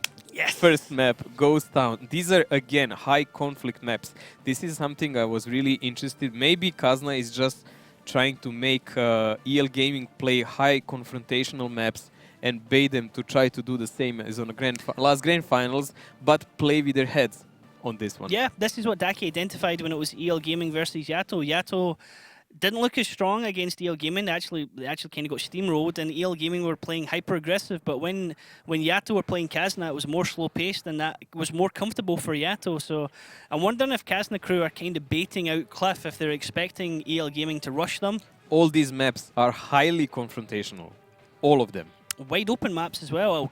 Ghost Town obviously not, but Cliff is very open, Prokhorovka very open, Mine's very open, and then we have Murovanka as the tiebreaker. EL Gaming not wanting to touch steps, and Kazna crew not wanting to go to Murovanka, but that gets through on a tiebreaker, so that must mean that Kazna crew blocked something else in tiebreakers. The thing is, they already knew what is a tiebreaker in advance, so Kazna might have just kept, if it comes to that, we are going to have Murovanka, which we know to play well. No, but the Daki was saying that the bans, the tiebreakers based on the teams, they ban each map until it gets to one that's left. So it's not set in advance like it was during the pre-season. Interesting, I haven't the teams seen ban that. them out. So that's why it's interesting that it gets through. And perhaps they were just they're okay with it, and like teams might just choose a ban pretending that they're not comfortable with something when they perfectly are. Pocket pick, perhaps. Now, this match, Mojo, I'm going to give it to Kazna crew.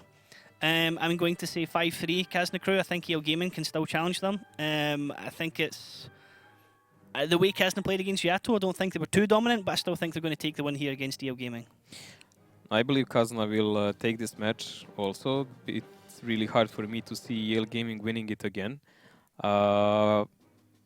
But I'm just questionable between 5-2, 5-3, I would say. One of those two for Kazna. And I'm just interested how will Cliff go. Yeah, because definitely. that one will pretty much influence the rest of the match. Definitely. If someone can take 2-0 in it and really dominate the other one, that's going to be real interesting. Now you have our predictions. That means there's only one more person to find out what their prediction is. Let's go over to Tomato the Lobster.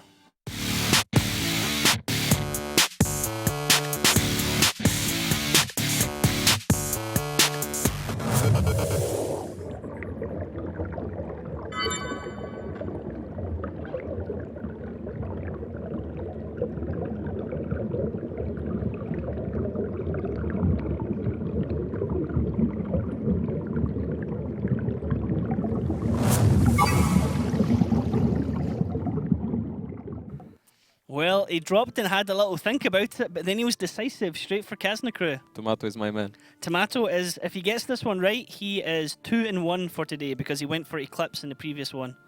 But this also means that he'll be tied with me, but I'm now one ahead of him. Daki's not predicting right now, but so far Daki has nailed every single team. So Daki, excellent predictions from him. Pretty sure Daki would probably favour Kazna crew in this one as well. I'm pretty sure also. But we can ask him later. We can ask him, yep. Now, Cliff, Mojo, this is going to be... I can't wait to see this one, to be honest. Cliff is going to be an old grudge match. It's going to be Kazna Crew versus EL Gaming. I'm hoping it's just going to be like multiple back chats, and the two of them are just going to go straight for each other. No hesitation. The thing is, the last time they played, it was completely different format. It was 754. So there were like tier 8s and tier 7s played. EL Gaming did something surprising for that time. They picked up a tank that no one used before. Absolutely no one. LTTB, which was tier 7, constant shooter. Everyone was using Bulldogs as some tank that was played parallel with other tier 8s because of the clip. And EL Gaming used the fact that once Bulldog actually empties the clip, they just can run around for 30 seconds and do nothing. And that's when those vicious LTTBs were going in, because it was highly bloody games all the time with a lot of dead tanks all over the place in shootouts. And once you're out of the clip, then you have 1 or 2 tanks still more, and you're finishing the game. You got to just turn and run, and they were able to just focus them down, and it was really actually nicely played. Nobody was ready for it up until then. All the Russian teams, all the American teams, all the European teams, everyone had playing these kind of tactical maps using the tier 8 lights, or maybe having the heavies like T32s, IS3s and stuff. And then EL Gaming just came in and went, oh, we're just going to take WZs in Russia. But this is the fact. Like these teams grew up significantly since that time. The format changed. Now you're playing with tier 10 tanks, but the play style stays. Kazna knows how to change the playing style. That's a fact. They learned that over the time. But EL Gaming is still sticking to their aggressive tradition. Like, okay, we can all debate. Aggression is the best defense, but it doesn't work all the time if the people know you're gonna do it. Yep, indeed. There's something that's interesting as well is normally when the teams pick their tanks, they pick their tanks to go into the battle. And I'm watching this right now because we have a countdown for when the match starts. Some of these teams are not putting their tanks up till the very last moment, giving the other team even less time to prepare for each other. And no surprise that EL Gaming have gone for a super fast autoloader-centric lineup. It looks like EL Gaming are going to try and do what they did in the past to Kazna Crew here. This is full autoloader lineup with one light tier 10 AMX 13105. Now that's a clip gun that does quite a lot of damage compared to 1390, but it still reloads like 27 seconds or something, 26, I'm not sure. Okay, now right interaction, Kazna Crew going straight for the hill, EL Gaming spreading out a little bit. We have Zizny on artillery. He is capable of doing a good bit of damage if he's allowed to farm. The M40, M43 has nice splash damage as well. It's going to come down to a lot of shot discipline, gun discipline here. Who can focus targets down first? Theirs gets spotted out with Quiet as well. He also spots out Rattlesnake there in the middle. Rattlesnake and Quiet. It looks like they're going to try and focus on the hill climb on Stefan in the Rhein Panzer, and this might go down really quickly. He only takes one shot, and he has the hill dominance already. This is something we will be talking about, that you can actually climb up with the light, not challenge that much, but these are really nice connections, two of them. Still, Kazna did get the higher ground, and now we need to see what will be the response of EL Gaming. Isne with that arty will not do the best damage, but that arty can still pen. It can still pen if it hits a vulnerable part of the armor. Kazna Crew going for the wraparound here all the way around. If Kazna Crew can get really far up here, this gives them a really powerful advantage. Haiba gets himself spotted, goes a bit too far. He's going to carry on there. It's Hardliner that spots him. Fox TS also knows he's there. Diplo and Kaizu are spotted as well. They're going to try and get shots into Hardliner.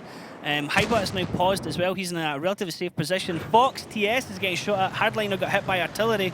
That was the double pincer movement, if you like, of the artillery and the Batchats. But look at this on the other side, Mojo. EL Gaming are immediately reacting to this. This is a huge problem. Kazna actually might lose a game because of this, because this is very aggressive, but they're stretched all over the map. Look at this.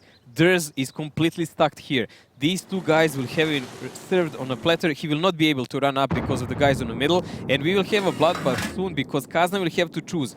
They will either push immediately with everything else they have from the tanks on the guys in the middle, or they will pressure the cap and try to cut them off. First shot going out there, trying to tag Dares. Second shot, third shot coming out. Dares is now down to a one shot. He goes down. Black getting the kill. They know Yizny's in the corner now as well. They can turn and shoot their guns into him. Yizny's going to be telling his team to push or do something quickly. It's not looking good for Kazna Crew. They have the advantage here. EL Gaming, Kazna Crew trying to try and push through in the middle. Vessel and Kaizu chasing Hardliner. Hardliner can go down here. It's not really a loss for EL Gaming. They need to quickly kill Yizny, or these other tanks of Kazna Crew are going to come back and defend the base. Yeah, this is really good now for Kazna because they managed to take the high ground completely and wipe out all the tanks from there. Isna, of course, fell because there is no way for Arty to survive that, and he cannot point-blank one-shoot people anymore. But the fact is now, it's a 5-on-5 game. Kazna is about a couple of hundred HP down, but I would say they have better positions. Definitely. Kazna Crew with the better map advantage here. They have EL Gaming pinned down into the lower area, and they can only really dance around the hill in the middle here at E4 on Applewell's perch. Kaizu's got himself in a nice gun position here. Haiba has got himself into a really good position at AB5 area, covering the base and catching anyone that goes up that way. If he can get a spot into Nice, he can take him out really quickly. Black and Vetzel just proxy spotting each other. Vetzel's got himself safe there, and Black tries to push that one. He will lose that fight. We need to see now, will Kazna be able to place someone on a cap, maybe Stefan, to create a pressure and opening for them. Like Vetso and Black are keeping each other in a stalemate there. That's one-on-one. Then you have people like Nexus, who is, Haiba on the upper part of the map. And he is covering the angles so he can shoot on anyone who is pushing Kaizu, and Diplomat in the middle. The only guy, actually, here who can do any kind of movement and cap pressure is Stefan, because he's a single shooter and he can allow it himself. He's a light tank, and his impact in a battle would be great if he knew that EL Gaming is going to push you, but if EL Gaming is going to stall time, which they can because they're defending, I can see only him going in to do Nice gets spotted there at the top of the base. I was going to say the problem that M1 has right now is he has a dead commander. Kaizu can keep him spotted and keep him lit, and M1 won't even know when he is spotted like that. Nice backs off, but he's able to tell his teammates that someone has vision on that base area, and that's a little bit of information for EL Gaming. Well, there's gonna be only a problem if he doesn't carry a med pack, of course, because after 90 seconds it will be rebooted. But a lot of people playing budget like to carry something like coffee and repair kit and fire extinguisher. Stefan going into the camp as predicted. Mojo, that's going to force EL Gaming into think about having to reset that. They have plenty of time to do so, 2 minutes, but Kazna Crew could always slide Diplomat off the hill potentially and boost that cap circle. EL Gaming have no idea where Diplomat is. He's providing Overwatch for Kaizu and for Vetso at the moment. I think they can pretty much guess that one guy must cover Kaizu from behind and one guy must be on upper side. And if I was guessing, like they're probably guessing that it's light tank capping. So it's not that hard. Vetso is extracting himself. This is a hint of its own also, because he guesses he can be one of the first targets when they push from that side. And connection there into Nice, kills his driver as Quiet comes up to support his teammate. Quiet now getting focused out. Brilliant fight here. Diplomat on the hill providing Overwatch. Quiet is going to go down here. They tried to push on to Vetso. That really didn't work out well. Diplomat is now spotted. M1 and Rattlesnake trying to get shots into him. That was great covering fire there. Absolutely fantastic. I can tell you, I remember one game Kazna played against Ding. That Ding was like on 2 or 3 tanks remaining on few HP, and Kazna did a full push thinking they got them, and they got annihilated because it was all Clippers. It's very dangerous to push over the open field there, and Black is gonna be the next victim like this. Black trying to get a push there onto Vetso, but Vetso has 3 shots available to him. Diplomat still on reload, just kind of baiting out some attention for Black. The cap timer now is down to 30 seconds. There's no one's near a reset. Rattlesnake is having to push through the middle to try and do something nice. He's trying to just take Haiba's attention, but Kaizu's going to be able to get shots from Rattlesnake nice and easily. As long as Kaiju stays safe, Stefan can continue to cap at the moment. We're down to 7 seconds. M1 is throwing caution to the wind to try and get in to get this quick reset. But there is covering fire over there because Vetso is over there to give covering fire as well. They're wasting time shooting here into Kaizu. That's not the threat. The base is going to be capped out. And M1, that's a bit questionable why you stopped to do that there, laddie. Well, it's not like he had a choice, honestly. Here, the game was pretty much closed already, especially when they chose to push that open side. That is something like a big no-no on Cliff. If you know someone is holding a center, you do not drive there. You do not drive there even in random games, God forbid on Grand Finals. Yep, indeed, it was nicely done by Vetso. Diplomat, I mean, he got a full clip into him, completely unchallenged. Bit of a debate, to be honest, there. And he took it hook, line, and sinker. And Vetso was then able to skip away freely and then boost the cap on Stefan. Nicely done by Kazna Crew and not falling for what looked like the kind of bait tactic, if you like, from EO Gaming, saying, you know, come at us, look, we've got another quick lineup for you. It was really dangerous in one moment. I really expected EL Gaming will actually play it much more aggressive, because once they seen 3 tanks in a back and they knew there is stuck on that corner, they could have dealt with it really elegant, sending only 1 guy below or 2 and not even bothering that much, like taking over more positions before Vetso can come and counter them and proxy them. Like there was so many options they could have done, but they took their sweet time. Then they were chasing Arti, then they were doing this. Like at the end of the time, honestly, it would pay more to them to just go away from those positions and center themselves again together, than just split them all over the map. Yep. Now the teams are going to swap sides. We're going to see Kazna Crew on the defense. We're going to see EL Gaming come on the attack. And it's going to be interesting to see how Kazna Crew receive this charge, because this is where I think EL Gaming again would go potentially hyper-aggressive, and I don't think Kazna Crew are going to play into it at all. I really don't think Kazna Crew are going to be baited into this. Every time I think Kazna Crew are just going to be like, okay guys, let's play it safe, play it calm. Let's not fall into the trap of the EL Gaming do, where the EL Gamer just like constant pressure all the time. That's why I said it will be really important to see what will happen with Cliff, because if Kazna shook here, maybe lost first game, because of a bit mismatch in timing they had, and they had it in one moment on the map. It could reflect the second game, and if you're down 2-0, that starts a lot of bad memories, sentiments, and kind of things that can actually really tip you off. Yeah, I think if it goes 2-0 here, Kazna Crew. It's already good for them, even if 1-1, whatever. This is already good. Now Has- they will get a pace, and over, let's say, a lengthy game, they're better team. I think if it goes 2-0, there's a high potential for yet another 5-0 today. 5-0 hard, but 5-2 as I thought. Yes. Could be, could be. And now Kazna Crew looking very relaxed there. Yisni, as always, with his Sweden flag behind him, ready to go. Vala watching over the shoulders. Now, Cliff, again, it is an interesting map. You have two mountains, if you like, or hills in the middle, one with the lighthouse. They tend to be the main focal point for the teams to fight around, to hang around on. And that's where the engagement happens. If there is any heavy tanks, they generally only go down the 1-2 line. And look at this, Mojo, EL Gaming taking triple mouse, T100, object 416. Kazna Crew, it looks like it's at an IS-3. No, it's And IS-4. Disney. Defender? Defender would be interesting. It can bounce a lot of shots. Well, it's a premium tank, so it's allowed to be used. Yep. Also, Defender has a 440 alpha, which is pretty much the highest of all those lower tiers. It's a think tier we 8 premium tank, and it's rather good. It's bouncy. It's similar to T10 tier 9, I would say, in those aspects. It just takes a bit to aim with it, but it's Russian style. You can always just, click and hope. This is interesting from Black. He's doing that climb at the back on his own, yep. Yeah, that climb is usually done by Bachat. This Dangerous. is the dangerous part because you can actually go down. Dangerous. So let's see, will Black do it proper way? Let's keep the camera on him because this could go so wrong, so wrong. Uh-oh, uh-oh. No, he's done it, he's done it. Looking really good. He's done it. Very nicely done, Black, very nicely done. That is a very difficult climb that can go pear-shaped. I mean, if the camera went off him, it would be really funny if it just came up, Black is drowned, or, you know. Well, the thing, like, Russian light tank is definitely fast one and definitely the lowest one, so low silhouette. But the other ones have better gun depression. So this is something expected. Kazna already knew. They took the middle. Mouses must come from the lower side. Now really looking forward to see how they actually mean to win this, because we've seen attempts similar to this done by Gohard in European season, if you remember. They had 1 or 2 mouses trying to play exactly like this. It didn't work well, I can tell you that. Yeah, they focused the tanks really quickly. Now, the interesting thing here is how hard are Vetso and Kaizu going to push onto Black.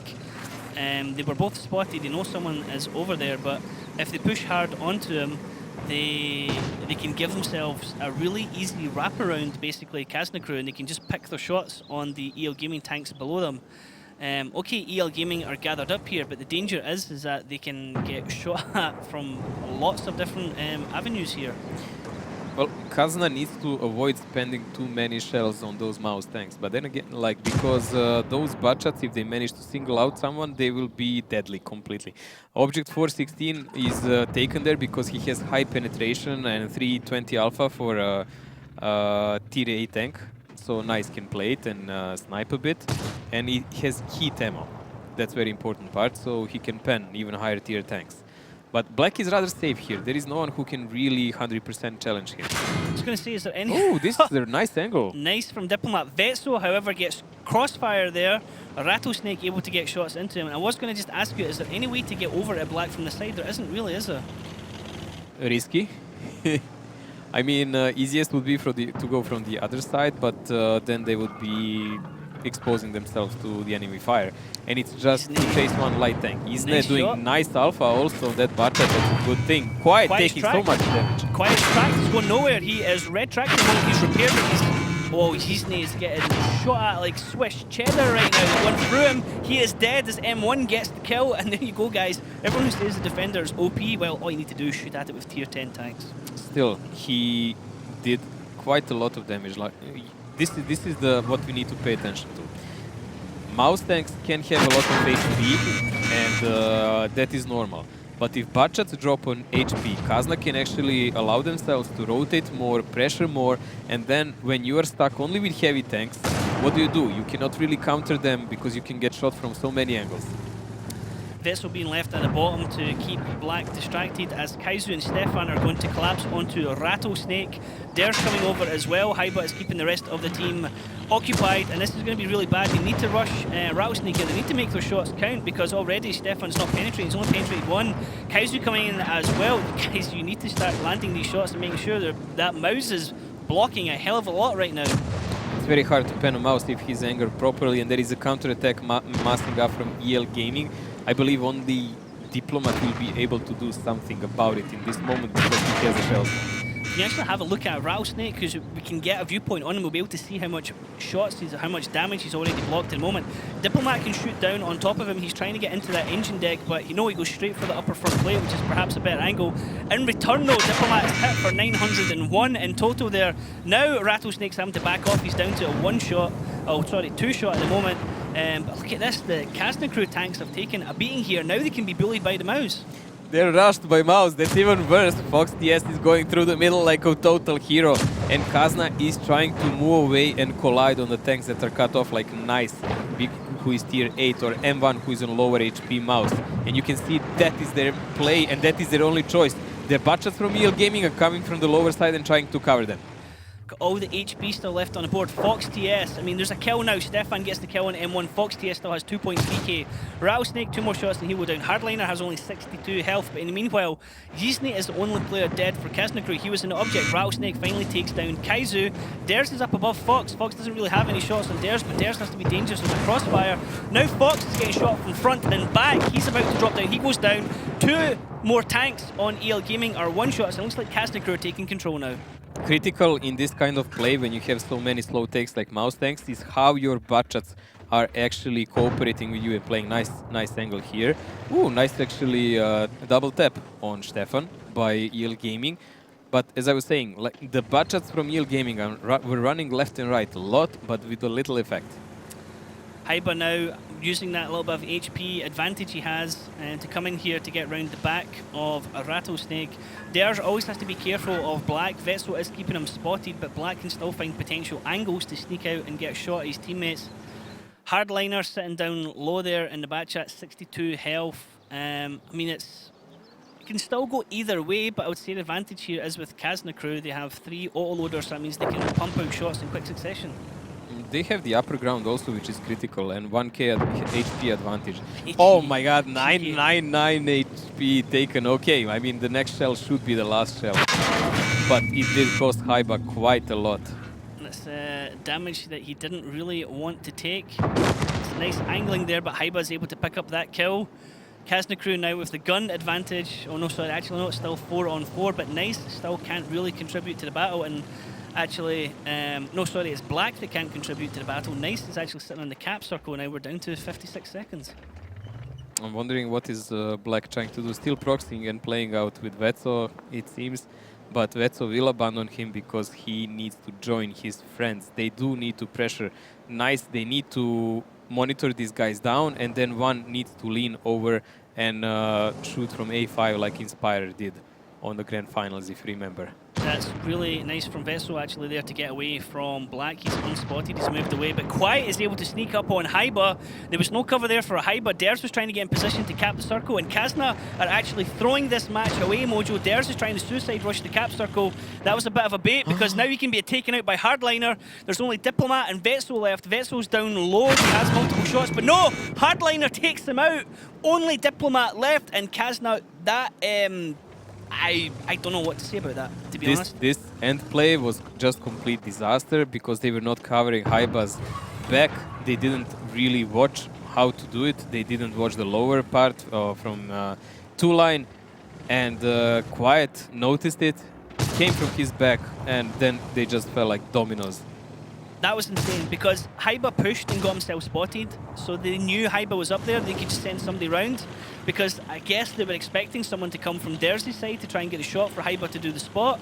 That's pretty much the way that the top base is cleared out. You send someone to AB56 area, someone spots from the middle, or someone just peeks over from AB56 and then the middle shoots. But there was a bit of miscommunication, perhaps a timing issue between the two of them. It seemed a bit rushed.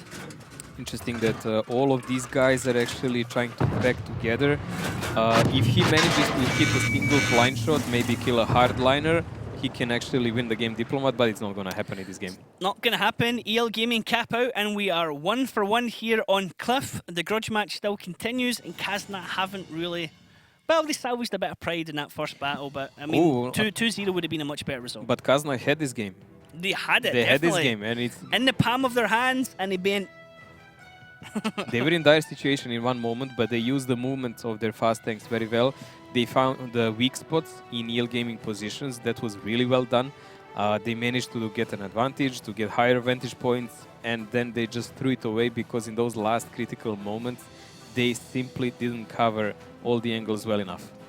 That was the main problem, and once first guy fell, they just fell like dominoes because with 4 guys, it's really hard to survive. The push against the mouse with the 2 back chats, that was there was a lot of shots that should have penned there. There wasn't even a single tracking shot on the mouse. I cannot say that. Like you can really, it can happen that you cannot pen all the shots on a mouse. But they really actually managed to get out of the situation elegant because I thought they're in deep trouble in that moment. Yeah. Because Bachats from EL Gaming were coming, but they managed to somehow wrestle the other part of the map that was abandoned by Bachats and take out a mouse there. So that was really neatly done for them, and the main problem in the end of the game was because Vetso was still stuck and proxied by Light Tank, and when he wanted to leave, he took a damage in the back. I saw 320, 300 is average of that Light Tank. So he tried to dodge him to fade, that's why he went down. Down low, yeah. And he didn't spot anyone actually from the upper side. And when he came round... the timing was just correct for EL Gaming. And then when he came round, he was just immediately taken out by Hardliner because he was a one-shot by that stage. Now we're going to go into Ghost Town. Obviously, we're going to expect to see a couple of Maus. Now, WZ's coming out there and a 1-1-3 from Kazna Crew. To me, this has Cap 1 written all over it, really, with those 3 tanks. EL Gaming with 2 AMX 50Bs, 2 Maus, WZ, Baby Batcha, and the 1-1-3. Quite a flexible lineup there from EL Gaming. It'll be interesting to see what Kazna Crew do. Where will they go for cap number 1? Or will they just kind of hang about and look for a fight? This is kind of a generic lineup that Kazna actually has because it allows you to do a lot of things. You can go brawl, you can pressure the 1 cap, or you can go around if you wish.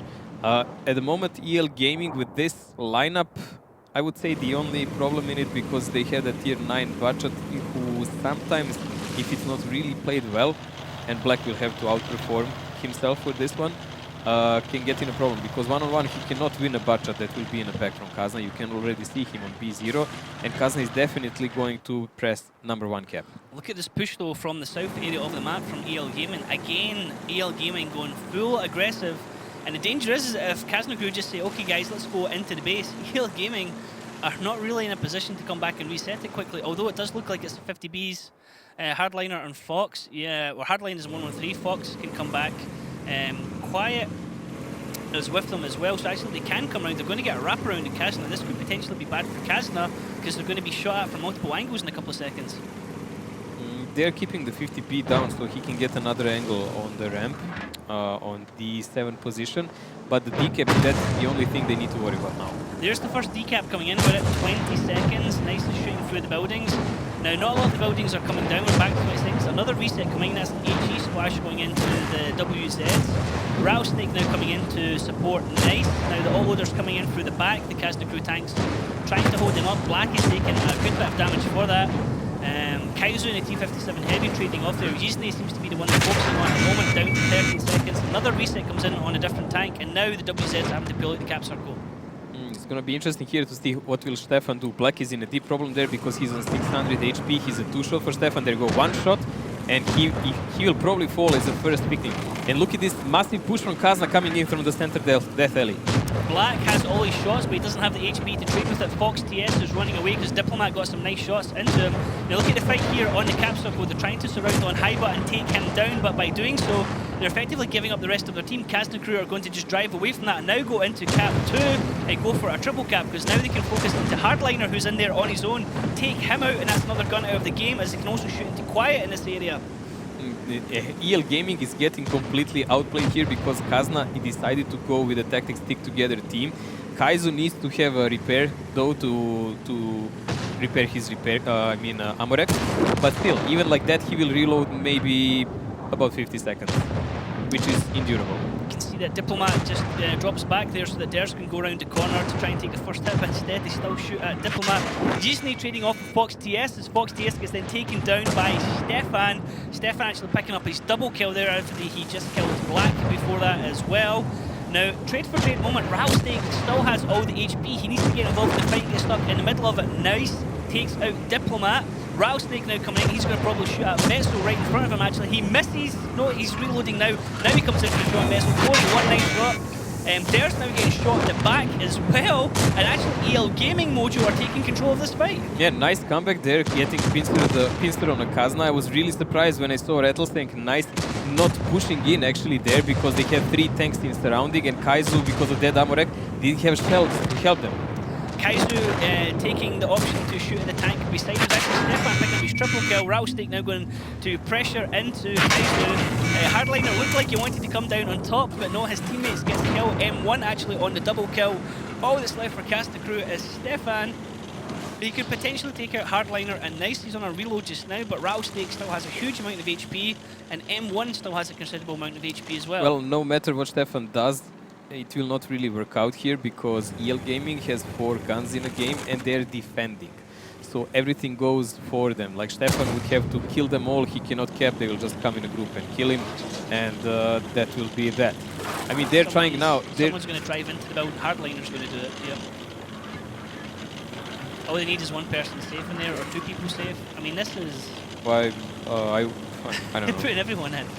Because Stefan would have to go in and kill them. He can drive into the cap. I guess they'll just keep Rattlesnake outside. That's bold. I mean, Rattlesnake has a lot of HP. Stefan could clip out into him. Stefan needs 4 shots to kill Rattlesnake. And that he could only solo cap if they were all stuck in there. I mean, it's what, 2 minutes for a solo cap? That's quite cheeky from EL Gaming to go into that area. I would still keep at least M1 also out of the cap, out of those buildings. But I understand what they're trying to do. They're trying to limit their risk because they do not want to allow Stefan to outspot them because he's a medium, and maybe kill Nice and Hardliner like that, and then try to play his hand against the rest of the guys. So they're exposing the guy with the most HP. And the only thing that can go wrong with them is because if he actually catches Rattlesnake now and manages to clip him and reload, these 3 guys can actually get killed by him. Yeah, what I was going to say is that potentially if he got a kill on someone, they would have to rush out of that area, because if then he started to cap base 1, he would have a line. If he knew, if he'd been able to proxy them in that area. Cap is not an option for Stefan. No, but here's the thing: if he was capping into 1, he would have shots onto that exit area. He could track the first person coming out, keep him tracked because he's got 5 shots, and he wouldn't be able to come out and reset him. That would be hilarious into that match. That would be very hilarious, but he would actually have to know where they are, which he doesn't. Don't forget that. Yeah, he's always got the danger of not knowing if they're split up right now, looking for him. He has no idea where they are. He's trying to see, is he getting spotted? Is someone watching from this or that angle? And the time is ticking away. And he has the danger of just driving round the corner blindly into a gun line of 4 tanks. And he finds one already. Oh, nice shot there from Rattlesnake. Stefan missed his shot.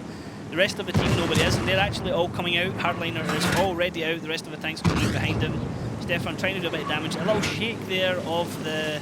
They're like a nest of wasps, man. And yeah, they're out straight away. M1 and Hardliner chasing down after him. M1 misses his shot. Hardliner makes his shot, but Stefan's going to turn and run. He's only got 211 health. I think M1's just going to continue to chase him. But this is going to go to EL Gaming. They're going to take the lead 2-1 here. Kazna Crew once again are trailing the team that they're playing against. They were trailing Yato until the 3rd map, and now they're trailing EL Gaming. As I said, I expect a bit tighter game here, but I still think Kazna can take it 5-3. I don't think they need to take it to tiebreaker like against Yato. They had a lot of time to talk since yesterday and cool down and discuss what to do better. But we can see here in an example, not everything goes as planned for them, definitely. Yeah, for sure. I mean, it's not a must-win match necessarily, because either way, both of the teams are going to be playing on Saturday. They need to win this because playing NSS is not a good thing for anyone. Also, I think, like, you know, just to not have people bring it up saying, hey, you got beat off EL Gaming again. You remember That's one even of the worse, guys that to yeah, go in the next match You don't after want that. it's the pride thing. You're like, we can't let these guys beat us again because people are going to bring it up all the time. It's going to be a grand finals fact. Kazna Crew have been defeated by EL Gaming at 2 grand finals. The only thing you can say with certainty is they're facing whoever is second in this group, where Kazna is. It's a group A. They're facing the first team from Group B, Yeah, which is not so NSS. serious. We know that for sure because they already won both of their matches. And they really want to win this one as well because then they'll be top of the group, which means they then get to play against Elevate or Team Efficiency next. Yes. And that's going to be a much easier match than playing against Not So Serious. Let's actually have a look at damage done there, Mojo, because now we have stats which is really interesting to look at. Stefan coming top damage there, 4.7, really nicely done. Not only that, he has 3 kills, really good hard carry by him, but just not enough because the group of the main tanks didn't do well enough. Black, unfortunately, coming out there with less damage. Just damage blocked coming out on top there is the first stat, so a bit confusing there because it looked like they switched the the columns around there. But now into round 2 here. Kazna Crew taking 2 T57 heavies. We just saw 50Bs being used. They're being favoured there by EL Gaming. Double mouse each side, 113 per side as well. So a little bit of variation in the teams, but each team kind of taking the same kind of core lineup as well. Auto loaders, 2 heavies and a 113. Bit more rotational than the armor and the HP of the double mouse. Well, 57s, when you take them, you know what's up. You want to brawl with someone, you want close and personal game, because 57 is not that maneuverable. But 50B, when people play them, they play them because you can rotate the map almost like with a medium. Now, how are we going to do this? Vet's will go on straight to the cap circle. He's going to start driving over some buildings, flattening stuff out. Fight straight away in Death Alley. Kazna Crew not holding out at all. Haiba taking a big chunk of damage there. He spots out pretty much all of EL Gaming other than the 2 mouse that are hiding back. They're pushing in again. Stefan being focused here. T57 heavy. A lot of damage going to him. A lot of damage going to Quiet as a trader of the all traders right now. The all loaders, sorry. They do not have the heavies in position right now at the moment. It's very strange to see this. Mouse not fighting in this area and instead all loaders fighting in this area. Well, Kazna has much more mobile setup there and they managed to take the high ground, so they are trying to make the pressure. But again, Kazna has a tank away, that's Vetso, and he will be heavily pressured when these guys go to the reload. Using it as spotted, he's sneaking round the back to try and get some crossfire shots. Now Rattlesnake is leading the charge and his mouse coming in to try and shore up his team defense, which are taking a beating right now from Kazna. Nice is being focused at the moment. Rattlesnake still has all his HP. Vetso is nearly dropped. He goes down first blood in this round to EL Gaming. EL Gaming, however, have lost a chunk of health. Rattlesnake now gets a kill on Stefan. Kazna Crew have lost 2 tanks. They really need to rally the troops because they need to get Diplomat and Dares in this fight. In the second role, Kazna is kind of losing because EL Gaming still has 7 guns in the game. They might drop 1 or 2 now, but Kazna will lose Kaiser soon and Haiba, and what then?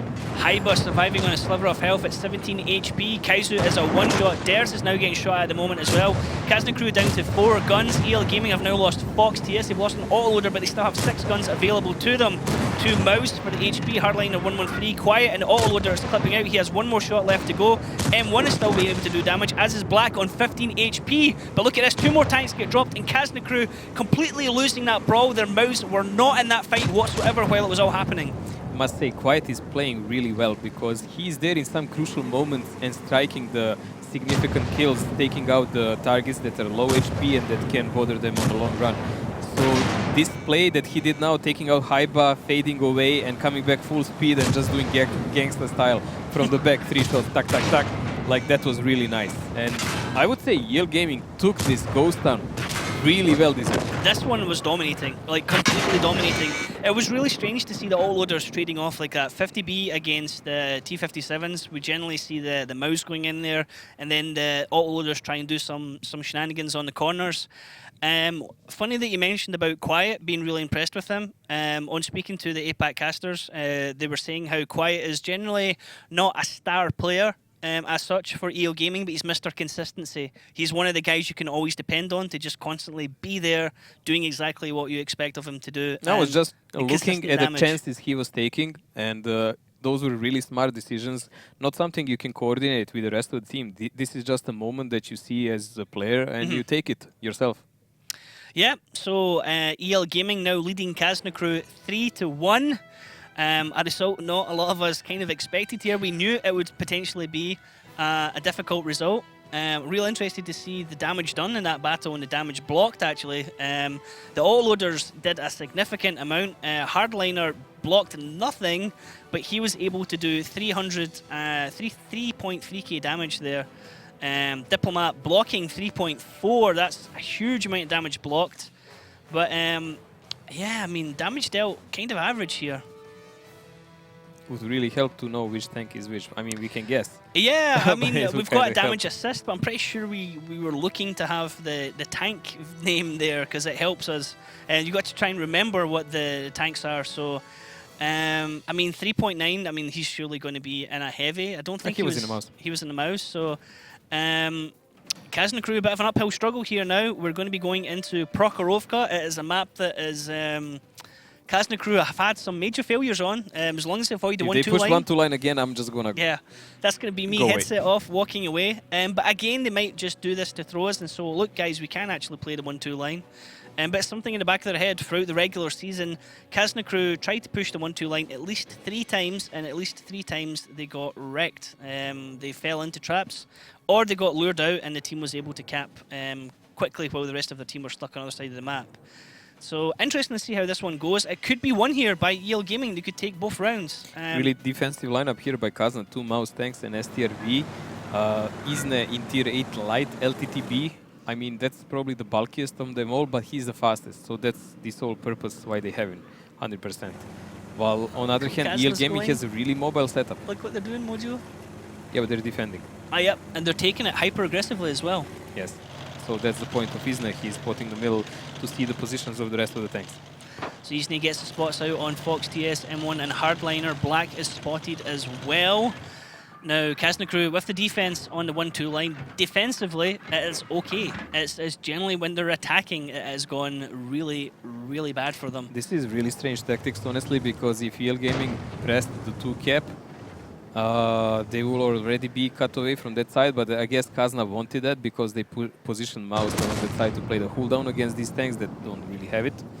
So they're trying to lower the amount of map that EL Gaming has under control so they cannot rotate as much, but the big weakness is that LTTB. That side of the map is completely unprotected and he can be soloed by any of these tanks. One tier 9 Bachat, if he knows, if he gets an info that he's alone, he can just go for him alone and cut away complete vision from them. I was just going to say, if Isne gets himself spotted, that's going to be a huge problem And for here Kazna we go, Crew. 1-2 blind push. Oh boy.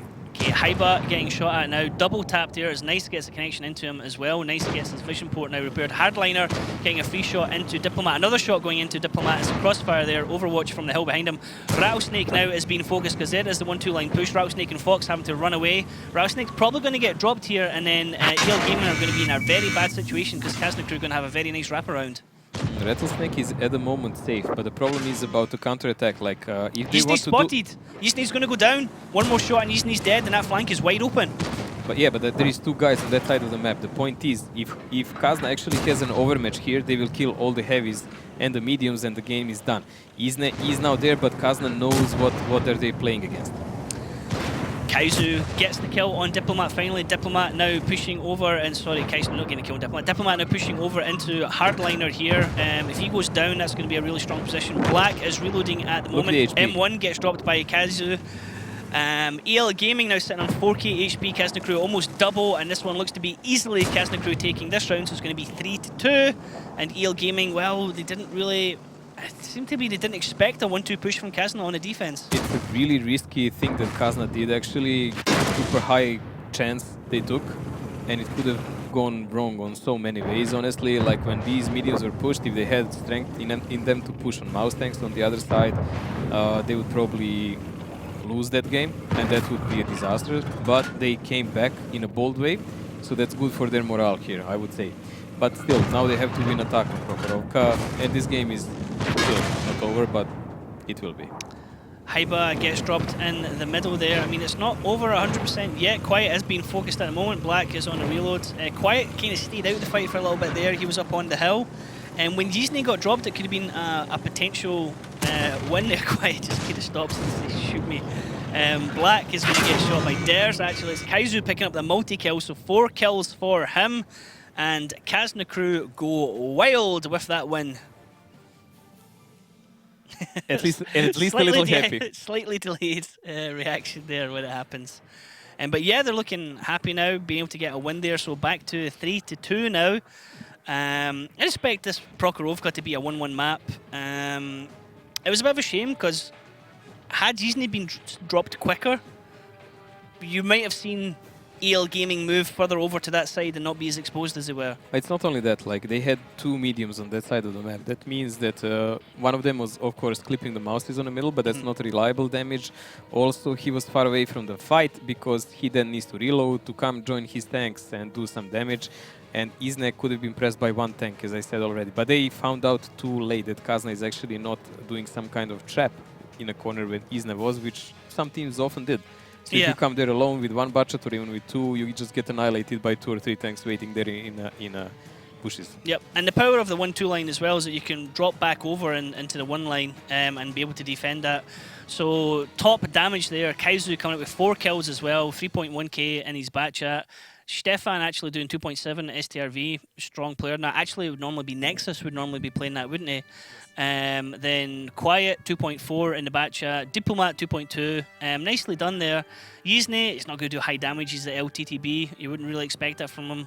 M1 and Nice could have done a bit more, however, though. Not really much to fault them. They were just outplayed there by the Kazna wraparound. Nice done from Kazna on the 1-2 line, showing us they can do it.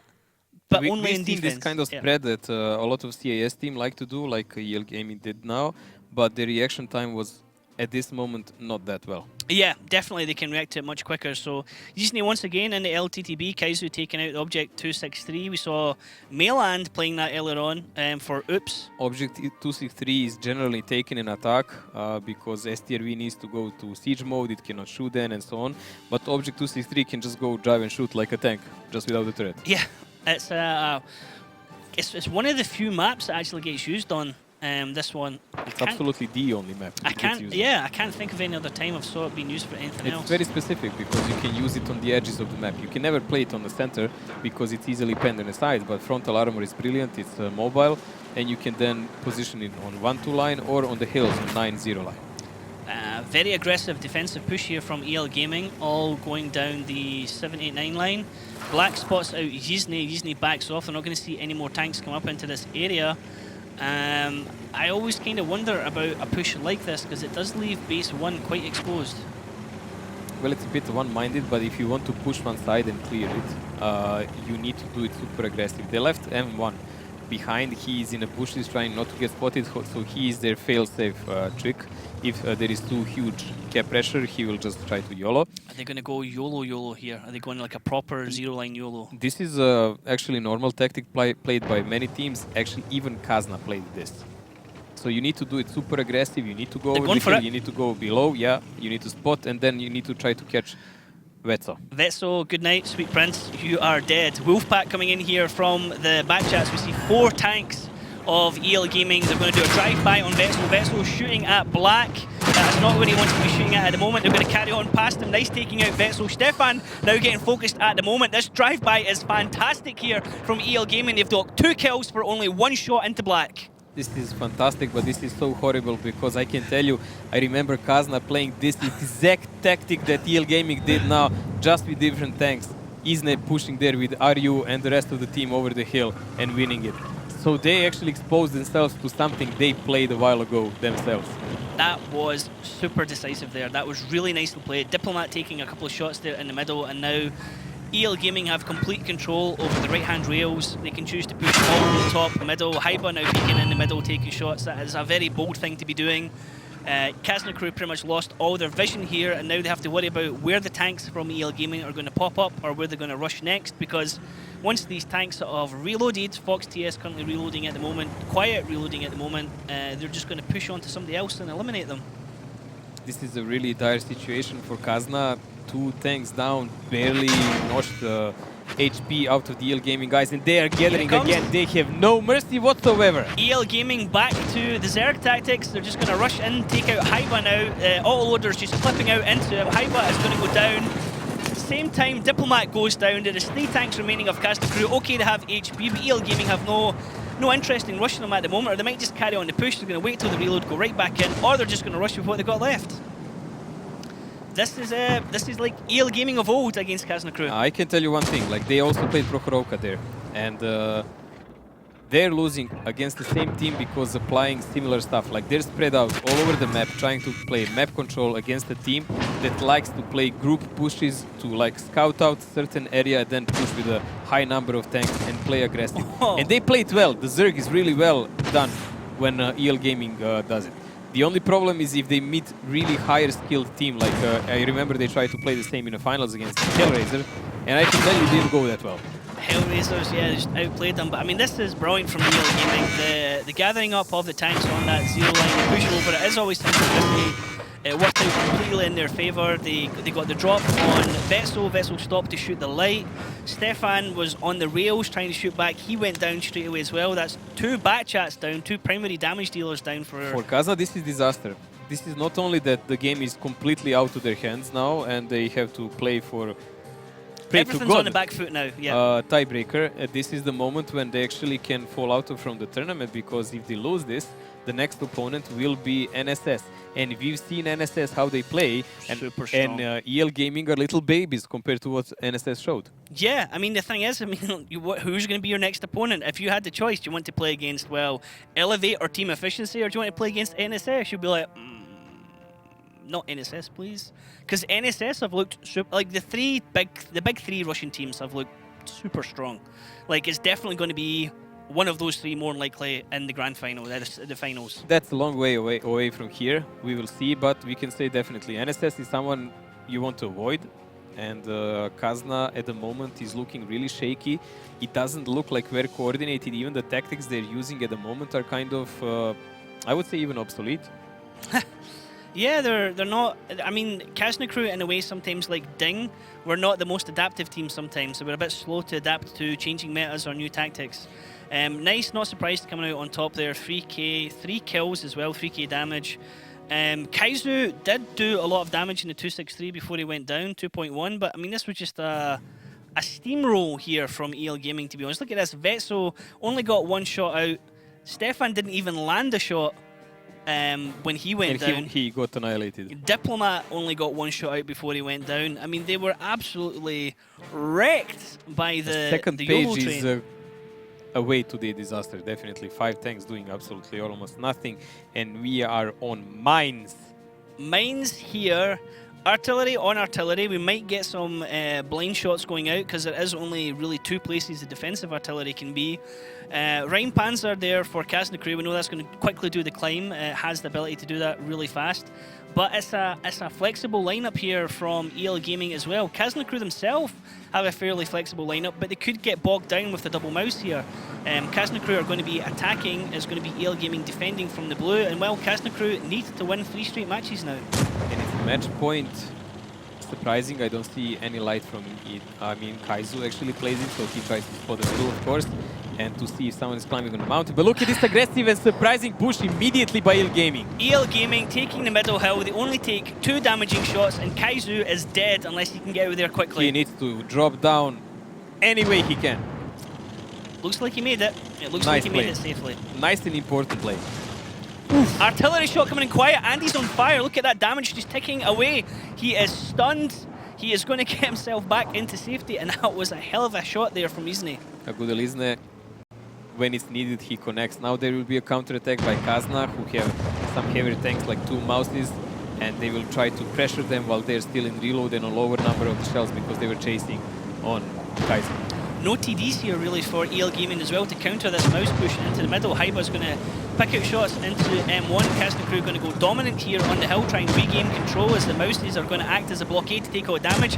Nice is going to try and clip out into the Allloaders. Look at this artillery stun coming in here on the arties as well.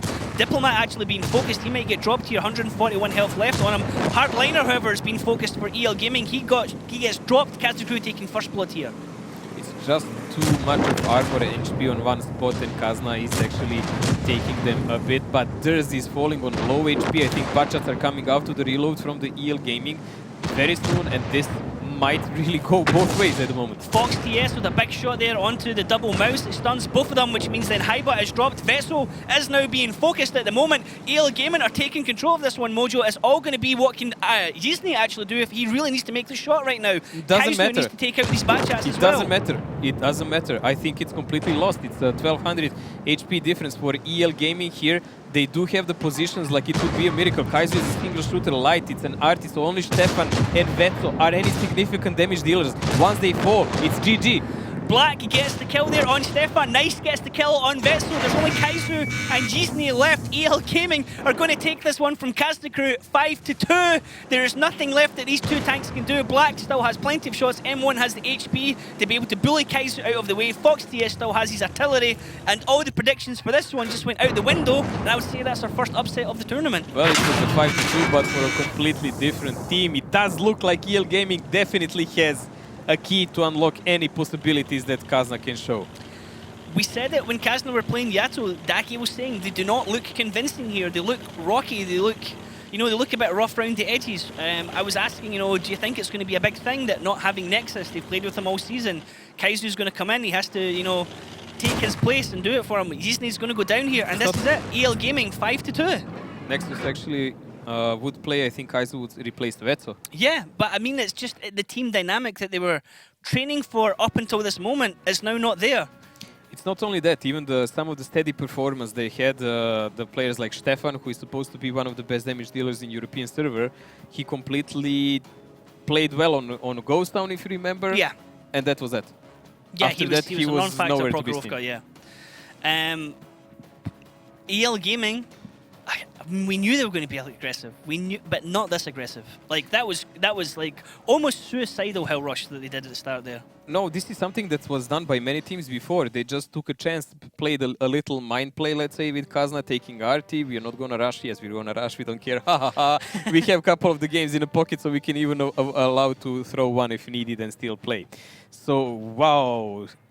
6.4k blocked complete. This is a match. He was a mouse. Yeah, he was one of them. He was the main mouse dueling in the middle, and Diplomat was another mouse. With, no. This is a complete match stat overall, all the games. Post match 6.4 average. I mean, 16k for one game. That would be a record of. But I mean, an average 6.4k blocked is fantastic.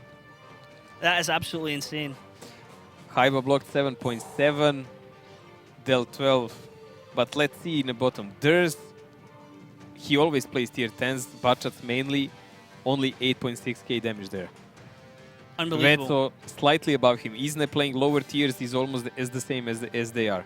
And he plays like tier 8 all the time. Hardliner, someone we identified there, not actually that high up, but I mean, you could see on the other front page it was quiet. So very, very nicely done there from EL Gaming. We predicted the score. Actually, just the wrong team. Just the wrong teams. so we're all wrong. Lobster was wrong. Our Lobster was wrong as well. So I'm still tied with. No, I'm still one ahead of Tomato right now.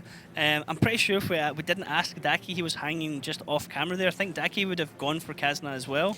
We don't know. But yeah, and he will not admit if he's wrong he now. Won't, he'll definitely be like, no, I thought it was EL Gaming 5-2. EL all the way. Yeah, we're going to have a break now, and it's going to be Elevate versus Team Efficiency. Another super important match because, well, whoever doesn't win that one is not going to stay in the grand finals any longer. Looking forward to that one. Again, a little break, and we'll be right back after that, so stick around, and we'll see you soon.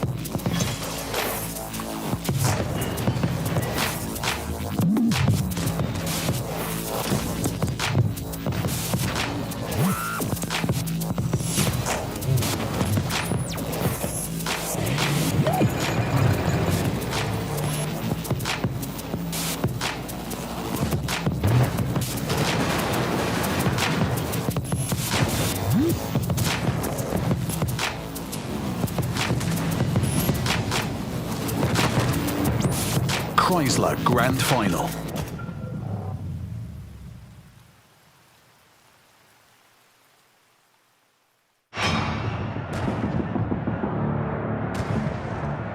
He's going to be punished severely for these outdoor. Seconds now, second cap. Out is loaded. He's ready to get into this fight. Has more value.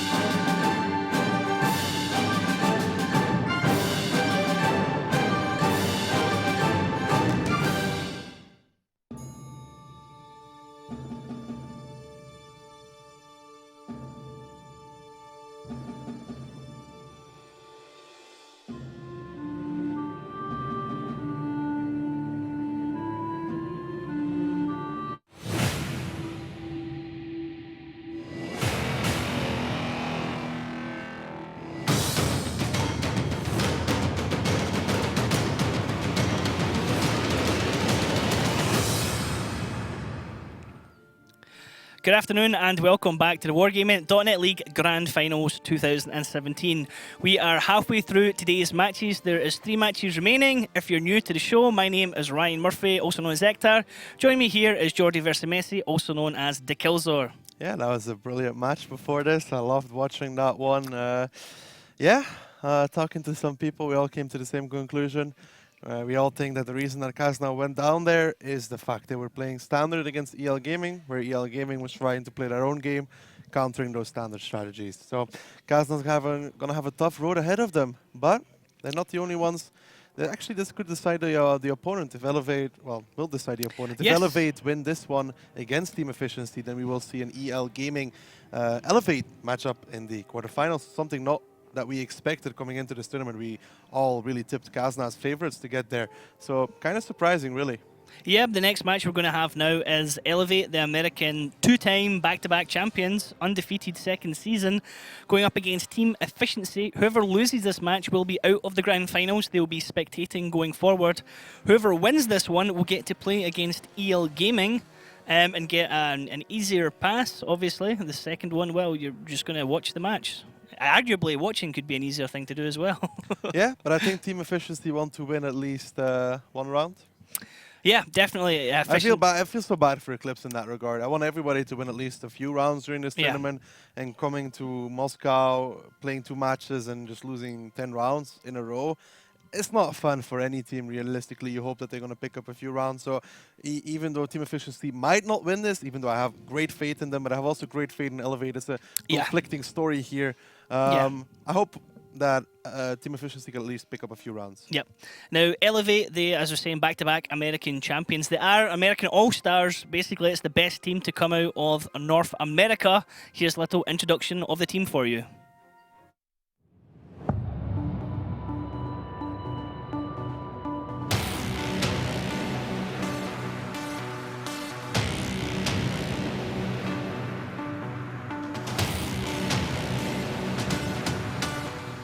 Elevate is one of the top performing teams ever in the WGLNA. After securing their 2nd season championship in a row during the WGLNA Season 2 finals, they are seen as an unstoppable force in North America, even going undefeated in their season as they blaze the path to the grand finals. With one of the most impressive rosters ever assembled in North America, Elevate are determined to change the perception of North American teams at the grand finals.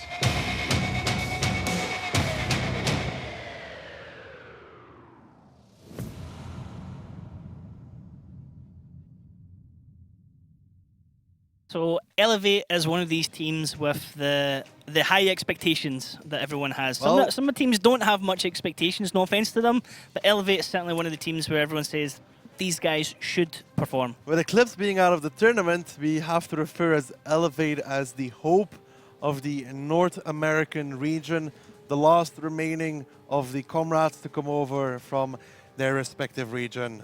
Team Efficiency obviously have already their comrades of EL Gaming that have moved on, and they want to join them, prove that APAC can take down NA, and I'm pretty sure Elfish Guy is thinking the same thing, although his favorite team has already moved on. It's going to be interesting, because if Elfish Guy, Rockstar and Rookhill are already there, they're going to have a big argument right now about who's going to win this one.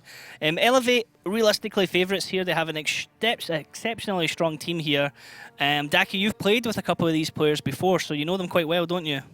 Yeah, obviously I played with Ox, Wally. Did I play with the others? No. Played with Ox and Wally, just making sure there. Played with them in a team. Olax, obviously their in-game leader, very good at it. As you played with Vetro? No, I did not play with Vetro. Okay. Obviously very good in-game leader. Ox Matis, high individual player, can make those plays. So he's trusted to play the single shooters. He's very good at those throughout the season in North America. Really dominated any other player in that role. So no competition there for him. Obviously here, competition between the 12 best teams in the world is a little bit higher. So got to show what he's worth. That's the same for all of these players, really. Superstars from their respective region. Now we have to see how they match up against the other teams. We already saw them play against NSS, where obviously NSS just showed a masterclass of steps, which really just, after that step, there was no recovery. When playing 2 rounds like that against the team, it was probably very demoralizing from Elevate, from going in such a strong position to losing everything in 30 seconds. Yeah. That was just a masterclass coming from NSS. Kazna's going to have a tough one there. It was interesting watching it as well, because I remember noticing a comment, because I watched some of it back last night. Especially wanted to see the reaction from chat to that boost that NSS did against Elevate, and somebody in chat says, okay, they're going to get the climb perhaps, but they've bled so much HP in doing so. But the thing is once they had that position, that was it. It was over. That's the thing. Elevate was in no position to counteract it. They had the positions covered as they were set up with the climb, because he could cover the cap. Once they lost that position, they lost the complete control of the cap as well, which forced them in an overreaction, which costed them all the HP they had gained was lost within 30 seconds. Yep. So Team Elevate here, are looking to get some pride back, recover some pride, and show everyone that they are a strong team. Now, their opponents are going to be Team Efficiency, second team to come in here from the APAC region. Maybe not a lot of you know about Team Efficiency, so here's a little refresher to help you out.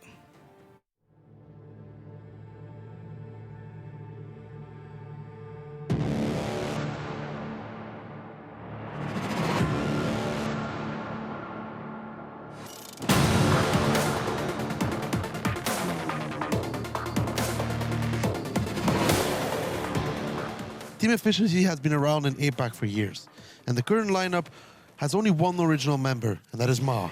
After a number of rough seasons, Team Efficiency managed to get through to the Season 1 APAC Finals last year, in a result that Team Efficiency said we're more surprised than proud about it. This season, after adopting a stricter training schedule, the predominantly Australian team drew blood from the previously unbeatable EL Gaming and continued their excellent form right up to the season finals, where they secured their spot at the Grand Finals 2017 after a win against Karen Tiger.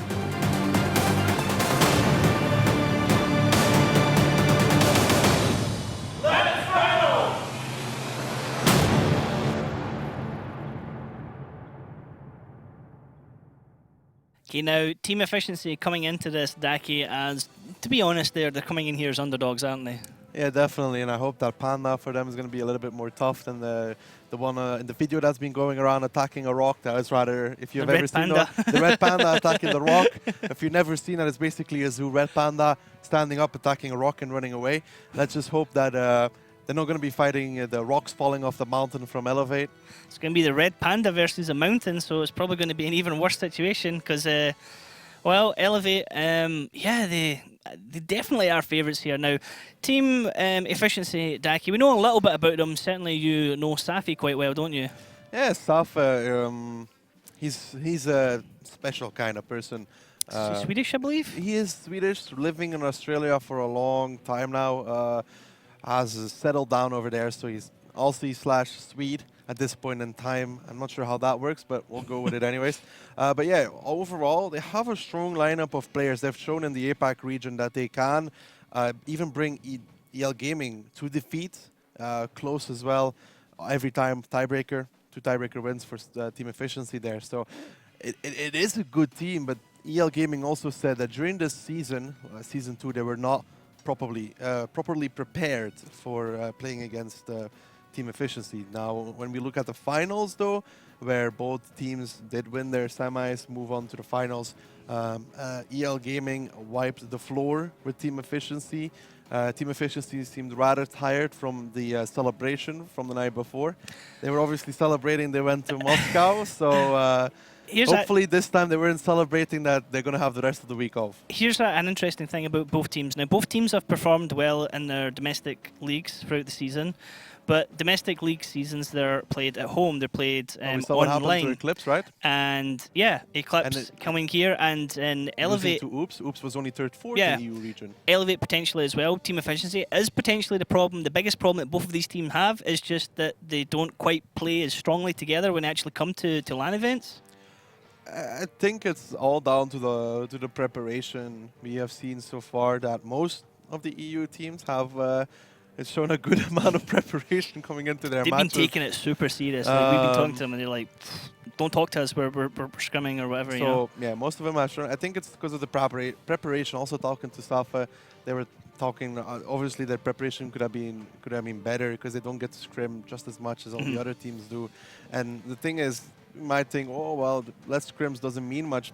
It always does, because the more you scrim, the more you recognize tendencies from opponents, which you can then recognize in other opponents as well. You see something being played, and you know already what's going to be played by them, which makes it very easy to react to. Now, if you don't scrim against those opponents, so you have no real clue what they are going to do, makes it harder to react, to counteract, and to predict what's going to happen. That is probably Team Efficiency's main issue, that they can't really predict what these teams are going to play. We saw it in the NSS match. NSS brought probably lineups that Team Efficiency hasn't scrimmed again, those double motion, those tier 9s on Cliff. Yeah. For example, I do not think that Team Efficiency had ever had a training partner that done that, and they had no real clue how to react versus that either. Yep, it's going to be interesting to see how the teams perform against each other and deal with any kind of different tactics. Now, we have a slight variation in the team interview this time. Matt Andrews is actually talking to both teams right now, so let's see how that discussion went. Comps from Elevate and Safi from Team Efficiency. Two teams in Group B, both of whom have lost to NSS, which means Not So Serious are definitely through to the quarterfinals. And one of you need to get that other spot through as well. So it's going to be whoever wins between Elevate and Team Efficiency in this game. Comps, let's talk first about your game against NSS, though. You went down 5-1. I think it's fair to say you expected probably to lose that game, but for it to be a bit closer overall. Yeah, correct. I mean, we thought we would at least pull out 2-3 rounds off them, but it was only one, unfortunately. We saw it as a learning opportunity. They showed us a lot of stuff, and we've improved because of playing them. And Safi, Team Efficiency just went down 5-0. Again, wanted it to be closer, although maybe weren't expecting the win. No, I definitely didn't expect to win. But like I said, I think we would have liked to put on a bit better show than we did. 5-0 is never fun to go down to. Yeah. If we could have picked 1 or 2 rounds, that would have been good. But I think, like I mentioned pre-interview, there was a lot of shaky hands. Yeah. A lot of the guys were very nervous. At the end of the day, it is our first time at an international event, if you don't count the APAC region. So we can only improve from here. So it's do or die between both of you. Just behind the camera is the arena here in Moscow with this fantastic stage. And one of you will get to play on that. And then the other one is going to kind of need to use the stairs, which are just over there. Nobody wants to do that walk, though. You won't be underestimating these guys. But having seen that match against NSS, how do you feel now? I mean, if they are able to come back from that game, I mean, good on them. But we feel prepared. We've been practicing a lot to come here. We've been practicing yesterday and today. So we feel really prepared for this match. And I know from talking to you yesterday, Safi, and before any of the games had happened, you were quite relaxed as a team. It should be good, I think. Exuberating Mojo's like, Aussie spirit. Mojo apparently will die if we put it on. Go, but we're also having fun. Not to take anything away from how much you want to progress. Has your prep, has this new serious attitude team included anything specific? The Russian guys have one like at the side as well. We've kind of we always look at the individual teams. We try to prep as much as we can, but at the same time we have limited time to go through individual teams. We never really do unless an hour before the game. That's when we really start tailoring and prepping. But we're as prepared as we can be.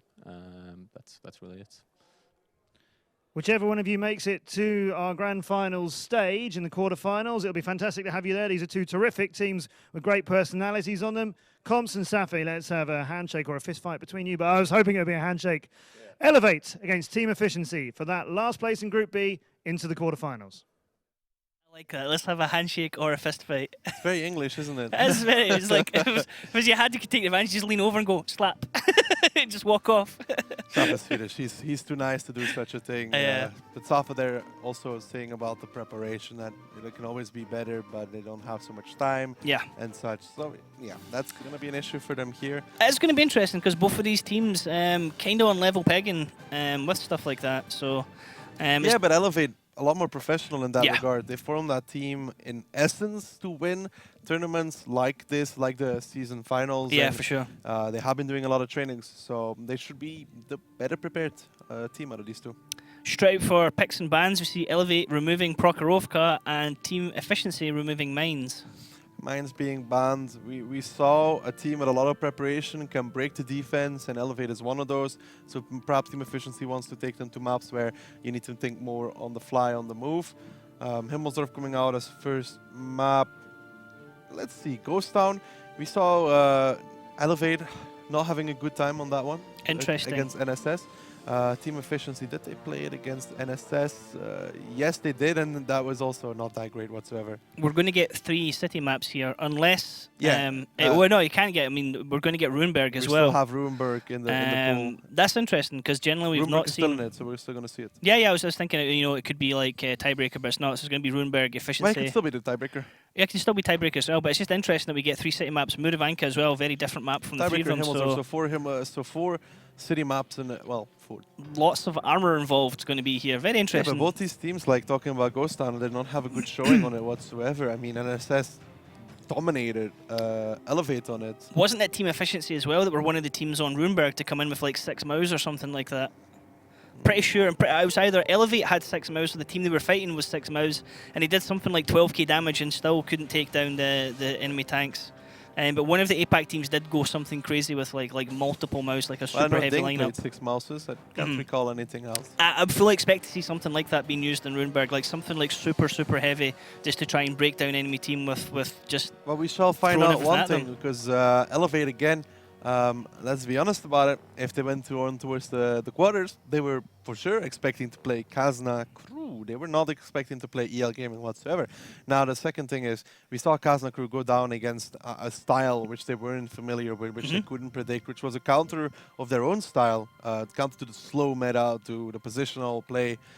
Now, if Team Efficiency can do something similar to what EL Gaming did, with a lot of aggressive plays, then maybe Elevate will fall for the same trap that Kazna did. Because Elevate is another one of those teams that does play very reliant on their tactics, on step-by-step, okay, A, B, C, D, and then we move from there. Now, if Team Efficiency can stop them from doing that, they have a chance here. I wouldn't put it past that Team Efficiency can pick up at least two rounds here. Because of both these teams not having the strongest showing against NSS. Yes, the first round from Elevate against NSS was hopeful, but afterwards it wasn't really close, it's fair to say. And between Team Efficiency and NSS, that was just, Yeah, I mean, Team Efficiency against EL Gaming, if they do get through to that next stage again, you're saying in LAN, they have been like wrecked by them in LAN. Jordan would be very happy with that. He would be super. He'll be like, guys, this is my cast. Like, but nobody else is casting as we already this have one. an APAC team moving He'll be on, happy. He'll give, we should. You can keep his support up. We need at least one NA team to move on as well. Yeah, definitely keep Rockstar and Rookel happy as well. I think Elevate can potentially do it here. I think Elevate. I mean, if Elevate do go through, Elevate EL Gaming will certainly be a real interesting match to watch. That'll be on Saturday. Or Team Efficiency, EL Gaming could be a really exciting match to watch. It would be a shame if Elevate don't get through. Certainly, I think they have the stars and the talent to be able to do so. Like pretty much everyone in the NA region is rooting for them. Even Eclipse will be rooting for them now because they're the only team remaining. They're the hope of the North American region, and let's hope Tomato the Lobster also gets them right. Yeah, that's a good point, actually. He lost the last one, so he is currently 2 predictions down and 1 correct. He said he thought Eclipse was going to win. He thought that Kazna Crew was going to win. I'm still 6 for 6 or 7 for 7. You're currently in the lead. 7 for 7. I'm 2 for 1 right now. So before we go to our predictions, let's see what Tomato the Lobster has predicted for this match.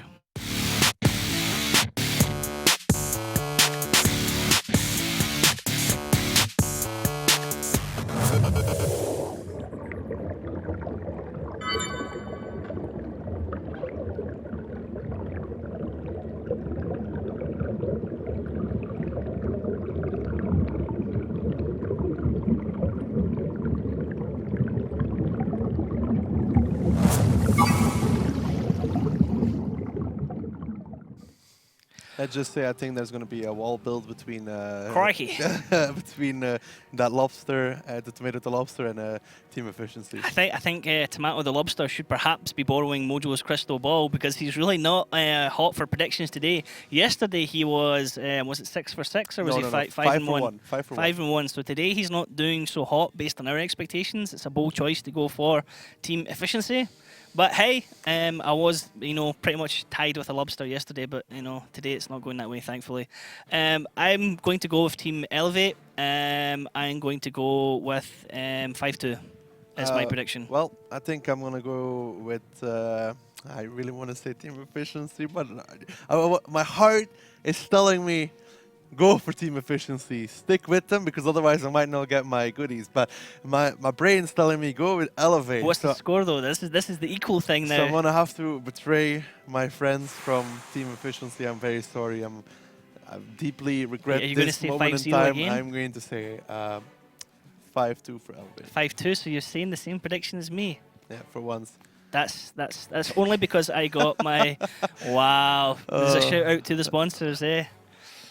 I can't read. Is that I what, can't what read is- it. What does that say? I can't read it. No, I can't see it. No. Okay, so our first match of the day is going to be in Himmelsdorf. We have 3 city maps, and then we have Muravanka as the 4th match. Now, Mo going with a Scorpion G deck, and we're saying E3 being used by Party.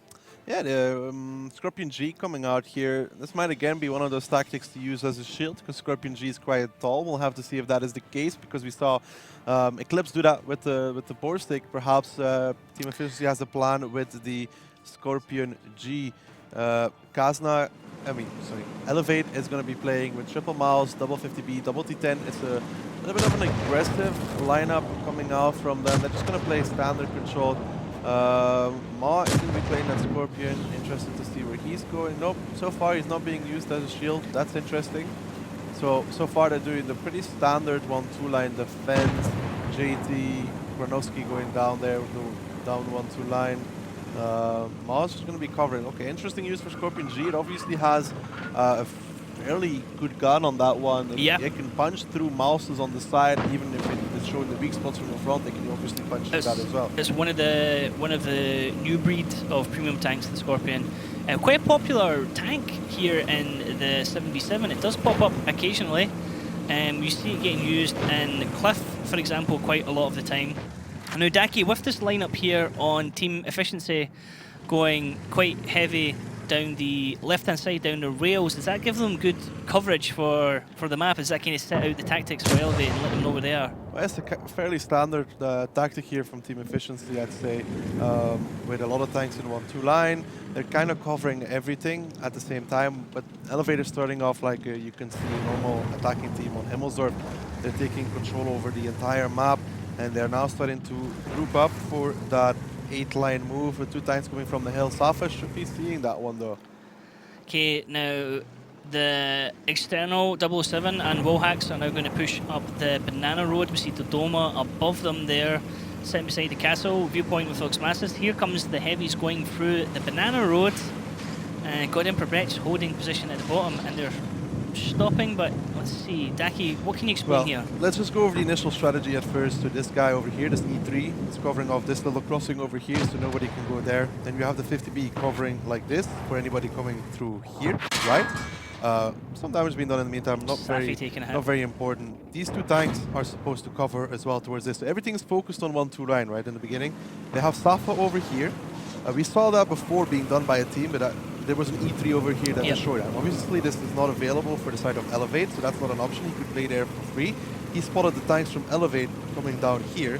So now we can see that the rotation from Team Efficiency all the way back to here, so they can focus on defending the number 2 base. They do not have anybody here though, so in essence, what will happen most likely is when Elevate takes that cap, we will see a massive counter push coming out from the side of Team Efficiency to try and stop that one. We still have the 50B of Granovsky down the bottom as well. He can face off against God Emperor Brett, who himself is in a 50B, so might get a head-to-head battle between the 2 autoloaders down there. Now, Wallhax is starting the cap, and he is being defended by External, and it looks like Nitz beside him as well. Dodoma coming around the top side as well. Bolognese and Skell coming around the E3 in that window we always expect, in the second window there. Safi's now coming along the D line to give additional coverage for his team, but Oxmanthus is waiting there to snap out into him with God Emperor Brett behind him. Yeah, some nice damage being done on the crossing here. They are going to abandon that cap because obviously this is what we talked about for Team Efficiency, is that counter push across A-B line. So now they have to back off because armor for armor, Team Efficiency is in the lead here. Not HP wise, but when Party gets there, these 3 tanks could be in severe trouble. Bolognese being focused there as the double mouse are able to shoot out into him, and as Wallhax. Now Safi has to be careful because Oxmanthus now is pushed up into the fountain in the middle of the courtyard. God Emperor Brett rotating round. Skell and External trading here. No coverage over the side because Dodoma's all the way around at the back. He is sitting in the cap circle as well, beside Wally as well, so it's a double cap at the moment. Elevate quite sneaky here because Team Efficiency kind of need to send somebody up to the A line to do a little bit of a reset there as well and push the Dodoma's actually backing off. Yeah, but Elevate is up so much HP right now. These tanks from Team Efficiency have bled a lot. They have to make the counter play, and they have to make it now around the corner, push into Elevate. And here comes the push as everyone's going into this corner. They're throwing all the tanks. Skell is being focused at the moment. Safi's getting shot at as well. Bolognese doesn't have much HP as well. This is a great trade for Elevate as they take the first tank. Wallhacks drops Skell on the T10. Now, let's see, Party's taking a lot of damage in the A3. Safi looks to be the next one to drop. He's down to 118 health. He's ammo racked as well as JT takes down Nitz. For Team Elevate, it's tank for tank at the moment, but Elevate have all the HP to trade Daki, and it looks like they're wrestling control of this match quite easily. Yeah, not just in the AB line they're winning the fight, they're also winning it in the DE line where there was Safa and Mao in that Scorpion G. Safa obviously not going to do much against Ox Mattis and God Emperor Bread in those 50Bs. They bled too much HP on the crossing on the initial fight. Bolognese went very low, and then Elevate was holding the corner very well while they were killing the other side of the map. So even if they won this, Elevate will be able to get on towards that #1 base, which really wouldn't have done much for Team Efficiency. Canadian Impact coming in there in their 50B, picking up the double kill at the end. Nicely done there by Team Elevate. Still had a lot of HP on the board as well, and quite a convincing win for the first round here on Himmelsdorf. Yeah, quite a convincing win. Ox Mattis and Brett on the crossing there doing a decent amount of damage. And then the counter push from Team Efficiency, if they want to do it like that, they need more tanks, they need an overmatch. In the beginning, they didn't have one. And every time the tanks were crossing, they took more damage. Party went down below half HP rather quickly.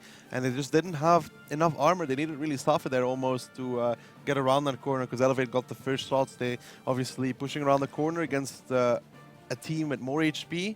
And more armor even, because they had all the mouses there, is not going to work out in terms of defending that cap very well. So a nice bait there from Elevate coming out on the first round. Their intention was never to cap. It was merely usage. Start the fight, yeah. It was just merely usage to start the fight. Now, here's an interesting thing. That's 2 games now where we've seen that the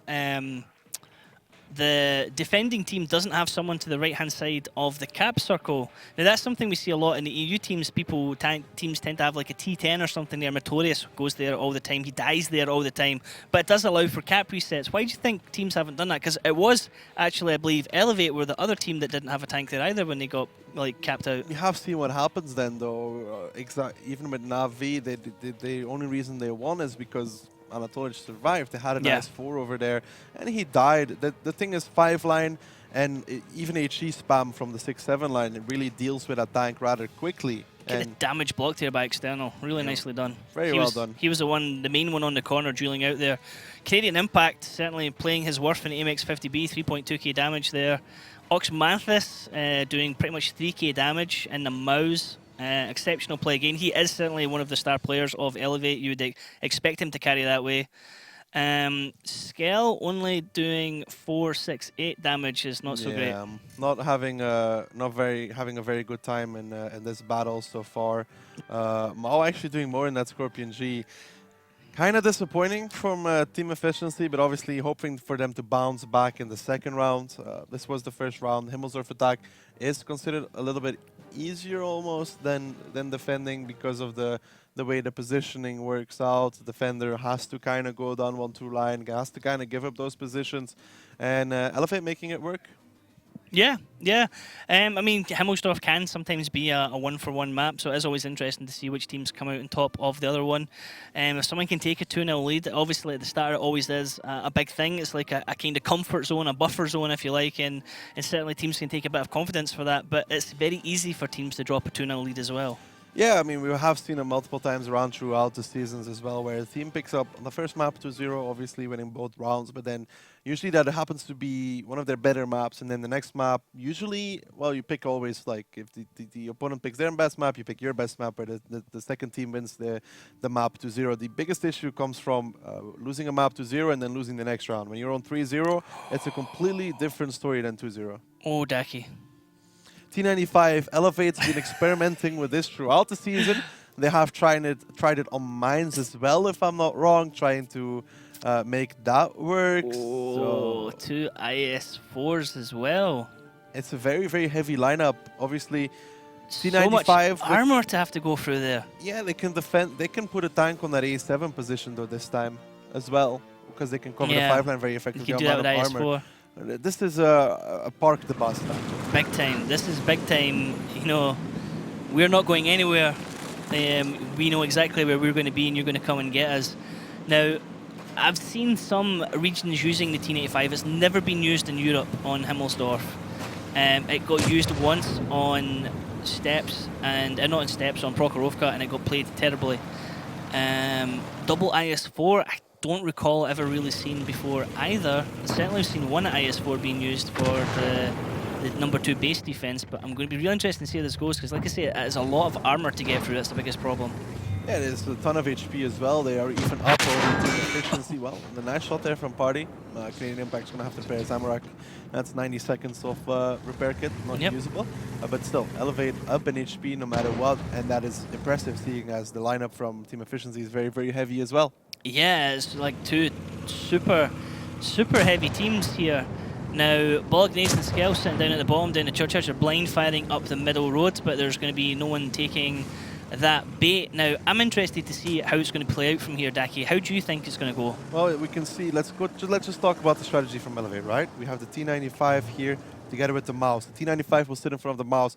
That will cover off this area. You have a mouse here. He can either spot this over here, but he doesn't have to right now because of the position from our dear friend over here, which spots this entire 8-line crossing. He will spot 0 line, so they see whatever comes down here. Now, why 2 IS4s is the question? Because the second IS4 works really well when side scraping. That's why they put him in this position. Because from here, he can easily hold this area, and let's just say there's not going to be a good way for team efficiency to take him out. Then we have the Waffen trigger over here, who can be used for multiple things. Obviously, very accurate gun, sniping down here, but you can also, for example, come down here, and then again shoot the 0-line position. Last but not least, we have our friend the mouse over here. Because of the position from this mouse that I just marked with a little X, he is very safe, and he can just side scrape off of the buildings here and can again spot down here, because obviously mouse has decent view range and can actually look all the way towards the K line. Okay, now if you are team efficiency, how do you break this down? Well, the real question is you need to draw elevate across the map, right? The T95, the thing is about the T95 and the mouse and A7 is when they start capping on base number 2, the T95 will come around the corner first and probably smack the guy capping for 750, and then the mouse will come behind him like they're doing on the A-line right now. The question is, if they make a mouse shield on the number 2 base, would it be effective enough? Because we have seen a mouse can cover that cap pretty much fully, and a Batcha 12T could probably sit there safe behind him. That could be a way to bait elevate around the corner, but you would have to take the A0 position because you want to punish those 2 tanks if they turn around. Maw is playing with fire here. He's slowly edging forward, but wall hacks. And there is a tank over his shoulder, and Maw could get absolutely deleted in just a second once they see him starting to cap there. This is a good start, though, from team efficiency. Safin needs to be careful. When Maw starts the cap, he doesn't really have to be shielded, but the issue is if Wallax loads HE, a lot of tanks will reload HE to reset. He will one-shot this Batcha 12D more than likely at 750 alpha with normal. And HE would be 950 plus, I guess, or around 950. Don't quote me on that. I don't shoot HE ammunition in my T95. But that is the issue. If Maw gets connected, everybody else, yes, from team efficiency is lining up to shoot the 5-line crossing. But the thing is, with the tanks from A7, Elevate doesn't need to cross the 5-line. This is the thing. They don't need to cross it. They have external and wall hacks waiting for a cap to start. You'll see wall hacks or external. External is reloading HE. He's reloading HE right now. He's going to slash scrape and he's going to reset. Canadian gets got Amorak once more. He's again without repair kit. Again, poor lad, he's getting shot double tapped in the side of the turret. And the left hand side of the turret is the weak spot for the mouse if you can get it flush. Amorak twice. Had he not repaired the first one, he would have been it would have been a massive explosion there, and he would have been dead. That would have been quite cool. Here comes the reset coming in. It's HE ammunition loaded on the 50B. It's an HE clip. Cheeky, so it's going to stop external from resetting the Not cap. for long enough though. Party is not going to do a lot of damage here. It's just going to be annoying for external because it's going to keep him tracked. It did a decent amount, knowing that the IS-4 has 2,500 HP. That is a lot of that gone, actually, for an HE clip. He's obviously, hopefully, not going to be reloading another one of those. Dodomo's going to push across. He's going to get clipped out, and he does. So when he gets spotted out, he's going to have to stop and pull back. Took one shot and didn't carry on. Skell's moved up into the middle for courtyard control. JT's behind him. Gronowski can come over behind him. He's in the AMX 50B, still full clip. Now, There was a reset, obviously, at one point. 'cause yeah, you there's could see the splash damage HP. beside Mo, yeah. You can see. What I don't understand is why the Elevate is even giving up HP at this point in time. Nice peek there from external. Needs to be careful. Give one to Party. Party obviously trying to do damage, but Party has no support. Party needs a heavier tank such as the mouse over there to cover him. Bolognese is pushing up against Nitz to try and get rid of him so they can try and get a bit of control of that left-hand side of the map. Now, Dodoma is being focused on the crossing here, but there's not enough guns quite ready to shoot him. He's through, he's safe now, and this is a problem of team efficiency. The trap they had set there to try and take out someone in the crossing, it didn't work. They didn't track him, they didn't get all the shots in. Actually, I'd say that this was a really good trade for team efficiency almost. To push out Safa, Elevate would have to commit more than just one tank. They will have to commit multiple tanks, T95 and external as well. Safa will be probably trying to make a run for it, knowing that this is an option as well. But now the reaction from team efficiency needs to come out though. They can't just give up 3,200 HP for free. Safi is going to get surrounded here by 3 tanks. He gets another shot into Ox Mathis, which is quite nicely done. Canadian Impact getting shot on the other side of the map. He's tracked. He has repaired it, but he's going nowhere in a hurry. Bolognese getting shot again. JT's taking damage as Safi is taking damage now as well. He is getting triple teamed at the moment, but look at all the damage being done to Elevate in the meantime.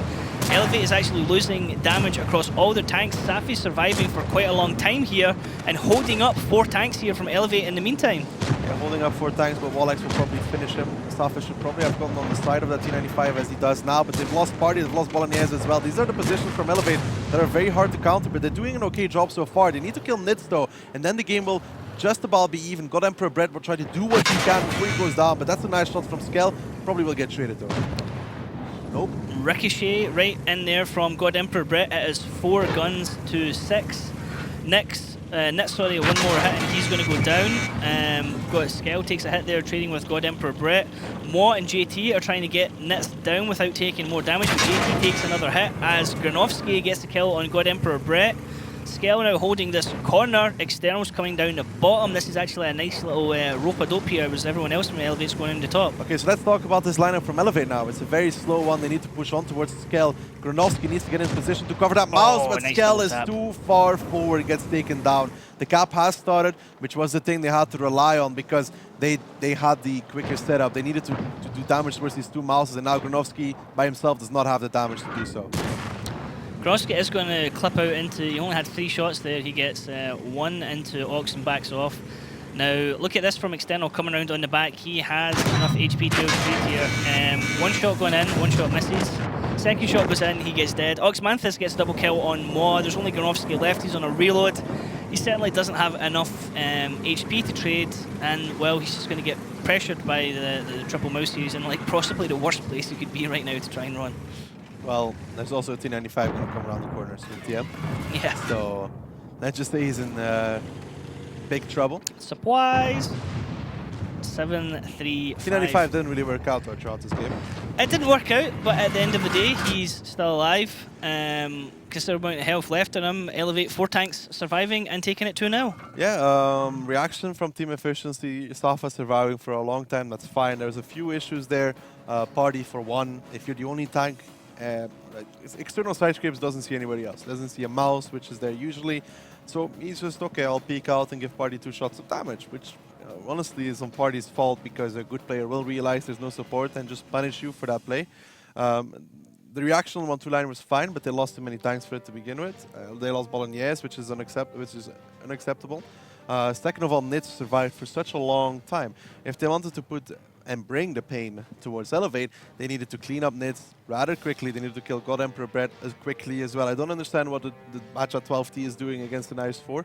Why he's not rushing the rails as soon as they realize this, taking down that Waffenträger together with Skell. Mouse still had some HP left at that point in time, because then the cap would have been on, and then Elevate would have struggled, because the issue for their lineup is what we talked about, drawing across the map. They had 4 tanks drawn towards the eastern side. If they can kill 1-2 line quickly, get back onto the cap, then they win, because of obviously the lineup being too slow. But then Skell as well. If there's 4 tanks going after 1 mouse, then it gives you a huge opening on the other side of the map that they should be taking advantage of. But they weren't quite ready for it. They weren't quite reacting to it for some reason. Now, damage done, damage blocked is going to be quite interesting in this round because there was a lot of quite heavy trading there. Wow, from Safi. Holy moly. He did very well there in that position. Could have done maybe a little bit more damage. But other than that, pretty strong performance from him. But external nits surviving for so long, 3.6k damage, really shouldn't happen. We didn't see what happened over there. Must be some miscommunication. Yeah, it was strange because Nitz was in the, what was it, IS4, Yeah, and he was on two line able by to himself. survive in that area for a very long time, and I thought he would have gone down much quicker. But him holding up the other teammates, you know, when Safi was just like saying, you know, getting multiple shots, that kind of really threw a spanner in the works because they couldn't just drive past him because then they're going to get shot in the rear. Unfortunate there for Team Efficiency. Elevate playing that one very nicely, very nicely indeed. We're going to go into Ghost Town next, another city map. I wonder if we're going to get any surprise lineups from Elevate, something new again. It would be cool to see, but I'm thinking business as normal, multiple Mousies, T57s, AMX 50Bs perhaps. Well, double BAT, triple mouse, and double WZ for the side of Team Efficiency. This is something I think EL Gaming himself also played, if I'm not mistaken. I could be wrong in that one. But obviously, Elevate, double mouse, T57, Type 5 heavy, Batchat, and double WZ. Now this is going to be interesting, especially because Team Efficiency is attacking with this lineup and Elevate is defending. But double WZ usually means something at least semi-aggressive to take some map control. Yeah. They could also do the split tactic with putting one of the WZs towards that K1 position, but I don't know if I'm a real fan of that. Yeah, I mean, the WZs always give them a lot of flexibility. Sometimes they can make it look like you're going to do one thing and do the other. Now, Elevate on the blue side are going to be defending. Team Efficiency on the red side are going to be attacking. Now, God Emperor Brett gets himself spotted in T57 Heavy. It looked like Safi perhaps got that spot as he was going over. Canadian Impact spots out JT as they spot each other here. That's what the little bulb means, that the tank is spotted, and the name popping up in yellow means they're spotted. JT, the symbol's there beside his name at the bottom of the screen. The cross means that that's how much damage he's done. The shield means how much damage he's blocked. And the little target symbol means how much damage assist he's done, so that means somebody else doing damage with his spotting. So far, fairly standard setup though from the side of Team Efficiency. I hope that's not going to be a K-line push for them, because there's, well, actually, bad shot, 5 shots, WZ and a mouse, but the T57 is relocating as well, which is God Emperor Brett. Now, I don't think K-line push is something that Efficiency will be able to pull off effectively, as there will just be too much fire there available from the side of Elevate. They could prove me wrong and go for it, but I just don't feel like it's going to work out. I think they spotted out Wallax now as well and deciding to back off, because it's not just something that's going to work out. Yeah, we're looking at the viewpoint here of Wallhacks as he's covering the H-line, looking towards Safi's area. Nitz at the top on the minimap, you can see has coverage completely off base 1, nowhere near looking at him. Bolognese and Scale backing off here in the middle, JT just moving across the area, right beside actually external 007, but not close enough to spot him. Well, let's just talk about the tactic again first from Elevate, pointing out what their plan is. So you leave the WZ here, because there's a gap here where you can see tanks coming. So you get an early position, early spot, right? Type 5 here, because he can trade with mouses that would come in this area. The reason why we saw a lot of batches here before and not anymore is because you can defend from here towards that. And usually when you see this, you will rotate away, but Team Efficiency have chosen for the aggressive push like this over here, and they might still counter push across K-line if they feel like it. At the same time though, they will have to put pressure from more than one side. Usually we see the attacker, when they spot out that position, returning itself towards the cap, because the defender does not really climb up somebody with this lineup, but Elevate in this occasion has chosen to climb a bat shot up there. So Team Efficiency have a few choices here available towards them. Obviously, the least likely one is to go in towards this capture circle over here. But the push like this is not really going to work. I would like to see them do the rotation towards this #1 base, because this is what has been working already a few times throughout this Grand Finals, please. See external taking a shot there, and he immediately used his health pack because he was down a commander there, so he needs to get that back in the game as quick as possible. Your commander gives you various different skills, and losing him is actually one of the worst things that can happen to a tank in this game. Yeah. So far, good stuff from Team Efficiency. Not really losing too much HP. External, well, as I say, that party takes a shot, and so does external. But so far, so good from the side of Team Efficiency. I would still like to see them rotate away from that 1-2 line area. I really think it's too well defended by the side of Elevate to make a play there. There is wall hacks, there's God Emperor Bread, there is external as well. Now Nitz in his WZ is relocating there as well. That puts 4 tanks to cover 1-2 line. The eastern side, the number 1 base, we should see them make a similar play as Navi did, which is putting the mouse on there, covering double WZ. This play from Team Efficiency, I just don't feel like it's going to work out. Mo got super lucky there. He got hit by Oxmathis and it damaged his gun and his commander's viewport. So lucky there. That could have been quite a significant bigger hit. Well, Oxmathis now driving up, trying to get himself safe. He will be, but obviously that Type 5 turret not impenetrable. Impregnable, obviously. Impenetrable, yeah. The Type 5 heavy flat surface, that cupola is pennable as well, and if you go as expected, that cupola is pennable and flat surfaces when looking at them. On an angle, obviously becomes harder.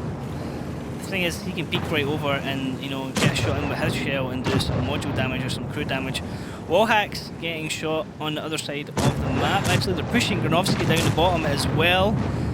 He is going over there with Safi, it looks like, to try and get the drop and get the angle on Wallhack. So there's trades happening all over the site here. This is the main fight happening. Oxmanthus is almost going to get dropped. He is pretty much a one-shot for one of these tanks. It's Maw that's going to try and push up on him. Now, Party is getting focused at the moment. He was tracked, his ammo rack. Now, he goes down. That is really nicely played. Doma getting the kill on him. At the same time, Wallhacks kills Safi. So the push from Team Efficiency looks like it's been stopped by Elevate. Nitz is dropped down to 49 health. Wallhacks dropped down to 79, but there's still guns in the game right now, and it is 6-5 at the moment, Daki. Yeah, not going that well for Team Efficiency. I did say that K-line play, I don't think it's the option out of this one. They did decide to go for it. They lost a lot of HP on the crossing. Party was left by himself on the backside of the cap. As soon as Elevate saw this opportunity, Canadian Impact driving through the cap, clipping Party from the side, from the back. He's now coming in for some more even.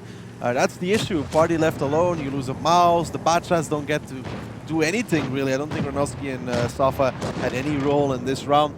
I have to disagree with the play that Team Efficiency brought. And it happened all really quickly as well. They still finished with 6 tanks on the board.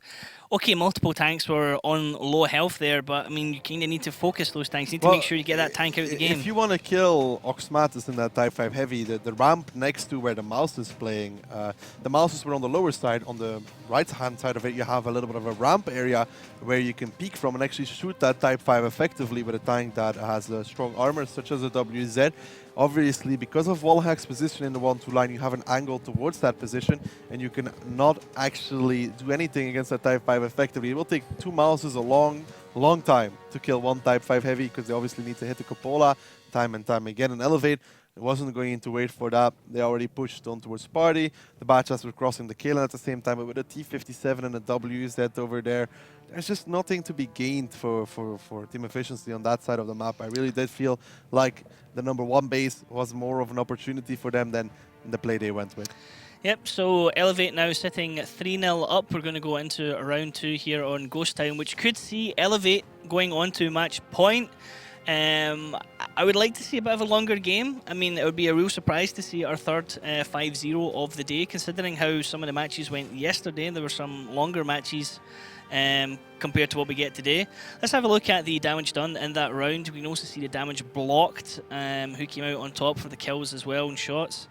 Wow, 3.7 there from JT and the WZ. Yeah, he did well, but look at that. There's 5 Elevate players after that, all very consistent. Like I said, Party, Safa didn't really get to do much. Safi and the Batchat as well, you'd expect to do significantly better than that. Now, round 2 here, we see external 113, 2 Mouse, T57 Heavy, Batchat, 2 WZs. Now, the lineup from Team Efficiency kind of tells us aggressive, because they cannot actually defend the number 1 base. That Tier 9 Batchat just lacks the penetration, lacks the heat ammunition, which obviously doesn't lose penetration over distance to reset that base effectively. So this stays, Team Efficiency can't really wait for Elevate, because I feel like Elevate right now, the best play for them almost is to put external Nitz and Wallhacks on towards the cap, like we saw Kazna crew do against EL Gaming, with less success obviously, but Elevate might be able to pull it off. It's like a strong push here for the cap circle, Daki. They're kind of relying on the fact that team efficiency might be out of position. Triple cap coming in here, I think, for a cap rush, and then they're just going to hold off the fight on the corner. Safi is moving up into position where he can cover one tank in, the next 2 tanks in behind him, and this is Elevate being quite bold here, knowing that they don't have any additional coverage, and they're going to try and tie them up to stop the push coming around 5 and 6 line for the reset. It's a very similar play towards what Kazna crew did. Safa, he's Coppola sniping with H3 ammunition. He's going to have to get some resets from that position, and it's just going to be very hard because nobody else right now is in position. He's literally the only tank, and he's going to take a ton of damage for this, while the rest of the team efficiency side is still rotating right now. It's all on to stop to get the resets, really. Safi needs to get a reset here because the tanks in the middle can hold up everyone else. We are down to 5 seconds. There is a reset coming in, back to 15 seconds. Now they're going to have to shoot a different tank. Look at this, Wallhacks is already backing off out of the tank, out of the circle, so he wants to push it onto Safi. Now, an overlap trying to come around to the back from Maw. He's going to be held up by Canadian Impact, it looks like. Elevate really are in a strong position right now with this fight in the middle of the map. Yeah, Elevate is in a strong position, but they are going to be using 3 tanks to take down Safa pretty much. In the meantime, they should lose the Doma, but team efficiency just seems to be losing trade after trade. They've lost party now as well. Oxmat is going to give a shot, get around the corner, get safe again, and Granovsky can't do anything about it because his T-57 is on a one-shot. Elevate is just winning the trades time and time again.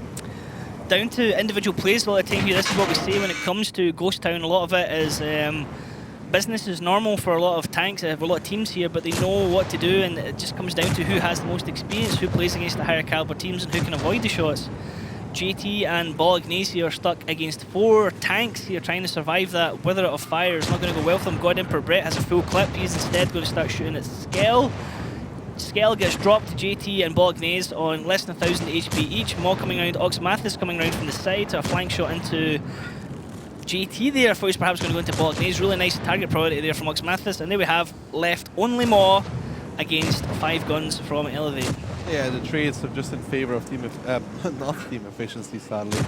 Oh, God Emperor Brett, bold. Didn't get it. External just takes it off and picks up his triple kill. But yeah, Elevate going there for the option we highlighted in the beginning, the triple cap, because obviously team efficiency does not have a tank that can climb available towards them, which is usually AMX30, even a tier 10 Bacha, but a tier 9 Bacha will just not do it.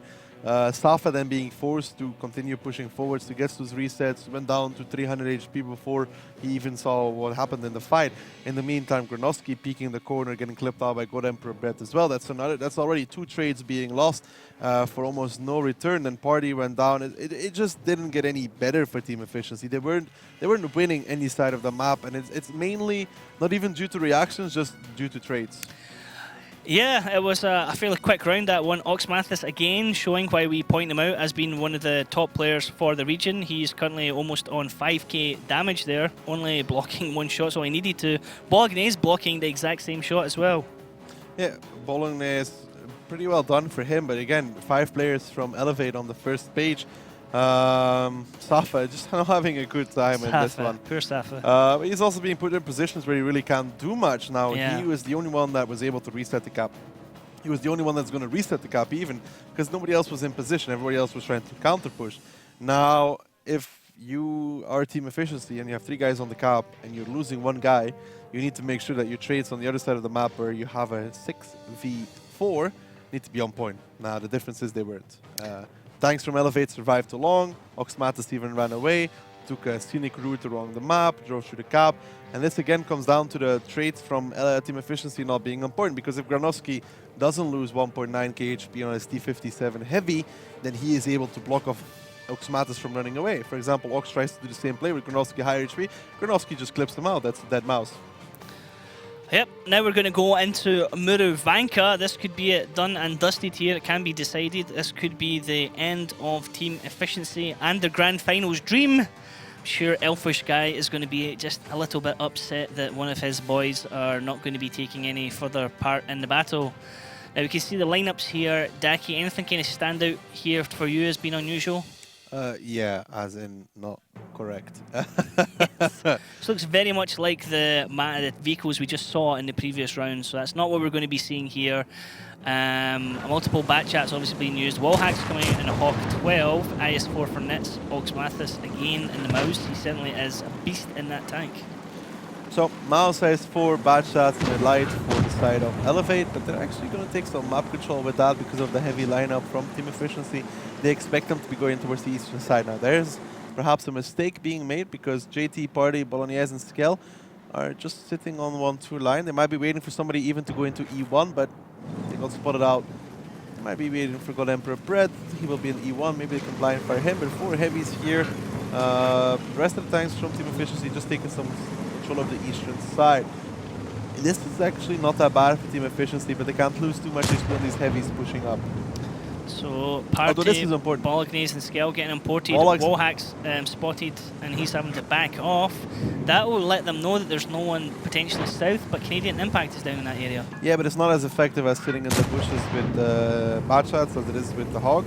But obviously Elevate realized this march of heavy tanks is coming towards their base, and it's going to be trying to take control of the eastern side very quickly. Obviously E7, E8, taking those positions will allow you to shoot those tanks in the side.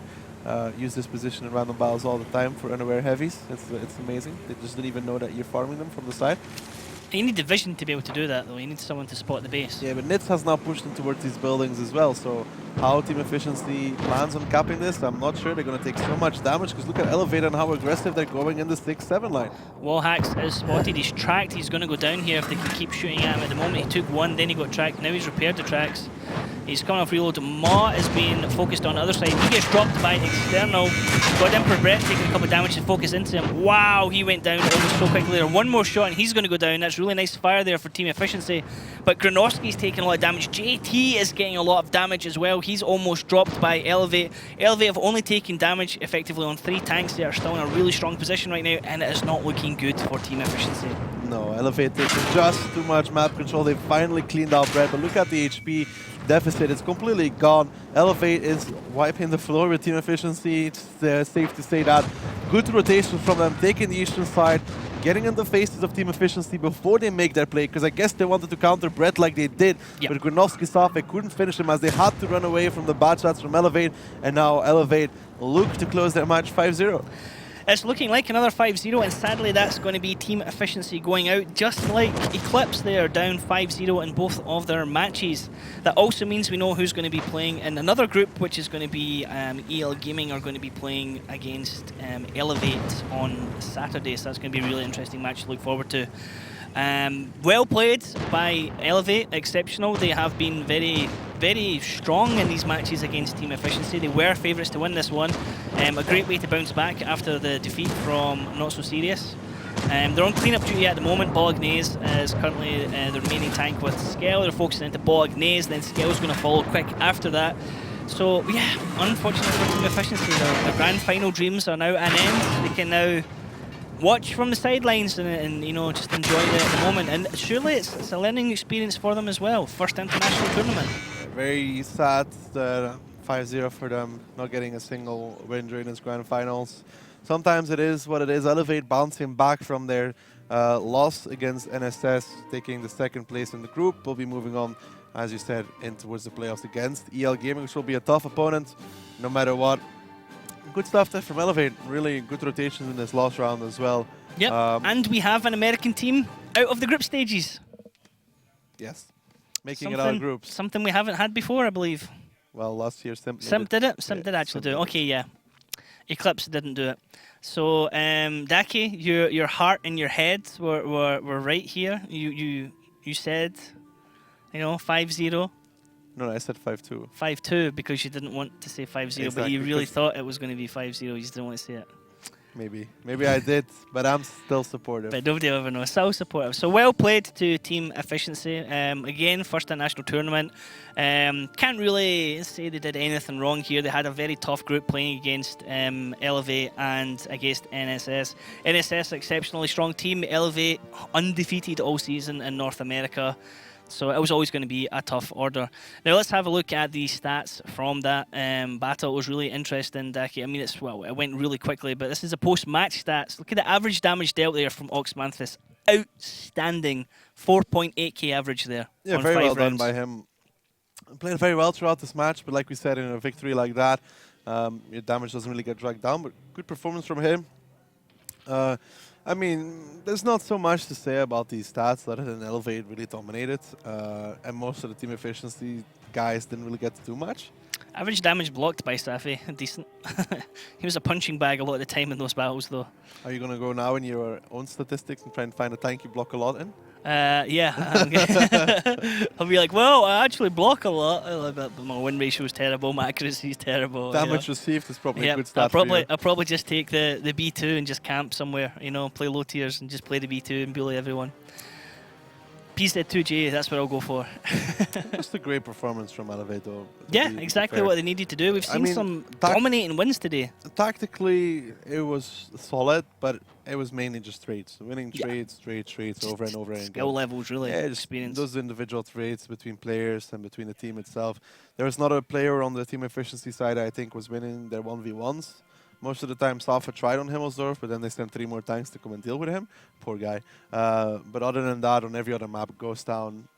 Team efficiency, just not bringing the right plan, I'd say. And in some of these rounds, looking at it, we saw the information. Obviously, we know a lot more than they do, looking at all the tanks and all the positions. So it's easier for us to be able to predict the play and what play could have worked. But a K-line push like that against a team that's set up, just not going to happen. Yeah, for us, we're always seeing both teams on the minimap, so it's always a lot easier to say they should do this, they can't do that, because we can see what the result is. But generally in the teams, unless they're actually getting vision of the enemy teams, they don't know what's going on. Do you think that team efficiency could have done anything different as to how they played the maps? No, I don't really think so. They tried to play their own game, they tried to play their tactics, and it just didn't work out. Like I said, with the limited preparation they had, or compared to other teams, all I wanted is for them to win a few rounds, honestly. I mean, coming into this tournament, they're always going to be classed as underdogs, even against Elevate, which is supposed to be, well, I mean, is the North American hope, the North American superstar team, which they have kind of proven now. I mean, I wouldn't say team efficiency was the best of tests for them. I'd like to see them play against EL Gaming. I think that'd be a team more of their caliber, where they'll be playing again and see how they do. Because NSS obviously was, let's just say, one level above them. And EL Gaming might be more of the same level, or maybe weaker than them. I wouldn't say that. I'd say they're about even in terms of strength, and then Elevate can show us the preparation, the time they put into this tournament, come to show and prove that they are a force to be reckoned with coming from North America. Yep, indeed. There's a lot to look forward to still, that's for sure.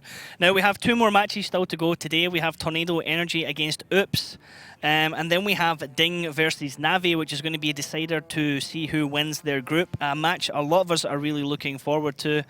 The break might be a little bit longer. I was going to say we're going to have a wee break, but we are sticking rigidly to our schedule, and some of these matches are going really quick, so we can't really speed things up, sadly. But we will see you as soon as that break is finished, so please stick around for more matches, and we'll see you guys soon.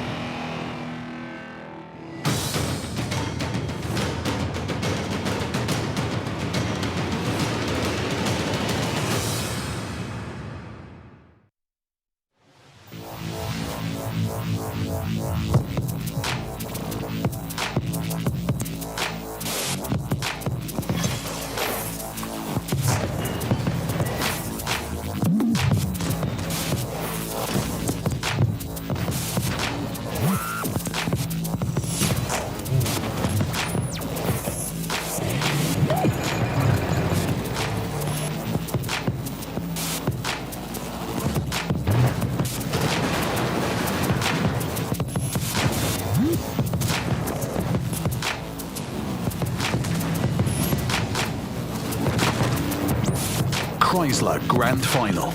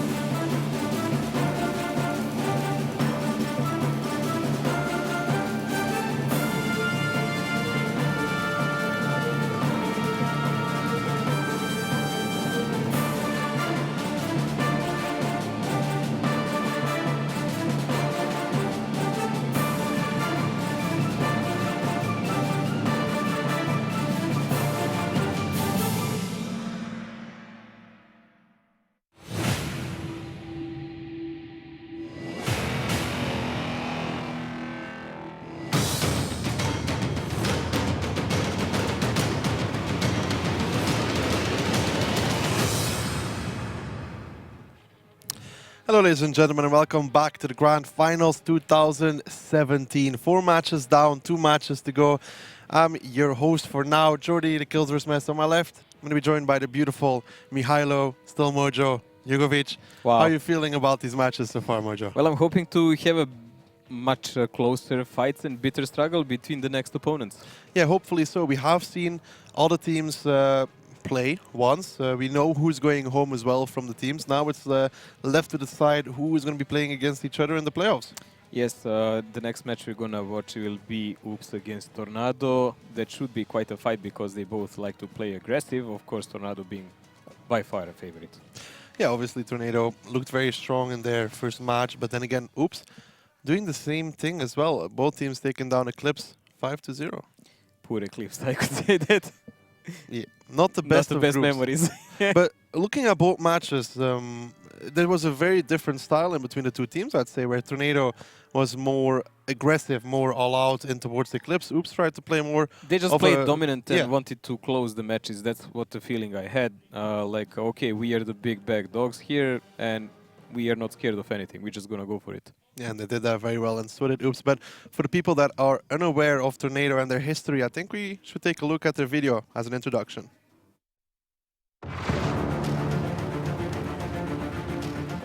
Tornado Energy is the world champion of 2015, one of the most experienced teams of the league. Having won in the Champions Rumble, the teams showed a somewhat unstable game during the second season.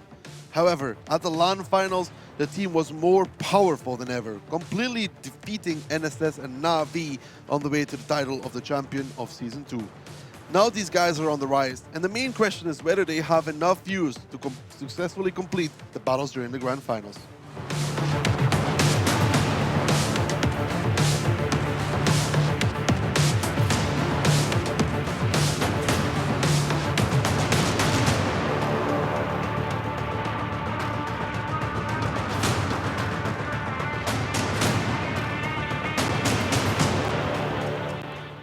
I just feel like this is a thing we keep on seeing with the Tornado, former Hellraisers, obviously. Throughout the season, they struggle. Sometimes they do really, really bad even. It's to say that I think last Grand Finals they needed to be a wild card. Well, they were a wild card because winning the Grand Finals before, but they didn't do well throughout the season. But when it comes to these offline events, when it matters the most, they are always there.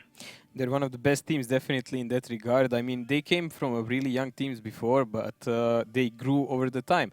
And we can say, definitely, since the time of Grand Final 2, which they won and took it, it was just them or Navi, them or Navi. If one didn't win it, it was the other. And it's constantly like that. So we have Tornado, who won Season 2 now, and they won a Championship Rumble. Yep. But Navi won the Season 1. Navi won the last Grand Finals, but Tornado was second. Yeah, so when one is first, other is second. Yeah. And it's always like that on all of those tournaments. Although this time NSS looking like a force to be reckoned with as well. Yeah, but NSS is always somewhere there, always lurking, always making some good strats. Never enough in the finish. Never enough, but going back on track here with Tornado and their players' mojo, for the people that are unaware of the team and the strength, guide us through some of the players and who to watch out for, really. Well, definitely the first guy is not playing, that's their manager, but because there is only 7 places, he's here. Near you, then Nesqui and Diodor, those are the old members that played even on Grand Final 2. So they're one of the cup holders. Unfortunately, Lusik stopped playing after that. You remember he was their MVP and long years member. Then we have Nuclear, Applewow, and Griffon, who play with them on Grand Final 3. And ever since, they are all a team, more or less. Really, these guys are names wherever they went to play, because we remember Nuclear and Applewow were in school bus. They went to Team Supreme after, where they played with Griffon, came here after that. The Diodor actually had 1 year, 1 season of excursion on European server. Did very well during that season. Won it and came back. Won the. They didn't win the season, but they won the Continental Rumble, though. True. And what to say? I mean, all of these guys are exceptional. We've seen them in their best and their worst. Like when we say their worst, you can mark several maps by Applewow's excursions, how to fall from certain positions. Yeah. But you can also mark half of the maps on how did Applewow carry single versus many. Yeah, obviously so had there that is always performance. the upper and bottom side of that coin. Let's just say he's been on both sides of the atmosphere on Ghost Town. One time falling, but in the end, one time carrying against 3 players of Navi in the grand finals as well. All in all, this is an all-star lineup, and the thing which makes them very scary, unlike Navi even, is that they have very high individual skill, and they're not afraid to go aggressive. After that shaky season, as you mentioned before, for me it was astonishing. They came to the finals. Navi tried to throw at them everything they had. They started with standard tactics, then they realized it's just not working. These guys are too good. Then they starting dropping sudden rushes, traps, whatever to throw them off the balance. But it ended up 7-3, and it looked like they were just shaving them off. Like Navi, simple. Navi, the most I don't know, recognized team on the planet. The most accomplished team on the planet as well. Definitely had no answer for them. So there was a month of a break now, and a new patch, 9.18, came. So new meta with light tanks and arties, and both them and Navi and the rest of the teams had time to prepare and to make some new tactics. But let's say it though, we haven't seen either of those really bring out those new tactics just yet in their matches, because Navi, fairly easy win against Brainstorm. 5-0. Exactly, and then Tornado as well against Eclipse. They didn't really have a reason. They didn't have to use those strategies that they might have left now, focusing on towards their opponents though. Oops, they are a team that struggled throughout Season 2, struggled at the Season 2 finals as well. But here, they're actually looking very, very strong, a significant force to be reckoned with. Yeah, they have actually a boost. They are playing with Nile from Gohard. That should stabilize them, I believe. Also, they picked up Algo to play with them again. I mean, Oops was always a team who rotated a lot of members in and out, replacing who is playing this, who is playing that, experimenting with them. And we've noticed a long time ago, it just doesn't work. The best teams usually have a same lineup of 7 players. They stick to them and they practice through thick and whatever. Like all the time, those guys are practicing, and they know how to feel each other during the games. So I believe putting Algo up is maybe a positive for them, because he's young and he wants to practice a lot. So we will see how will they serve them. Yeah, hopefully for them there's going to be a good showing here. Eclipse for both these teams wasn't the real test. For Oops, this will be to see how they match up against Tornado, and we want to see how Tornado approaches an opponent like Oops, if it's going to be the same style as they did against Eclipse. But for the people that are also unaware of the history of Oops and their progression towards these grand finals, let's take a look at their introduction video.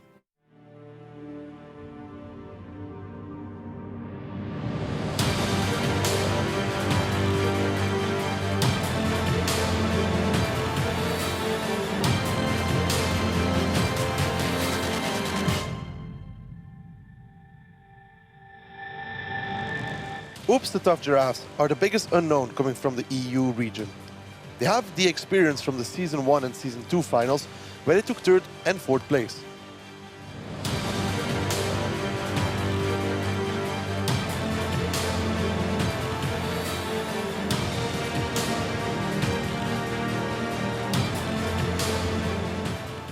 The issue for Oops will be that they haven't played yet on the international stage, so they have no experience versus the teams from other regions.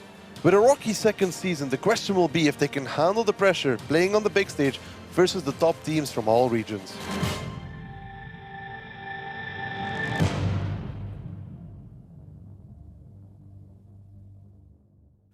Let's say Oops has already proven half of the question that was asked there. Can they perform against the top teams from the regions on an international stage? They've taken down the #2 seed from North America. Now they are moving against the #1 seed from Russia, though. Not only #1 seed, but championship Rumble winners. So that's like a planetary tournament also. This is probably the strongest team they had ever chance to play on any tournament. Oops themselves, as we said, they won 3rd place in the last Season 2, 4th in Season 1. Kazna pretty much annihilated them in Season 2 semifinals. It was 7-2 as far as I remember. And they had a much closer match in semifinals on Season 1 against Ding. It was 7-5 as far as I remember. Yeah, they took or 7-6 even. 7-6 against Ding, which resulted into taking them 3rd place for grand finals. We had huge expectations for them on Season 2, but they struggled heavily. Yet, with the 4th place and the placing from Gohard, it was enough for them to get over here. Now, Mojo, same thing as with Tornado Energy. There's going to be a lot of people not familiar with these players from Oops that might not recognize those names, but guide us through it and tell us about them. Well, we mentioned Algo. He is their youngest player. He's one part of the force that was rotated up and down, left and right. So we need to see how will he actually perform on tournament of such magnitude. I know he's very motivated, but we will see how will he actually perform. Annihilator was playing for Go Hard last season. He was one of their main battle players, constant and so on. So one of the best damage dealers in European region. Kamil really good in boosting, insane team leader, tactician, mainland. I would say stability in their team, maybe even sometimes. Milos, constant damage dealer. We were always astonished because when he plays a single shooter heavies, he can always outperform the auto loaders. Yeah. And Deha, who actually stepped up later. Especially in those heavy tanks, such as the Mouse, Deha, very strong in those. Milos, Annihilator. Also one of those single shooter players really coming into the lineup. I just wonder how it's going to work for Oops when they come into more of an autoloader heavy map such as Cliff, how they adapt, because we know single shooter players are not always the best batch players, for example. Yeah, Nile was usually, even if he played Clipper, it would be something like a TVP, so a support Clipper, not a frontline batchat really, which is sometimes a problem because, let's say, face it, like when you have Meland and Milos and Nile in those, they're exceptional players, but you have to pick one. Those are not their priority tanks. Yeah, that is going to be a question. We might see the answer throughout this match. But I think Matt Andrews had the chance to talk to Oops after their previous match and asked them a few difficult questions. Let's hear from him and what Oops had to say. We're going to have some tough giraffes in the quarterfinals on the main stage. Yes, Myland, congratulations to you and the rest of Oops. 5-0 win. That's making a real statement. Oh yeah, I guess we were all super confident going into that match, and yeah, you see the results. What worked for you? Everything you sort of planned, or did you feel like Eclipse didn't turn up in the way you expected? Sort of both things. Like, we were obviously good prepared and had our strats prepared, and we tried to play our thing. But yeah, you always have to adapt to what the enemy is trying to play or playing. And yeah, we also expected a bit more from Eclipse there. But I mean, nevertheless, we'll take this. Yeah. That'll see Eclipse going out of the tournament then, which means you're definitely going through to the quarters. Now we've got seeding time. It's between you and Tornado as to who goes first. This is also against Navi and Ding. They're going to be having their seeding match later on as well. So the winner of this will play the loser of Navi and Ding. We've got an idea how that might turn out. How about you versus Tornado? Well, we against Tornado, we're not even sure what we are going to play it if we hide our best strats for the quarterfinals. Let's see, but yeah, Tornado obviously the grand final champion. And yeah, I guess not get scared by the fact that they're the champion. Just play our thing, remain calm, and I guess everybody is beatable. But yeah, just keep our confidence. For anybody who doesn't understand, particularly that third star, which is just down there, tell me what this is going on. Oh, I just had to put some kind of meme on this board, and since we all know and love Ducky, and since we know his streams for the past, I don't know, 2 weeks, he's trying to 3-mark his M60. So a little meme to Ducky. Ducky, we all love you. And finally, let's reenact that classic moment earlier on that showed what a tight unit Oops the Tough Giraffes are. That amazing moment between you and Dead Zone.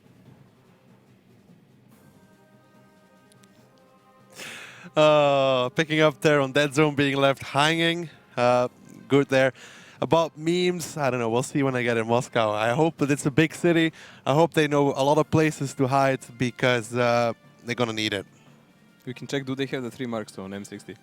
No, they don't. Dead Zone has 3 marks on Chrome LB though, so that's something, right? I think you get that just by accidentally playing it.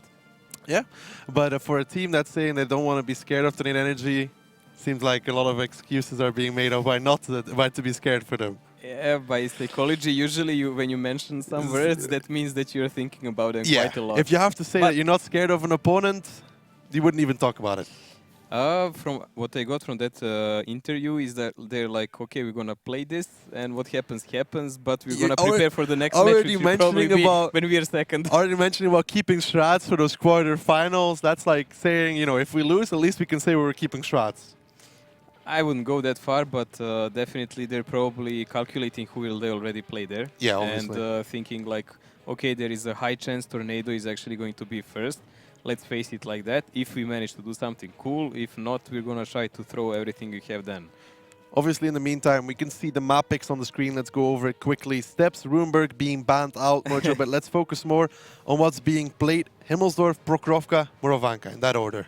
Well, interesting is Steps is, of course, banned because Tornado was avoiding it All the time, Yeah. so they're not playing it at all. Ruinberg, of course, definitely the worst map by far for Oops. They I remember them trying. don't know to play. I remember them trying to play it, Yes, and it not just working. Didn't work. It just Nope. didn't work at all. Then again, I would also never, ever play Runeberg against Tornado. If you remember, they were the ones actually pre-patch even to bring triple mouse Yeah, on they this were map, making new threats beating on the map. Navi with it. Yes. So if anybody knows how to innovate on Runeberg, it would be Tornado. Himmelsdorf might be rather interesting because Oops knows to play it very well Yeah. with rotations and splits on the map. Of course, Tornado, same. So this may be quite a clash on the Himmelsdorf. Prohorovka, I would give that more to Tornado, honestly, there. Yeah, I'd say Prokrovka is heavily favored even towards Tornado. The way they beat Navi on it. They won the final round 10th season. Finals on it. They lost one of the 2 rounds because Navi made this impressive trap, which I don't think anybody would ever dare to repeat. Pushing Eastern side, but leaving 3 bad shots in K2. Those are kind of the mind games you can play against a specific team. So usually it will not work in most of the cases. This is just like a field commander versus field commander thinking from the knowledge. What can he do? Now, Mojo, before we ask our favorite tomato, the lobster, for predictions, I'm going to ask yours.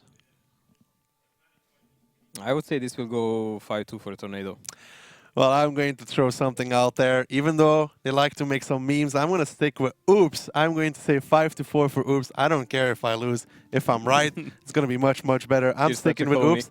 I am, staying with them to be a little bit different. I don't really care if I lose the prediction. I know my brain's telling me Tornado. My heart's saying Oops. You know, when you say something too many times, you're actually thinking about it. Yeah, I'm thinking Tornado is going to win, but I'm saying Oops instead. Now, Okay. maybe Tomato the lobster. It's called sitting on 2 chairs. But I said Oops, so we will hold me accountable for Oops. Now, let's see if Tomato the Lobster made the same prediction as me, or he's going to stick with you.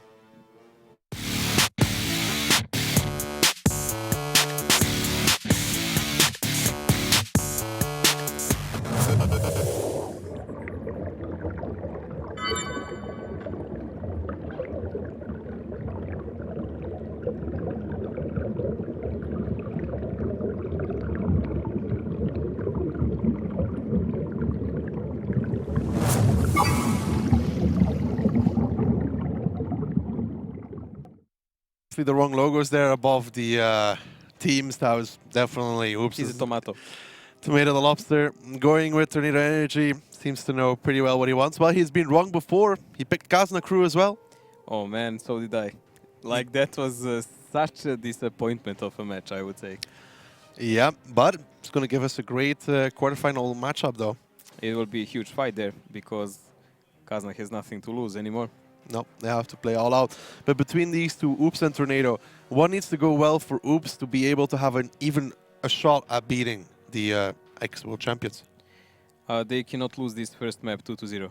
They cannot afford it. If this happens, if they lose the Himmelsdorf, I think they're Prokrovka done. coming out. They need. So you're saying they need at least the 1-1 on Himmelsdorf? Minimum, just to stay mentally in the game. But let's say it like this. They take 1-1 on Himmelsdorf, right? Which you hope is going to happen. But what if Oops lose Prokrovka like we expect them to do? Can they recover on the next 2 maps? I don't think so, really. I believe the key will be in this first map in Himmel, because even if they manage to take 2-0 here to Tornado, it will not be a guarantee they will get out of the match safe. Well, talking about Himmelsdorf, Mojo, we're just about ready to get underway with our first round between Oops, the Tough Giraffes, and Tornado Energy. Now, Mojo, from these 2 teams, what kind of playstyle do you expect coming out from Tornado? Well, Tornado, I think they will first try to feel out Varys, Oops, and they will try to see what are they doing. So they have an E3 that usually means they will go over the hill, Ice 4, Mouse. That's going to be a slower attack, maybe over the hill. Maybe over the hill, you say. For Oops, seems like a standard opening, Mojo. With that E4, though, why the E4 instead of the E3 that we see some teams use? Because when you want to play around some corners, E3 is not really valuable vehicle. It's brilliant when you have to play forward, when you have to push forward and so on, but any kind of corners, cutting or whatever. Towards Insane and that he might have been trying to get some shots last. We see Camille getting a nice one on towards Nesqui actually. That batch at 12T is going to run away from that one. And now the rotation coming out here from Oops. They have taken aggressive 8-line control. Deja is being sent back towards B6, A6, that area. Insane is there as well. So Oops deciding aggressive defense is the way to go, but does this leave Miloš vulnerable? But Apo, wow, takes a big connection there. That has to be from Melan in that E3. So that's a strong start for them. But Tornado Energy, they are pushing the rails, Mojo. 2 Mouses there, 50 Bs. I still think they should just separate in one moment and go from the other side, because once they establish themselves, you must lose some HP here while you're crossing, which is what they did with the Ice 4, and they established pressure here. So they left a significant force of 2 Mouse tanks and Ice 4. That will be an anchor, and they're going to keep some of the tanks from the Oops locked down. How aggressive Camille is. Camille is really aggressive, maybe even too aggressive, because honestly those 250 Bs can deal with him easily, even when T10 is there. So far though, Camille makes a spot, backs off. Nesqui spotted him out. Camille deciding to go back and pull away from that position. 50B is now coming towards the 8 line, but there is Insane, there is Camille. I don't think this is an overmatch they can take. This is important thing, like when they were crossing the center, Mouse, Deha actually managed to spot them. So they are aware and they will be in a hold down position then waiting. So if 50Bs come around now, that would be a really bad and poor timing, because they would take guaranteed 2 shells in the face immediately. Like this positioning so far from Oops Mojo, it's more proactive, more aggressive, showing no fear so far. Ooh, that's a nice connection even from Annihilator or Melan. One of the two managing to connect a shot on towards Diodor on the hill. I just want to point out, Annihilator relocated towards the D3 position to cover the 8-line crossing as well, in case those 50Bs decided to go. It's a really great shot actually on E3 on such a distance. It's not an easy shot to pen by any means. Yeah, it was either Meland or Annihilator. We'll find it out later though, but all that matters is that it was a nice connection. Now, these 50Bs in Mojo, they have decided to go back towards the hill. Do you like this rotation? I believe that's something they must do, because the rail is obviously not an option. Oops is really keeping a good eye on it, so they're trying to fill out each part of the map now. But it does look like Oops is already thinking about it. Yeah, Insane has relocated towards the A8. And Deha is watching from the cap. Exactly. Deha is going to be spotting that 0-line crossing, giving Insane the information he needs. Insane is actually, timing-wise, doing beautiful. Just about running away when the tanks from Tornado are about to arrive. Deha needs to obviously be careful against the E3 here. Theodore shooting some HE even. Does not connect that one though. The only weakness that Oops actually has now in defense is if there is a simultaneous push on 8-line and from the hill. But Insane already withdrew, so he kind of closed that possibility. And Camille is now the... He would just pull back into the courtyard though, with Nile covering him. Well, courtyard is a big risk, because he can be shot from several angles there. But still, as I'm saying, like, to get to Camille, you need to commit quite a lot. Look at Nesqui taking another one from Camille Eater in that WZ. Gets the spot though, but now this Bacha 12T being on 84 HP is kind of difficult for Tornado for the rest of this game really, because you need that tank to be at least having some health when he needs to get on towards that capture circle. Unbelievable, but Oops is almost 6 minutes in a game. They didn't take even a scratch on any tank. Yeah, unbelievable for their playstyle. Unbelievable, really, especially with so aggressive. Camille might take one here though. Net server lines up the shot, does not connect it in the meantime. Near you, Griffon starting to push down the 8-line, but Camille has already relocated. This is good stuff from Oops, getting the timing, getting the relocations when it's needed. Really good calls. It does look like maybe a relocation of Nile from Gohard helped them a lot with those timings. Let's see though, Near you and Griffon starting to make their way. Deja needs to spot them out if he wants to have a chance. Near you, Griffon are going to try and make the peak here. Can they get across and spotted? No, they cannot. Near you and Griffon are both spotted out. Annihilator though, 802 onto the side of Griffon. That's a nice shot. And are these 50Bs going to commit here? That is the question. It looks like that. Near you already going towards the corner, going to come around and try and clip out Annihilator. He needs support though. Takes one from Camel Eater, but Annihilator in the E4 might be in trouble. I don't think this is worth it for Tornado. Nile takes 800 damage, but Near you takes a lot more. And look at this, even the damage done by Algo and back from Miloš. Like Tornado is just getting it handed. Like they're losing about almost 5,000 HP, and I don't see a single opening that is worth to mention here in Oops defense. No, Annihilator is taking more damage though, but so far it's not a big issue. He makes a shot on towards server, but this is giving the opportunity for Griffon to make a peek. Gets the first, finishes on the second. Good stuff there from Griffon, but is it enough to bring back Tornado in towards this round? They are about 4,000 health points behind the side of Oops. Even more now, as Nearyu is getting shot in the side. Melan is actually pushing aggressive over there, but insane. Melan picks up the kill, and Oops is not letting off the aggression, making the counterplay here against Tornado. Deha will also push after them. They were using him as a faraway anchor, but we can see this tier 8 light really cannot pen even tier 9 tank. I mean, he has around 210 penetration now with gold, I think. Meantime, Miloš squaring off against Nuclear in the G line. He's currently winning that trade. Applewab fairly useless in this battle so far. Algo getting amrocked again. Kamil picks up Griffon. That is the second 50B god. Server taking damage now from Melan.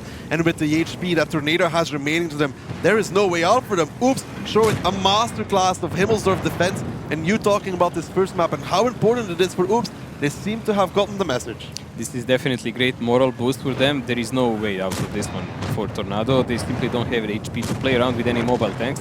Diodor is an E3, we said, like, that's really brilliant. Battering ram, pushing forward vehicle, but that's about that. Apple Wow plays an IS-4. That's a slow angling vehicle. Nuclear is a mouse on one shot. Nesqui, a light tank. Tier 8 now, that doesn't even exist anymore. Yeah, Nuclear was on one shot. He did manage to outplay Miloš, though. Miloš had 2 shots worth of HP on him. Nuclear with the superior angling, so showing some of that individual player skill, but it doesn't save them in this round. Diodor connects on towards Melan, gets one in return, but with just 3 tanks remaining, and he hits 174 HP for Tornado. It is Oops, the tough giraffes, that are going to be picking up this first round. And Mojo, Himmelsdorf would be classically considered as one of the strongest maps for the CIS teams, and Oops have just taken a round off of Tornado. It's showing that they mean business.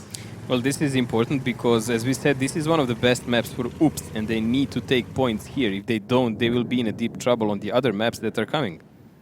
I like this play so far from Oops Mojo, making a rotation towards the 8 line, backing off on time, doing a lot of damage. Initial damage, Nuclear getting his second kill of the round on towards Algo. That youngness, that eagerness, Nuclear punishing, but with the amount of HP on the Oops side and 33 seconds remaining on the clock, there is no way that Nuclear is going to win this round for his team as Kamil comes around the corner, looks to pick it up. One shot is what he needs, and he gets it. Multi-kill for him. What a start from Oops, picking up the first round on Himmelsdorf defense, and then what a style. And I think it's worth mentioning what they did there so well, Mojo, is those rotations they did in their tanks. They were impeccable. Like the timings and rotations on the map, scouting of the areas that were weak points for their defense, and moving of the rest of the tanks so no one would be left alone or with some weak spot angle. Everything was perfect.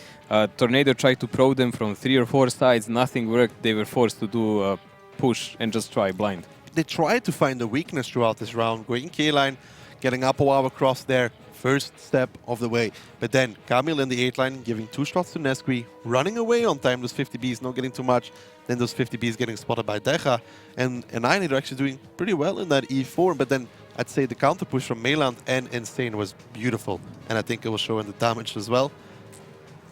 Well, Nuclear is the top damage dealer, Yeah. but he's followed by 4 guys from Oops. Kamil, who played the tier 9, as we mentioned, and then Miloš, Algo, Meland. So we cannot say it's a super one-sided game, but it is, honestly, because there was never a single shadow of chance for Tornado to take it. Tornado did never seem in control of that round. Like even when they killed Annihilator, they got traded so much on that. They lost. They were already 5,000 HP down. Exactly. They pretty much lost 2 50Bs for that because near you, Griffon. Yeah, Griffon got the kill at one point, but Nile already did what he was supposed to do by then. And I guess it was Meland because of the damage he had that actually hit Diodor on the hill as well, which was an impressive shot to start it all off with. When they went around that corner to clip up on Nile, on his E4, you could see multiple crossfire. It was not just one guy covering him. It was actually 2 more. And the shot came from 3 sides. It was Miloš. From down, Algo from up, and then Algo from the side. Yes. It was beautiful. It was very well covered on towards the position from Nile. And I think... And then the guys came from the center and just... Now the question is, Tornado, how do they take this one-round loss? Usually, when this happens against a team like Navi, we like to talk about it, if you take 1 round of Navi, you just make them mad for the next 5. Tornado... They lost this one, they're just going to move to next one, honestly. We know that. I mean, Oops had a great openings in many matches. We've seen that.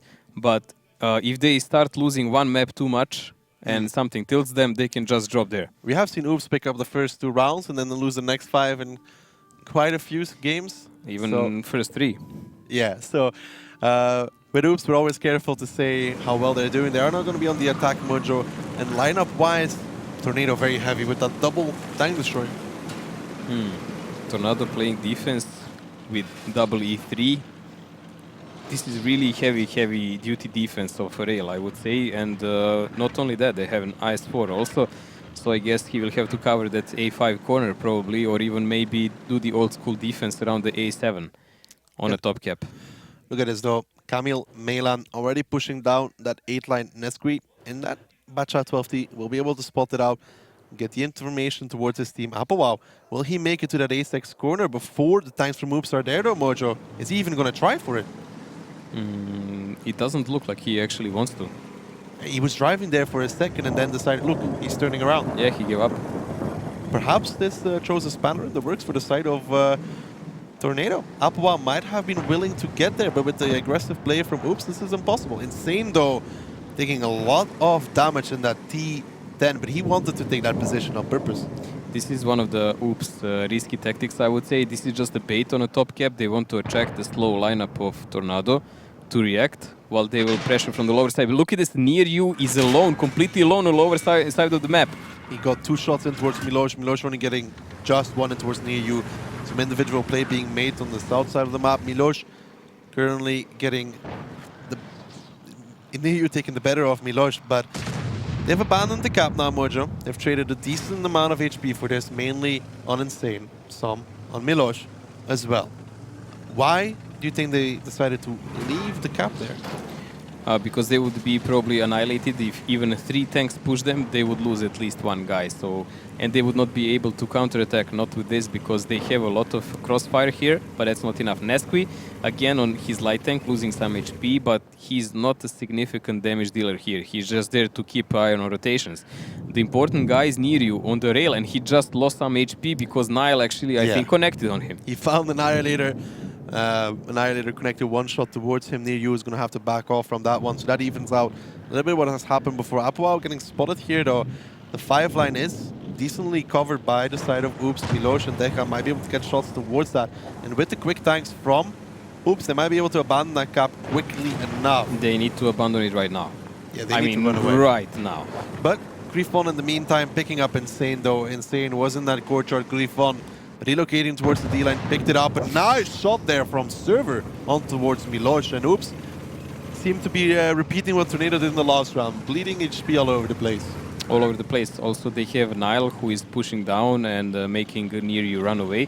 The only good thing going for them is because Near You is on low HP, but he's now safe behind those houses and he is covered by TD in a distance. So that is something that goes well for him. Also now they have 1 gun more because Insane died. I would say his push with that T10 was a bit premature, honestly, ahead of his team. Yeah, he took a lot of initial damage and then I'm not sure exactly where he went down, but Griffon had to relocate to D4, which he obviously did to take him down. That's a good start there from Tornado, removing 1 of those tier 9s. Now they're left with a firepower lineup that is significantly weaker than one Tornado has brought. Nice shot there from Annihilator though, on towards Griffon.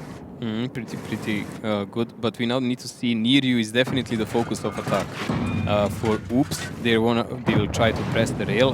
That's the only gambit they have at the moment, and we need to see how will that actually work out. Don't they need Annihilator in that mouse? We've seen K-Line pushes before on this map. Now, don't they need a tank that can take this damage, that can withstand the firepower from the side of Tornado to get across that should be Nile. That should be Nile angling there, and Malen should just push 1-on-1 and play near you. What I do like right now from Oops is they're trying to drag Tornado across the map. Currently, though, Tornado has actually done the better amount of damage. Now, Mojo, for example, could Camille restart the cap here and force another tank to go across the 5 line to try and reset? Yeah, but he has to check everything so much because every corner can be a booby trap. Not all of the tanks of Tornado are spotted, and they need to work with that. Algo is still on a hill, so they definitely didn't give up on all kind of rotations and play. It is well known for everyone who watched the European server games that Oops likes to play splits on Himmelsdorf like this. They like to run from the cap to the cap, and not only here, but mainly on the city maps, and try to stretch the team until they find the best point to pressure. The only thing really not going well for them now is because Insane died. I don't think that was a viable move in a start like that, because they kind of overstretched in that moment. Annihilator takes 771, connects the shot on towards the server, but Diador quickly to trade that one out. We have seen a disastrous performance, in good terms that is, from him on that E3 already on Himmelsdorf against, I think it was against Eclipse, yeah, where he did 6.2k damage, I think it was, or 6.3. So he knows how to play that TD very well. Finally, another rotation here. Once Kamil checked, is there anyone on upper cap waiting for them as a trap? The defense of Tornado is not really that stretched afar. This is something that they will actually pay heavily. Yeah, Nuclear waiting for that one, but he is kind of left alone though. Kamil will be getting on towards the flank of that E3. He's going to be quickly removed. 2 shots coming in there. Melan to pick it up. The combination fire of the AMX-50B and the Bacha just too much to withstand there. Annihilator getting another shot on towards near you, putting him at a 151 HP. And now Apuau kind of trapped in no man's land as well in that IS-4, Mojo. Interesting, Milos was already there to cut the approach of IS-4, so they made sure that E3 is soloed out. Applewau now is cut off from his team, and he needs some help, but also Milos needs to pull back because he has no HP to deal with this. Apuau might have overextended to as he peeked around the corner to get a shot on towards Milos. Algo from the front, Melan from the side, and it's going to be another tank going down for the side of Tornado, and 2 tanks down for Tornado. The HP is gone as well. Cap has started for the side of Oops, and Mojo, this is actually looking very well for them. And Nile is keeping Nesqui in a check down, so there is, near you on the rails, so there is no rotation by a 50p, but that's at the moment a waste for Oops because Nile has far more HP. Actually, he has to push toward his teammates maybe. Diador is the only one with a significant amount of HP at the moment in a team of Tornado, but Griffon and E-Server are almost the same.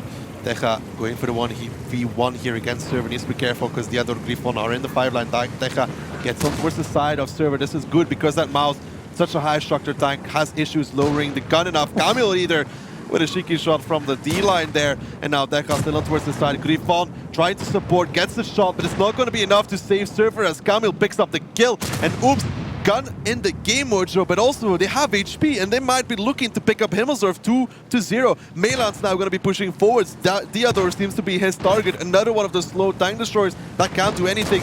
Melan comes around the corner, first shot in towards the track, should be able to clip him out now. Has 2 more available. Nesqui with that Batcha 12T is nothing else than annoying. Algo should be able to pick it up now, and that will leave Griffon and Nesqui to clean up everything, which is not going to be possible.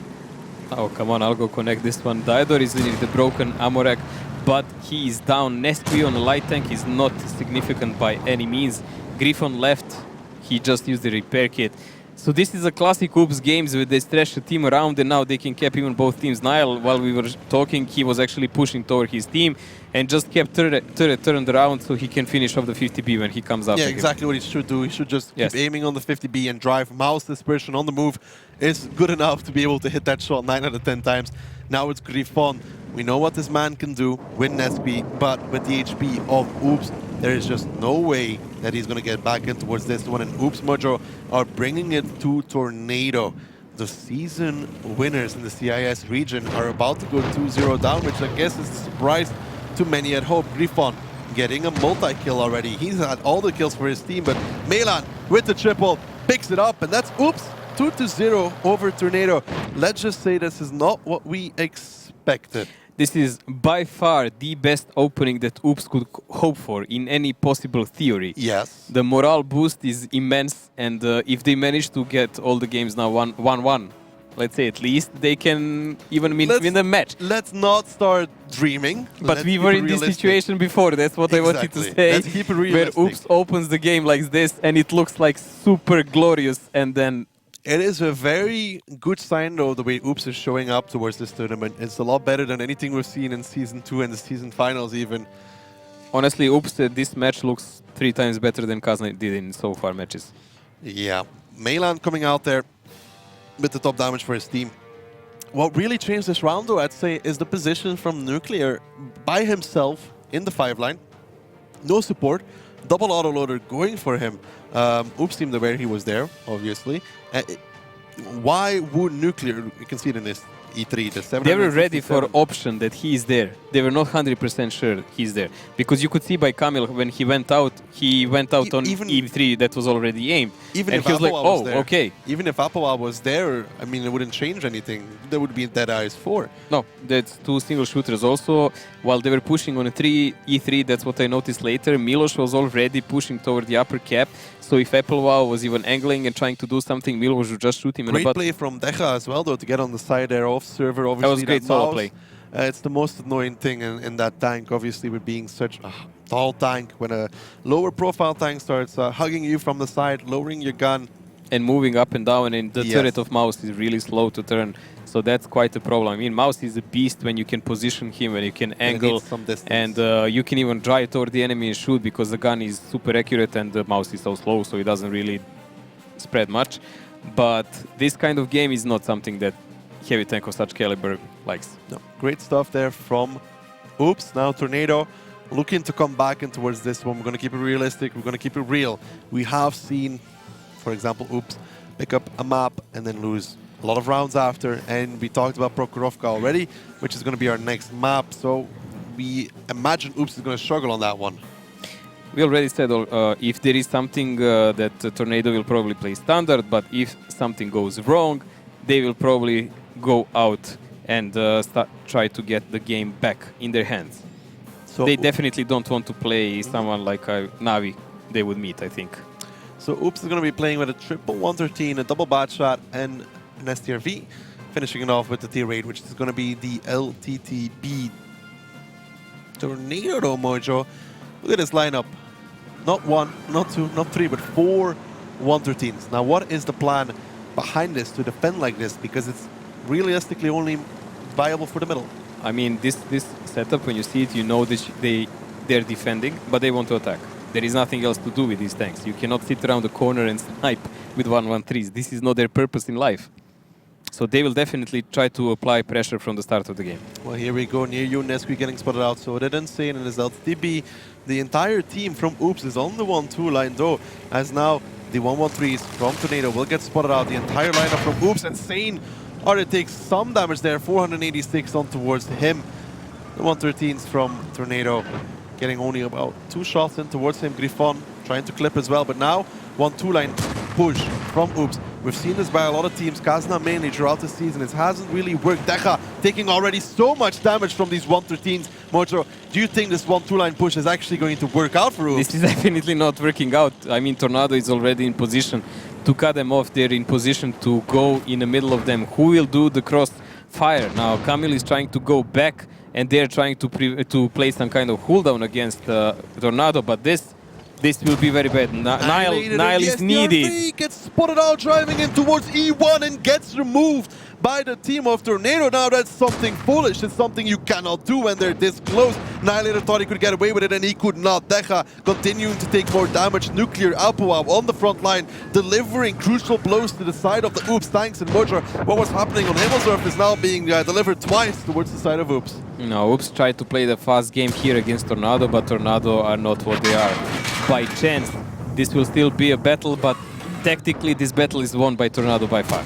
Yeah, Tornado is out-trading the lineup from Oops. Algo is now with 1 shot in the chamber, gets picked up by Near You and Griffon, who are counter-pushing. They've now retaken 1-2 line. Still 7 tanks remain from the side of Tornado, and they're showing why they won the season finals. They're very aggressive. Something we don't see from a lot of teams, driving into towards the middle with those 113s, but let's just say they're making it work. That's the difference between them and a lot of teams. They will hit those shots time and time again. And I really think Annihilator going to E1 when the 113s are that close, it's something that never works. Not here, not in randoms, not anywhere. No, that was really bad move because he wanted to get an altitude so he could spam on these 113s and butcher them. As soon as he shoots. Yeah, and the frontal armor of STR VTD is brilliant, but his side armor is non-existent. So Kamil is now the last joker that Oops has. If he manages to do the clip in the back of Tornado, he might do something with the game, but Griffon is already closing in on him, and if he is low on shells, he will definitely fall. This is the issue for the lineup of Oops, I'd say. So many low HP tanks with just Camille having the HP. It looked close, but it wasn't. Griffon picks up Camille because near you continue to clear out the 1-2 line. Insane. Trying to do what he can with that pea shooter, honestly. Chipping away. It's literally a pea shooter for this kind of game. Chipping away at 113s. Good luck with that one. Trevor going to pick up the kill. There we go. Okay, actually penned in frontally, nice. Yeah, lower plate, but Tornado bring it back 2-1. And Mojo, it's fair to say this is not a strategy we'd see from a lot of teams driving in towards the middle with those 113s. But they hit so many shots on the lineup of Oops driving down 1-2 line. That's one of the, let's say, tactics that are ready for everything. They set up a light immediately, they set up aggressive spotting with mediums, and 413's middle. Wherever they saw Oops, they would just have pre-organized rotation. It seemed very familiar to what they did towards Eclipse. Obviously, not the same, where they were more focused towards 1-2 line against Eclipse. Now they were more focused towards the 9-0 against Eclipse, 1-2 line against Oops. But in essence, the same thing, because against Eclipse as well, as soon as they saw them on one side of the map, they just drove over and pushed in towards them. Same Oops concept. was obviously aware of what they seen against Eclipse. Yeah. And they thought they had a key to that solution, but as we can see, I really feel like Annihilator could have been the crucial factor in this round. If he, for example, got towards A2, those 113s would have been chipped down so quickly. Now they just didn't have that constant fire from the STRV. I would say even if he backed off, yeah, even if he just backwards, one of the two. backed off to keep an eye on any possible peaking of those 113s from the line. So he would not have perfect shots on them. He would have to wait for their... It would have been best if he got to A1, A2, because obviously from there he can shoot 113s as they're backing off. Yeah, but there was a high chance he would die on the way, because they were actually wanted to prevent that. But what I'm saying, if he just backed off, faded, it was such a freebie. Stabilize the game and then rotate together with Camille. Yeah, it was such Let's say if you rotate together with Camille and shoot him in the back. It's such a freebie from the side of Oops. Not sure what happened there, obviously. Maybe some miscommunication, some excitement coming out. But lineups, Mojo. Tornado, double WZ, Object 140, 113, rest the bat shots. Oops going with something more standard, double 113, 3 bats, STRV. And LTTB LTTB really popular on spotting now in Prokhorovka. Yeah, especially Oops has used it multiple times now. They seem to like it. I've seen like most of the teams actually today playing Prokhorovka using all LTTB. I haven't seen a single other light yet. But again, Tornado with those double VZs, really aggressive setup. Not a single TD, so no camping positions for them. They will just go in, try to take positions and do the pressure immediately. And look at this, they're not really splitting much. They're all center or up on the hill. So they have a crossfire between each other and they're close so they can help each other. Yeah, the side of Tornado again, going for that middle play. Seems to work out for them. They're going to rinse and repeat that one near you.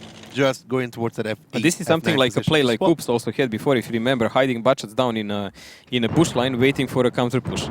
Deja, nice connection there on towards Nesqui in his WZ. Gets one in return though, gets two in return, gets Samurakt driving down now. That was obviously from the hill, so more shots coming out. Milosh takes one as well, those bat shots showing what they're worth, already getting some crucial damage in and are going to be reloading soon. And I like the amount of map control that's been taken here by the side of Tornado.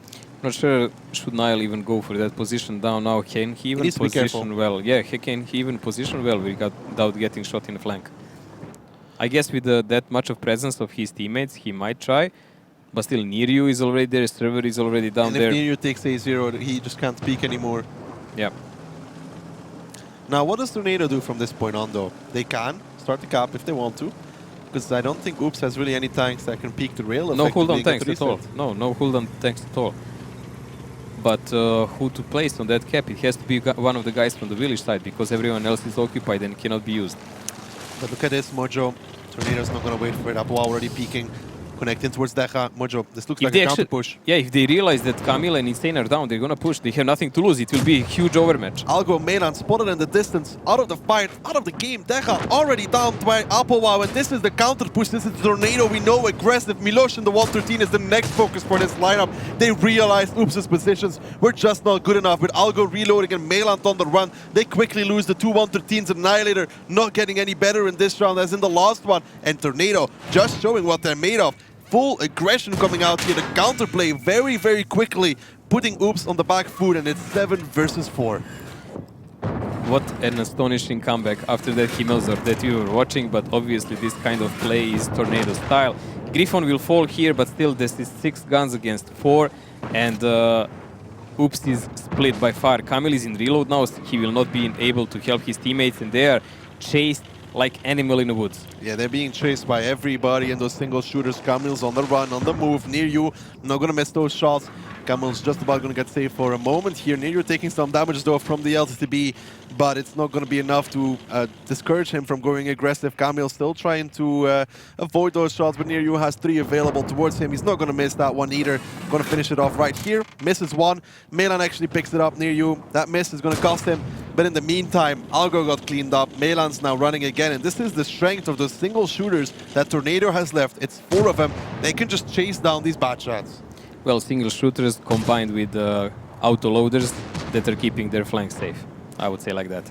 Well, Apoao comes over. Meland, he knows it's pretty done at this point. Apoao with his 3rd in towards this round, cleaning up that bad shot. And just as quickly as Oops took a 2-0 lead, Tornado make it all even. And we're going to start from 0, pretty much.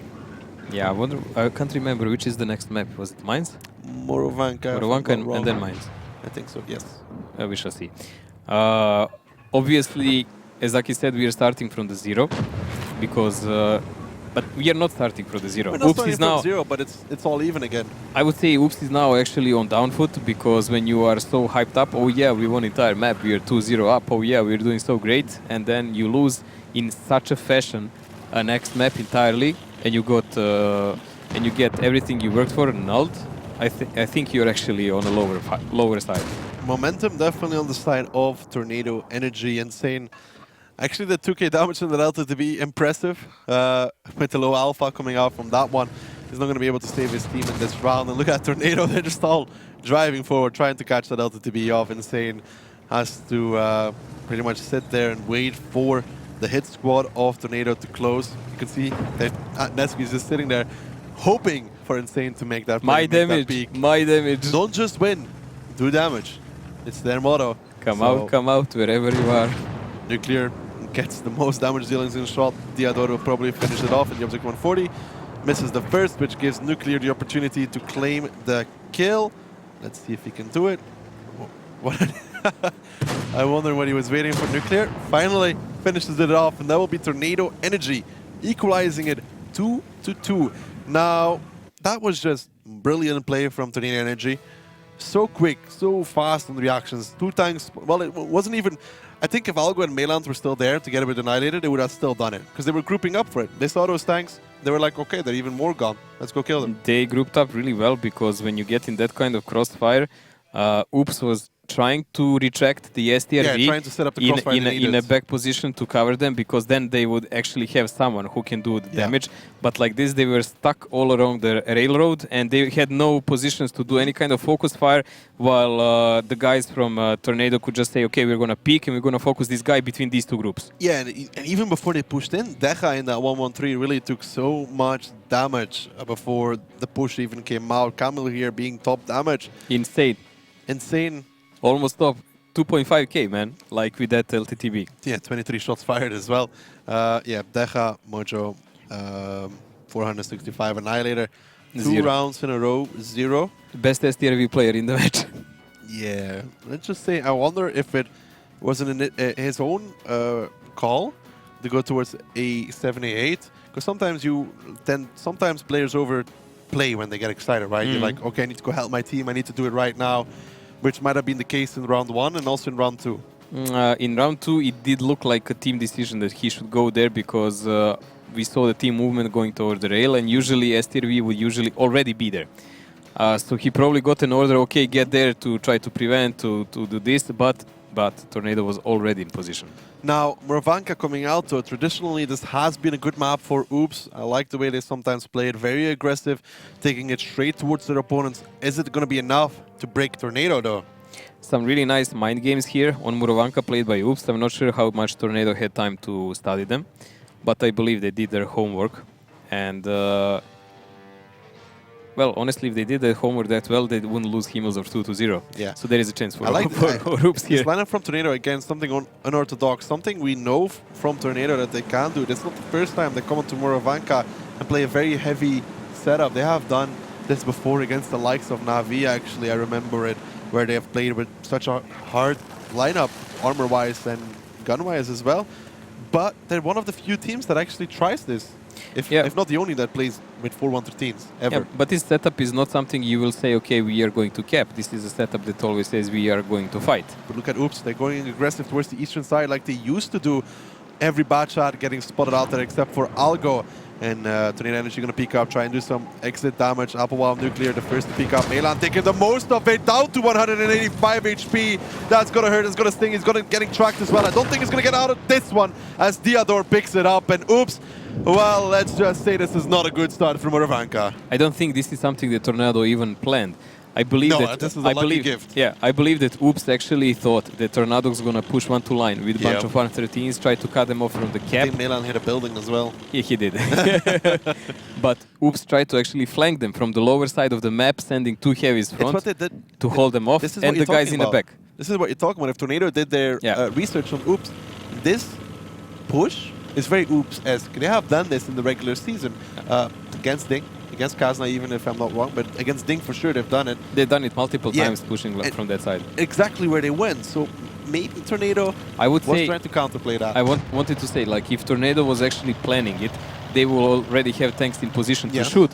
But the first medium tank, which was actually really unusual, one spotting Object 416, when he saw them, he just in panic ran away, and everyone was, oh, there are mediums here. Go up and shoot. Go up and shoot. Go up and shoot, and they did just that. Melan not only hitting the building, also getting tracked and then getting removed. Now Nesqui, look at his equipment. Camo net, obviously the 416 has great camo value. With a camo net, obviously making it even harder to spot him. He will get on that cap, and once he does, they shall drive right on top of him, and they might still not find him. If anyone is wondering, guys, why Object 416 from the Tornado side, we used to play that. We used to call that tank when we played Tier 8 ESL before a pancake. Pancake, yeah. Because it's really flat. It looks like something put a tank under a press, and that went out. It's like a mouse drove over an Object 140, and the turret moved and that's what you back. get. and the tank cannot rotate the turret all the way, but it doesn't matter. It has really huge penetration for the tier. It shoots heat ammo and around 320 alpha, really accurate gun also. Let's just see what is happening here though. Kamil, Algo, Deja, the roaming squad trying to find Griffon. Griffon is on the move though. The timing coming out from him is pretty damn beautiful, but he stopped there for a second. It's actually really bad timing because he will die. He stopped. And no one can actually help him. Yeah, Griffon getting pounced on. A lot of damage being done towards Kamil and Algo though, but Griffon goes down. He stopped there for a second. I thought he was going to keep running, but then he saw shots. Honestly, the biggest mistake he did because he wasn't actually spotting from A6 because that is where his team could help him. But look at this. Now there is a crossfire coming in from Oops. Yeah, but Server's under a lot of pressure, but so is Oops Mojo. If somebody needs to go spot this cap rather quickly, 24 seconds remain until the base is captured for the side of Tornado. Server is going to go down here towards Deja. This evens the game, but 17 seconds left. Oops is going to have to put everything to get this reset. It's near you, and it's Nesqui and the cap, the two tanks that are probably the hardest to spot, that STRV and that 416. 8 seconds left, and Miloš is making a run for it. He's going to have to spot it out rather quickly. 5 seconds, Nesqui gets spotted out. The reset comes in, Nesqui goes down as well, and that is Oops actually recovering. It's 4v6, Mojo. It's more than recovery. Actually, this was a free gift by Griffon there, and it's maybe even a round for them. It's still not done, but the position and number of the tanks is actually going well for the Oops side. Much better than for the Tornado. Especially with Kamil clipping out on towards Apo and Miloš holding on as much as he can, doing the damage towards near you, and this is where the 113s are struggling. They don't have that burst damage to take down tanks like the side of Oops is doing. They still have a lot of HP remaining though. Miloš a one-shot, Deja a one-shot, Algo not very much better. So it's not over just yet, especially with Miloš going down. And don't forget, Mojo, most of the HP here for the side of Oops is on Annihilator, a mouse very far out of the game. Also an Insane, who is a tier 9 medium and can be really... And is alone. Yeah, and he can be a really important rotation vehicle. Like Diodor and Nuclear are trying to cut him out because if they oh, he's tracked. This is so bad. Diodor is waiting for the secondary track shot when he realizes Insane does not have a repair kit available. This tier 9 bad is getting caught out and he is going to be removed by Diodor. There we go. That is very important, Mojo. That is the thing. If he got out, they could have probably won that round, but now with him going down, I think he was a little bit slow running away. The rest of his team, Unbelievable. I was about to say, like, if if he went away. Oops doesn't allow Tornado to consolidate, to play as a unit of 3 tanks that have a lot of HP and armor, they have the game because they had 6 guns. I feel like Insane took a long time to run away though, because Camille, Algo, Deja were already No one was gone- in position. gone to the wind. No one in position to But help him. they were so low HP, they decided to get out, which I guess is the right decision to make. But why was Insane still there, hanging around, hanging about? He's a stubborn person. Perhaps, but it's going to cost his team in this one. Now they need to utilize that HP of the mouse. Now, I'd say the issue for them is that STRV. STRV can punch through him like a machine gun. Still, they have one thing going for them. All those low HP tanks are mediums, so they can rotate really fast around the map and maybe create some additional crossfire. But the problem is they can actually not take any brunt damage forward, and that mouse seems like a lot of HP, but if they realize they're getting flanked, these heavy tanks here just push and do same like Deja did to the mouse on Himmelsdorf. Yeah, let's just say an STRV with 2 113s. Niall's going to lose about 60% of that HP in the first volley, and then the STRV will just cut through him like a hot knife through butter. Diador and Nuclear are going through the A line together with Near You. I think this is the correct decision from the side of Tornado. Yeah, why not? They're completely unspotted. No one has seen them last minute and a half, I would say even. And Oops doesn't really know from which side will they come. They can just guess. They can probably guess, okay, I think they're guessing they will go for the position where Annihilator is. They will try to proxy it with one of the heavy tanks, and that's why they actually put Nile there. Now, Annihilator, how effective can he actually be in this round? The same with Algo. Algo in that position over there. If Diador or Nuclear spots out Annihilator, that STRV will set up. Here we go. Diador spots him out. Now this STRV will set up and start pinging away at him. What can Annihilator do? Well, preferably not sit on the top of the hill and aim with the side. Against Diador is it's not helping. It's not a win for him. No, Diador is a guy who can take damage here. If he actually managed to do a shot on Nuclear or Near You, that would make any sense. But trading 1-for-1 with Diador, when you're the only tank who can take any shots in your team, definitely doesn't work. Now Diador is going to be getting on towards this capture. Nuclear right behind him. Near You set up a little bit further. C1 covering the flank and also covering on towards the position of Annihilator. Diador is so aggressive here. Well, there is 2 minutes 20 seconds. Diador is actually going to make the peek. Can get the shot. Yes, 399 on towards Annihilator. It's a risky peek, but nobody ready to punish. Oh, look at this. Like the side shot from Algo came. I believe Niall was actually waiting for that, but that never came. And Algo is not really playing it out to the best here. Diador again coming for a re-peek, does another 474 on towards Annihilator. Like you said, Algo trying to make that play, but Diador is in a little bit of a hold-down position towards that. If he just stays on the Look, gap, the STRV. Algo can't really shoot him. STRV is closing in. He might even charge on Algo in some moment. We'll have to see about that. Nuclear Diador on the cap right now, holding it off. Near You is actually pushing forward, like you said, Mojo, on towards that one. Nuclear peeks out on towards Annihilator, does not get the connection. Diador might, or Near You in the meantime picks up Algo. Nuclear and Diador making the play. Now Deja also trying to, but Near You picks up Annihilator and it's all falling to pieces. He might even get Deja, but no, just about surviving there. But what does Oops do? How do they win this round? Camille goes guns blazing from some angle, unspotted, and resets everything in the last moment. Ooh, nice shot there though from Camille, pushing that capture back towards 30 seconds. But there's 2 tanks on that. Near You has the possibility to roam around the map, and he will do exactly that. Nuclear gets resetted as well. That brings it back to 40 seconds. Now they need to be careful. Camille gets the first one towards Near You, can get the second as well. This makes him in 1 shot. Camille has 2 shots available. He needs 1 for Near You and 1 for a reset. Deja, arguably, he won't can be able to actually get the reset. he can win a round if he manages to pick up Near You and one of the heavy tanks. He can actually win the round. Gets a shot. He picks up Diador. 1 minute and 10 seconds remain on the gap. Now Deja needs to get out of there. If Near You picks up this shot, then it would have been. This should be a win for Oops. Near You needs to chase down Deja. 23 seconds he has. If he can get this kill though, Deja's on the run. Can he get it? Near You is lining it up in the STRV. He gets it! Near You picks it up, and it will be Tornado 3-2. Woo! Saved by the bell. Tornado would actually have to say here. This reminds me so much on a match that Oops played against Ding. If you remember, Season 1 finals, when Oops played to their best, it was like a tiebreaker game. I'm going to throw it out there. I'm going to put it out there. The only way to win that round was through Kamil, like we identified. I don't even know why Deja is still there. Honestly. I don't know. Him being there gives them actually an option to win that round. I don't even know why he's running away, honestly. If he just stayed behind that slope, I think he has a better chance of surviving than this. You're running away from an STRV. Arguably, near you, one of the world's best players is not going to miss that shot, is he? No, if he faded, he would have a chance if he was behind some rubble, but he was scared that 113. He was scared because he was too close that 113 will just catch up to him and kill him in the last seconds anyways. So that was a real danger there. I feel like they should have put all their eggs on towards Kamil and Deja to run away. If they were going to win that round, Kamil had to do it. I really don't like Deja being there. It's like, he's a one-shot. They know where he is. He's not going to be able to peek over and make the play. Kamil has to do it. He's a two-shot in HP.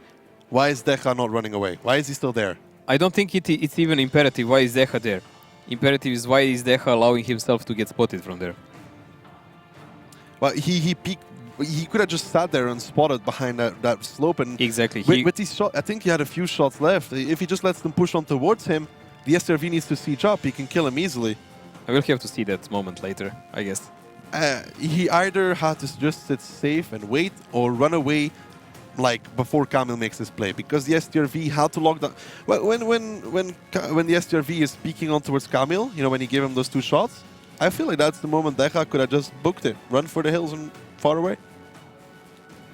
I don't know. It's already impressive. Oops managed to get this close in a round. This game was handed over, taken from the team to team several times. Yeah. From the start when Malen died to the moment where they killed Griffon to the moment when Insane Insane died. misplays though still from Oops, like.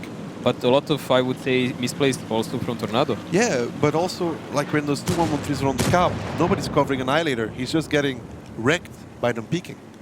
Yeah, he was expecting he has a cover from Algo in the side. Algo didn't even see the 113 Kamil wasn't covering coming. either. I think Kamil was just waiting to go from another side. Well, Oops going to be down in this one, 3-2 in favor of Tornado, but it's one hell of a match so far, going all the way down to the wire. But now Mojo, let's get back in towards this one. Lineups, double mouse, E50, triple bad shot, well, quadruple bad shot for the side of Oops. Two baby bad shots, two bigger bad shots. What do you make of this lineup? I'm really interesting to see how long will actually that STRV sit in that K-line position. We already established once anyone comes from the lower He's side. A spotter. 12T is the spotter. No, he's a secondary spotter. But what if someone comes and starts shooting? He can bounce every single shot from bad shots. That's why you put an STRV there. Only Mouses will actually punch through that armor. He's a secondary spotter. He can even shoot from there, but I'm guessing he's spotting as well. He's rotating his whole lot for a spotter. I can see the arrows on the map. Yeah, but obviously that Camonat stays active no matter what, if he has one. You see there is a rotation going on from Oops toward the upper side of the map, but that is definitely the part of the map that is defended by far the best by Tornado, because these two mouse tanks will be shot by STRV in a flank, and they cannot really push with these three bad shots without heavy punishment. No. Nice shot there though from, I think it was Nuclear. Yeah, it was Nuclear on towards Annihilator. Initial damage on towards that tank. Obviously it feels like, you know, you take one shot on the mouse. Oof. Take one, take two more. This is already 3 shots. I would say he doesn't have that many. 4. He's below 50% HP. It's already not worth it. Deja taking now some as well. Annihilator pretty low HP, but this is the play though. It's the distraction one. 2-line play coming out. Diador is on the reload, and nobody from Tornado seems to be covering. Diador on the run, on the move, trying to get away there. Insane gets the first connection on towards him. Algo takes actually some damage. Diador trying to survive. Is he going to get away though? I think he's tracked as well. He's going to go down rather quickly, and now the tanks from moves need to survive. Actually, I'd say this trade, damage on the mouse for a tier 10 Batman is definitely worth it for the side of Oops. That STRV needs to kick in the action here for Tornado, because unless he does, his teammates may be in a deep problem. So far, still HP in the favor of Tornado though, but Oops, it's only 1 point something K that can be dealt with. And that 1K is on Nesquik, and Oops has 2 to 9s. Yeah, and also let's not forget one more thing. Oops has all 7 guys in a team now, and Tornado doesn't. So now, what is Oops' next move here? Because obviously Algo and Sane can't really leave. Kamil is going to get out of there. Might take some damage along the way. No, actually for free. Very rarely you see a Bacha being able to run away from that position for free. Algo rather lucky there not to take any damage. I would say more than lucky, but still. Oops needs to pull away gradually from these positions here. I don't think they can actually brawl out with Tornado. This Tornado has a lot of HP on the key tanks like E-Server with 1-on-3 and Nuclear on a mouse. So they can do a lot of pressure and then follow it up with STP from the cooldown position and so on. Kamil now coming back in towards the cap server. Peeks out, does not find an angle towards the near you. Has relocated now though Mojo. He is coming towards J1, but in the meantime, Nesqui has made it all the way over towards that eastern side. He could get a reset on Milosh if he gets spotted out. Oh, look at those two around that mouse. What a picture to see. Applebow taking some more damage here, but the cap will not be an issue because they can reset it. But once the reset comes in, these mediums will push out.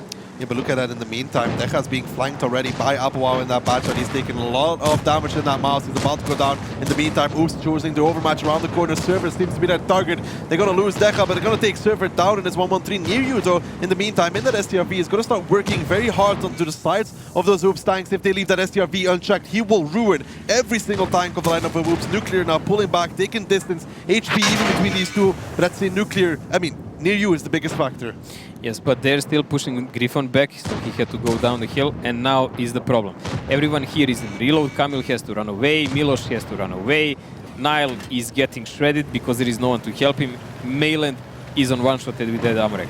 So not going well for them, not well at all. The HP looks the same, but actually the upper hand is with Tornado now. Neyu peeks over, picks up Annihilated at STRV, left alive in 1-2 line as Kamil tries to get over there. He gets completely removed. Apowow chiming in there together with Nuclear, another tank down. And yes, like you said, the HP might be even, but positional advantage completely with the side of Tornado. Oops, picking up the first 2, but Tornado looking to pick up the next 4.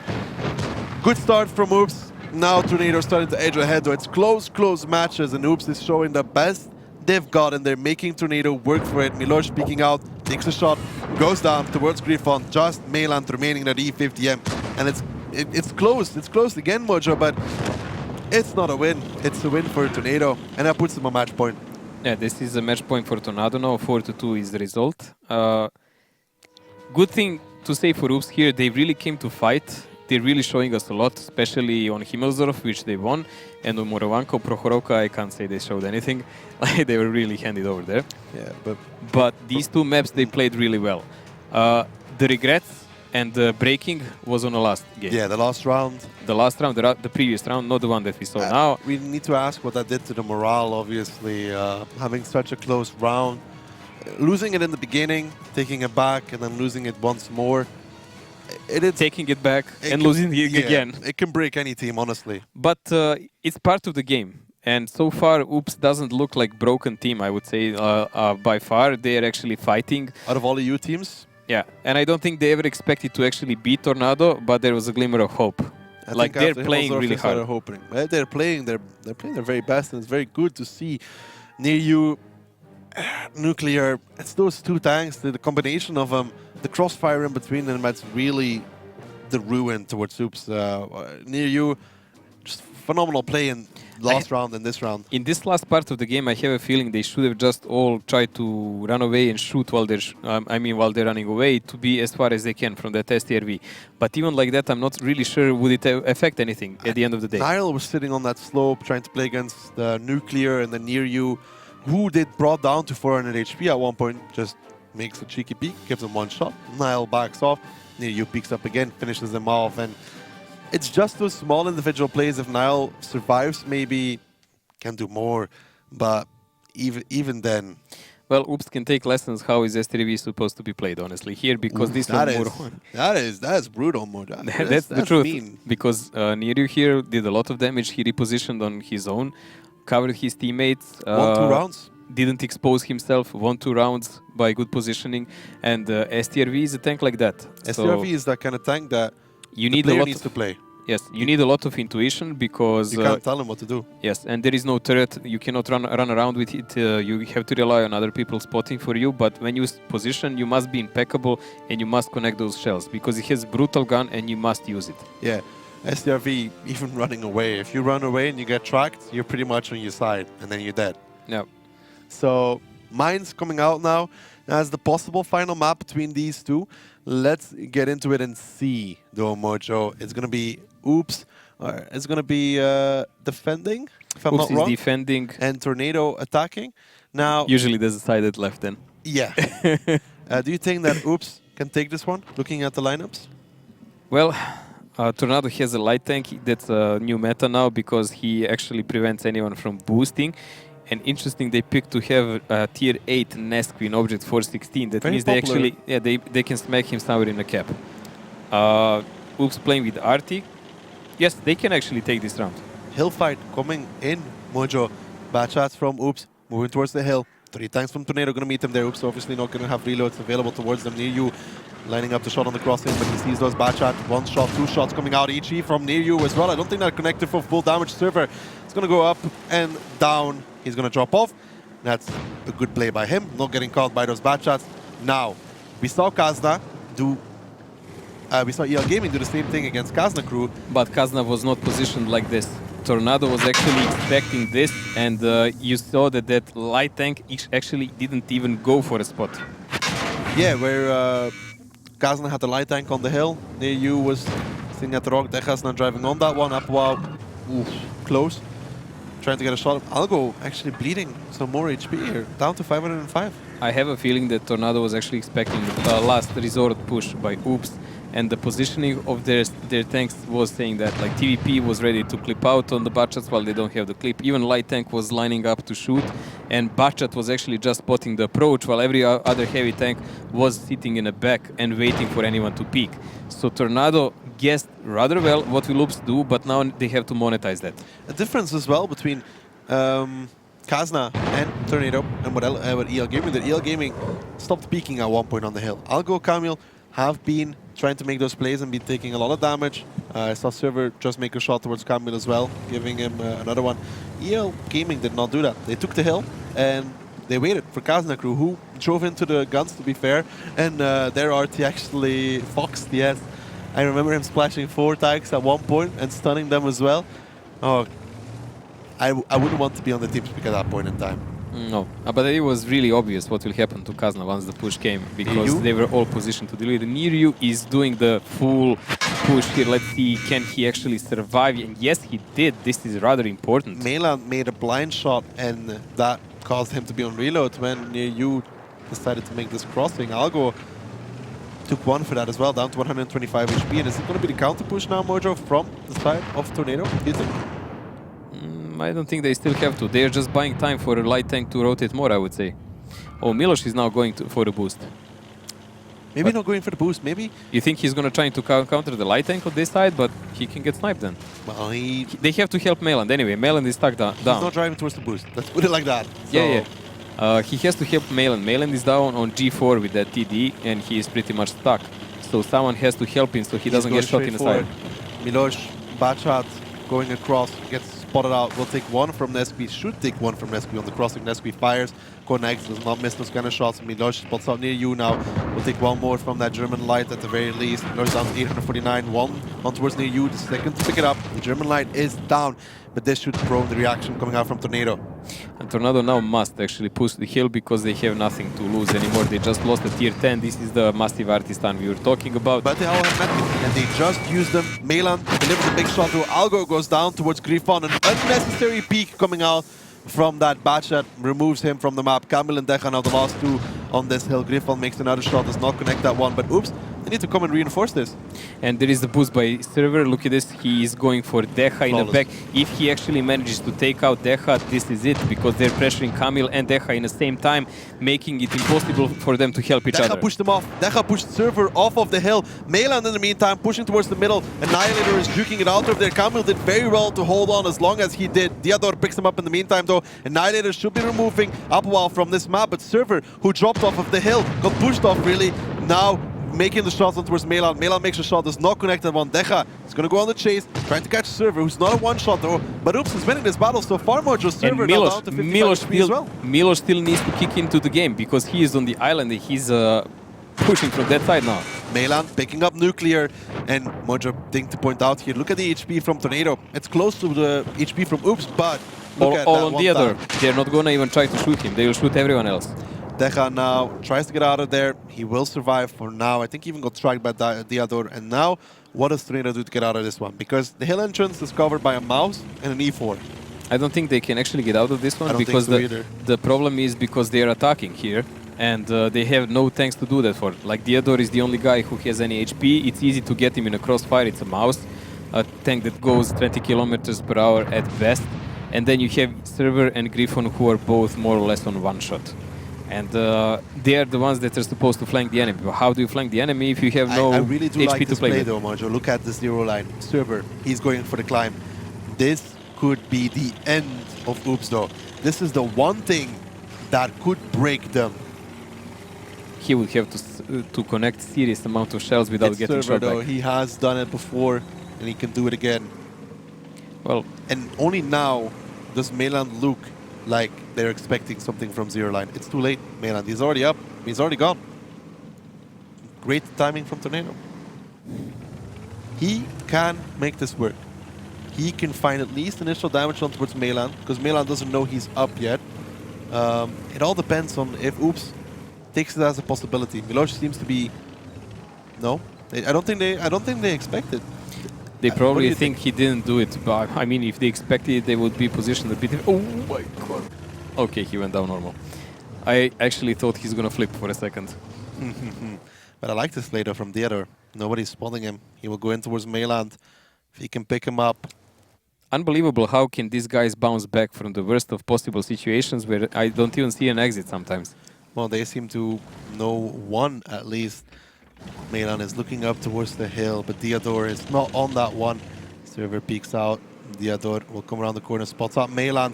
Actually, that was not done by Diador. That was done by Server, I think it was. Or Diador saw part of the tank where Melan couldn't spot with, but it doesn't matter. All that matters is Melan is spotted. He does not know who spotted him. It was Server, though. For sure I think he's Server. guessing that someone is up. Server needs to be careful when playing over here. Oh, now he sees a mouse. But Server has a lineup against him. Server is spotted to Melan. No, it's Milos from the back lines. Picks that one up. I don't know if that play was worth it. No, definitely not, because he shouldn't give up his position so early. Now he's left Griffon and Diador alone to deal with all of these tanks. It's just not going to work out. Yeah, Server was the only option they had in towards this round. This leaves Milos now to get on towards the side of Diador in that mouse. He has 4 shots available towards him. Diador needs 4 shots to kill off Melan and Annihilator. Melan will peek out in a second as well in that E4, deliver a massive blow towards that mouse as we predicted. A lot of damage there. Server dying there, really. I don't know. I feel like they should have counted on Diador making the 1v1. Well, thankfully for his mistake, we can actually watch at least one more game here and maybe even more. Mojo, I remember saying I predicted 5-4. I just want to point that out. As Melan picks up the last kill, it will be Oops taking back a round here against Tornado Energy. So the streak has been ended. Oops picks up a round, makes it 4-3. Now, I said 5-3, so if there is a win here for Tornado... Well, it should have been already 4 for Oops, so, you know. It's also a possibility. It definitely is. I think if there's it's going to be hard because they need to attack now. The thing is, what kind of defense is Tornado going to bring out here on their defensive round on mines? I feel in this situation, they're playing for a lot right now. They are playing for the quarterfinals. Obviously, if they get #1 of the group, that means that they will be going on the other side of... It's going to be Ding and Navi deciding. Yep. Well, actually... They still need to play. That's a funny story you put out. If Tornado would lose this match, how serious is Navi going to play against Ding? Because then, if Navi loses against Ding, they'd still be on the other side of the bracket of Tornado. I don't want to see a throw match. I'm not saying throw match. I'm saying how serious they would be playing. Well, if you don't play to your fullest, it's not a good match. So that's not something we see. I'm just saying, if Tornado loses this, it's I up don't to think Navi wants to play a Tornado before finals. I don't think I think so they will avoid them by far. So Navi has actually control of what happens. Not Navi, Ding and Navi also. Yeah, obviously, but you know. Still, we need to see what's going to happen in this game, because this game is This is decided. so funny, by the way. If Tornado loses this game and they end up in the other side of the bracket where we expect them, and Ding wins against Navi, then Ding would still be playing against Tornado, I guess. Yeah, I think they would be. But for that to happen, Oops needs to pick 2 more rounds, win 2 more rounds, and they have to attack. Now, talking about Tornado's defense, what do you expect? I need to see what tanks they have. Let's see. Oh, okay. This is a super heavy camp with a light tank. But look at Oops. Oops. Let me see. 4 mouses. 1, 2, 3, 4. It looks like they were actually expecting this, and they have an arty on top of all of that. Wow, this is something like the game that, if you remember, before Utopia played long time ago. Similar start here from Tornado as from Ding. Was it Ding? Yeah, it was Ding who sent Breakneck in the T100 light tank. We've seen a defense like this, which Tornado is playing now. Budget climbing up, light tank spotting the left side, so he cannot get annihilated while he's going to spot. And then you have E4s and a mouse as an anchor. But I've seen it broken. I've seen defense like this broken. Yeah, Ding had a sort of similar defense, really, as this one, positional-wise, right? Breakneck was also on that H2 position. What Ding did not have is zero line, which Tornado does have. It was broken from the village side. That's the combined push from the village and from the hill. Ding also broke a defense with a similar lineup as the one as Oops had. They also had 4 mouses, I think it was. And they pushed 2 of them across the 3-4 line and 2 of them across 9-0 line to pincer the guy below. And they the lost hill. the game in the same game in the next game. Yes. Against the same tactic. Yeah, with slightly different tanks. Yes. So let's see. Well, near you being up on that climb though, it's something Oops can expect, to be honest. There we have actually seen defenses being broken even with that tank up there. It makes it a little bit harder, but it's not impossible whatsoever. Well, at the moment it doesn't really look like Tornado gives a damn about what is Oops going to play. They took their position and they're waiting to see someone. That someone is obviously going to be someone on the island, but... What is Algo doing there? Algo is a mouse. Oh, we've seen that in a European region, if you remember, they were pushing. It didn't work that well because he's going to try to attract the shells of E4s, and then Budget and TVP should push and try to win that side of the map. If they win that side of the map, then they have an opening. We have seen this push work, Mojo, but it was more with 2 mouses, actually, if I'm not wrong. Yeah, it was a lot of luck also. It was Tornado Energy, actually, I think, if I'm not wrong, at the season finals, doing it with 2 mouses, and they managed to break it that way. But 1 mouse, not seen that one yet. Also, there is a huge problem with this kind of push. Like, they have a Budget and TVP. TVP is a tall tank, it's easily targeted, and Budget, if Budget falls, he's the only real rotation tank they can use. If he is gone, they are stuck with mouses.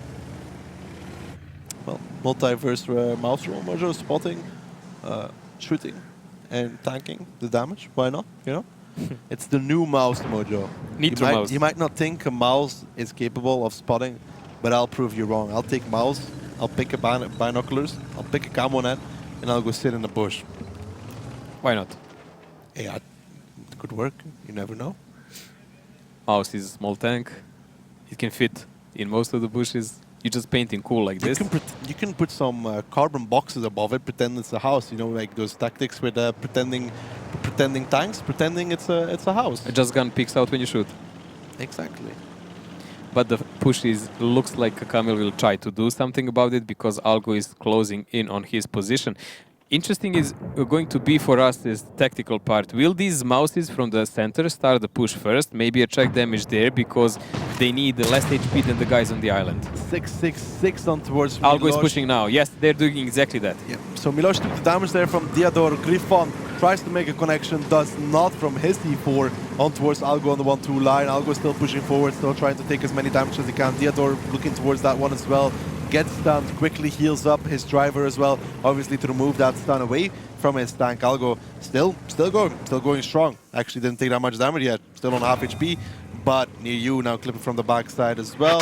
Gets another connection, puts him below half, well below it actually. Oof, one more. I don't think he needed to take this one. Yeah, that was over-angling. But what do they do from this point on? Algo takes another one. Now these mouses are starting to push from the middle. Diador is going to line it up on towards Milosh. Where is the support from the side of Oops? Milosh is getting shredded in his mouse. Now the Bachelor is starting to cross, but they've taken so much damage already on towards their main battle tanks. Algo is on a one-shot. Mailand and Camille are starting to push down here. Apo is actually coming from behind. He's full HP and the T100 Light. He can actually take a TVP clip, but some support comes in. Apo goes down, but Oops is still down in HP. And can they make this work, Mojo? 2000 HP down, and what we need to watch for is Niryu rotating around the hill, and he will be followed by Server. So when they get in the crossfire, when they start crossfiring those mouses, I think the game will be pretty much done. Server is now also starting to make his way around near you. He's actually not driving straight behind him, Mojo. He's making the climb. Now this is an angle that Oops will not see coming. This is a smart play, this is a great play, and this is honestly what makes Tornado such a strong team. There we go, near you up on the hill. Milosh is his first target, focusing the weak. Now Annihilator has to swing his third, while Server is 1v1ing with Decha. Decha is fighting with Server. Annihilator with near you, and the damage from Tornado Energy is severe.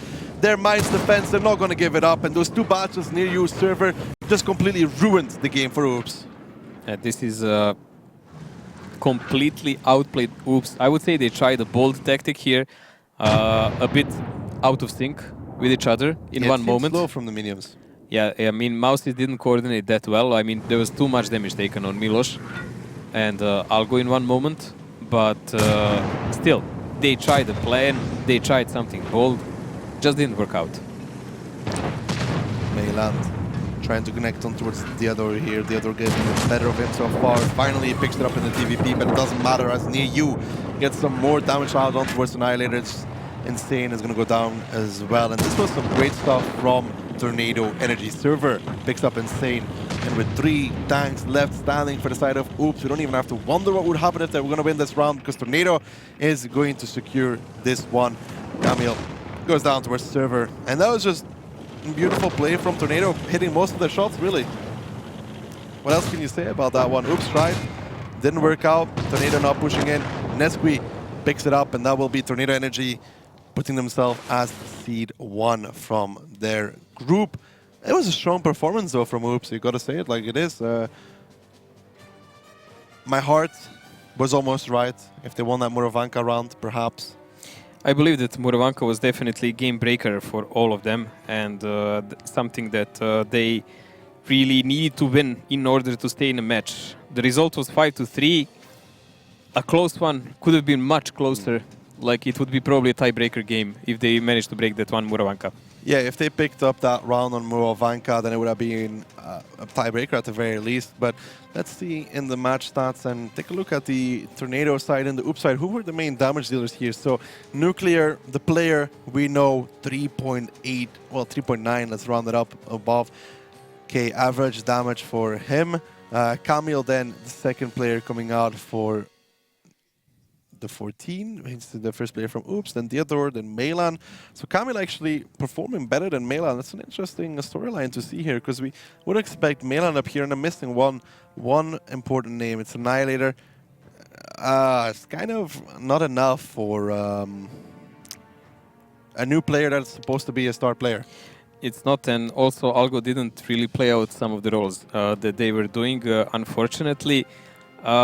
I would say Decha actually stepped up quite a lot compared to the season. I've seen some of the solo plays he did. This is really important for a team, that you have a guy who can take some kind of advancement on his own, and he can just take in some action. We've seen him like soloing Mouse, drop down from the hill, do some solo moves that were really important for his team at those moments.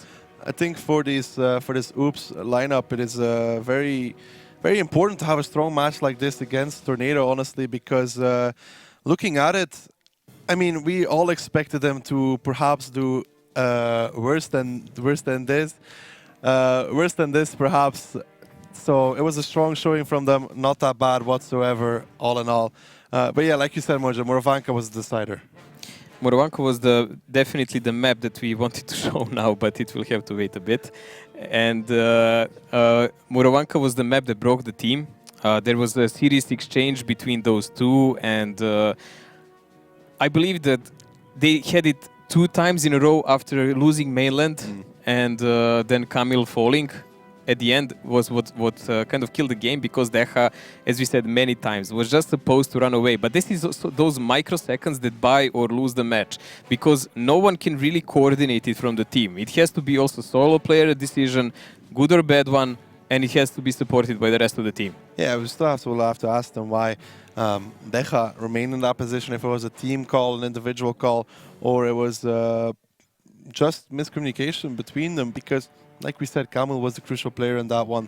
Deja didn't really was able to do much. So for Oops, that's a strong match. It kind of shows what we expected from them during the season. It's much better than before. They were obviously already going through towards the main event on Saturday and Sunday. This match determined the seeding. Now, with Tornado Energy picking up this win against Oops, this tells us another thing. This tells us that Tornado Energy is going to be playing against the loser between Navi and Ding. So if Ding lose the match against Navi, then they will be playing against Tornado Energy. Now, this is something Ding wants to avoid at all costs, honestly.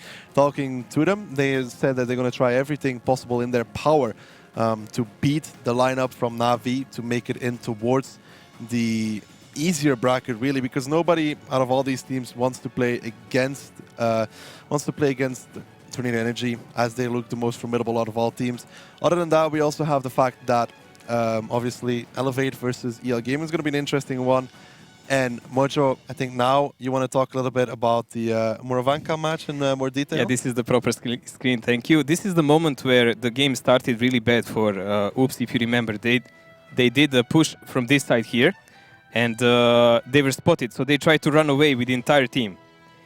This is Mayland here, getting caught and shot by entire team, stuck in a building. Well, Mayland's a little bit more east, Mojo, but close enough.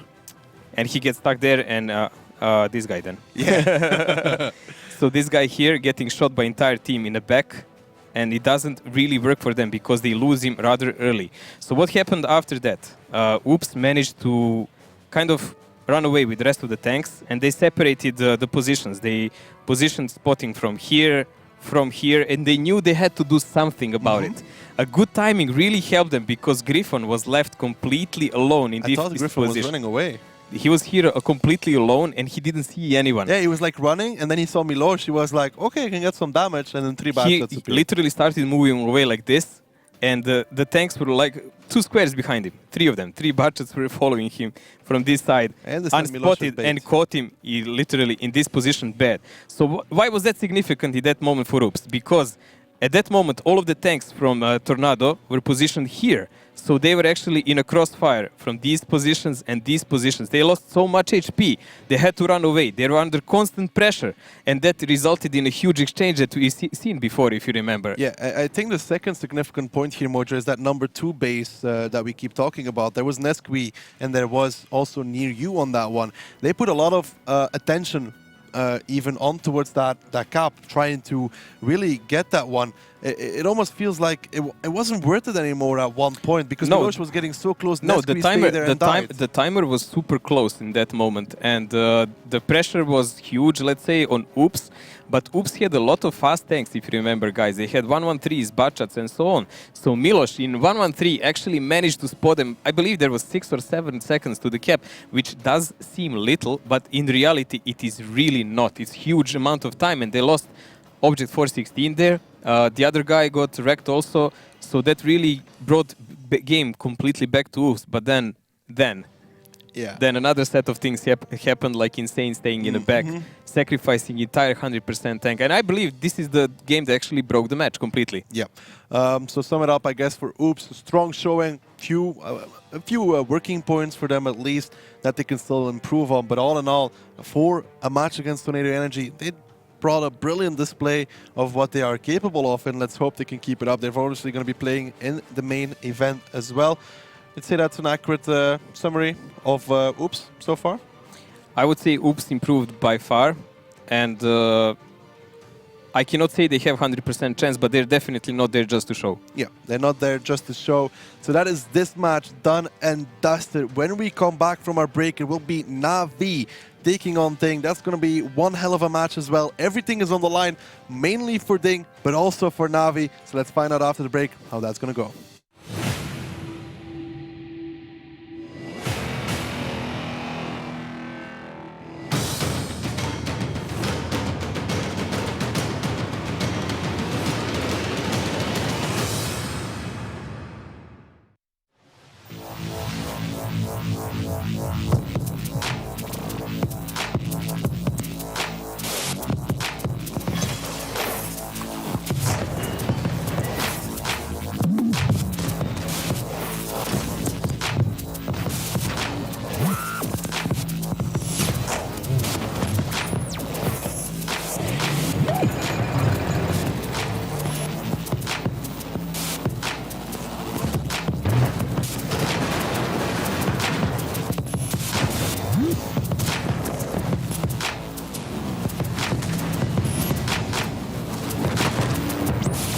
Chrysler Grand Final.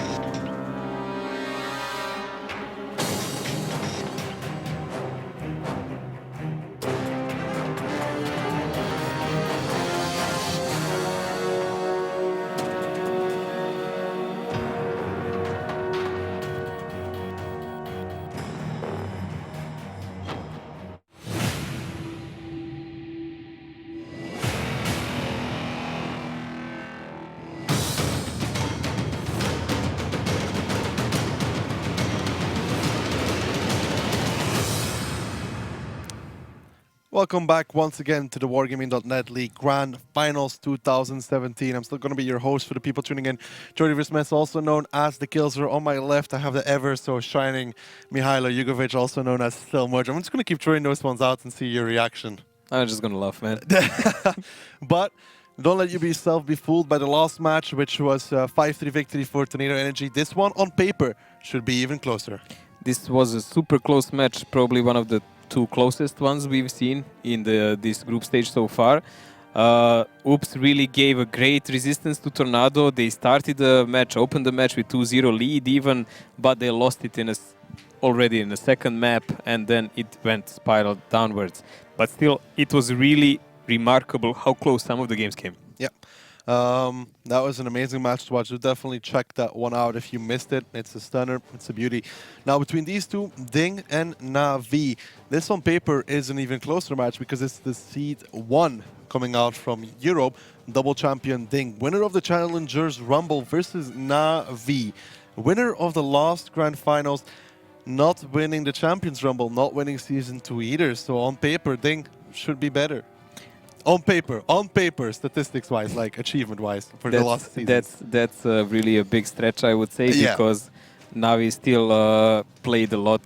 They won the last Grand Finals, as example. They won first season in CIS, and they were second only to Tornado in a second season finals that we already mentioned. That was really something, a display of Tornado's brutal superiority in offlines. I cannot say that Ding is here definitely a team that has no chance against them, but by tradition so far, Navi or Tornado were always the better ones. Yeah, even spanning back across the era of Koreeds and Breakneck in Wombats on Virtus Pro, Navi always getting the better of them at every single Grand Final as well. So I believe the last time I really saw a close match between those when in the time of Virtus Pro, when Koritz was there, who is now a leader of Ding. That's why we are mentioning this, and a couple of more players from Ding over there. Was Grand Final 1 when they played Navi in the finals. Even on Grand Finals 2, though, it was rather close, but always edging ahead. I can never forget that on Grand Finals 2, Navi was not in a full setup. That's true. They had Angel Killer. That's always a weakness. That's always a weakness. That's a CS caster here. I mean, it's not his fault, but still, it's not 7 guys you play all the time with. It's a replacement that came 1 or 2 weeks before the Grand Finals. So no matter how good player he is, it will always be a factor, especially when you meet someone who played the entire season together, like in that case, Hellraisers or Tornado now. Yeah, that's very true. But Mojo, before we continue breaking down these teams, a lot of these people watching the stream right now might not be familiar with Team Ding. So I think it's fair to say we should take a look at the introduction video and get to know them a little bit better.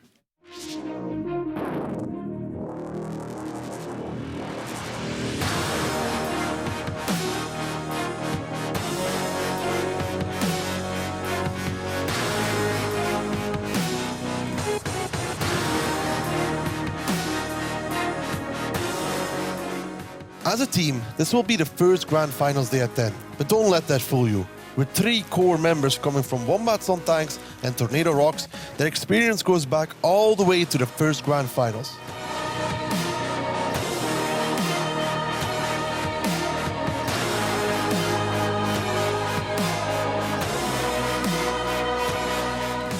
Ding managed to win both Season 1 and Season 2, and also the Challengers Rumble. The loss versus Tornado Energy at the Champions Rumble was a learning experience, and they look to do better the second time around with a stronger and more experienced lineup.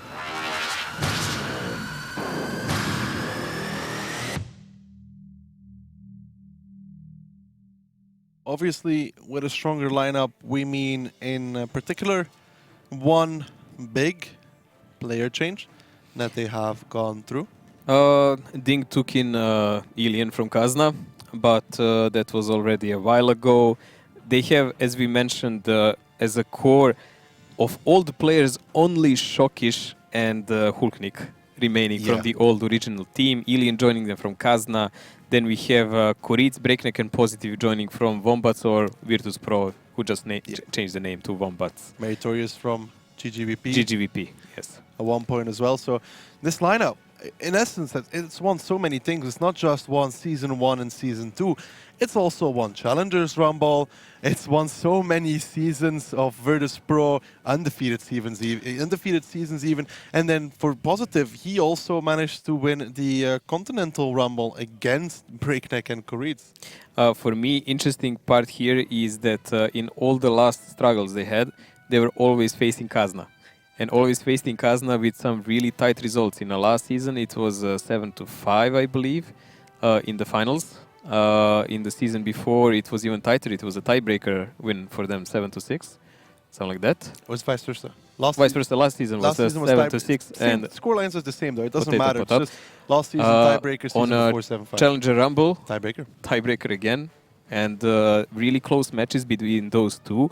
But we could see so far Kazna slipping by far on this tournament, and it just remains to be. I think they've fallen even.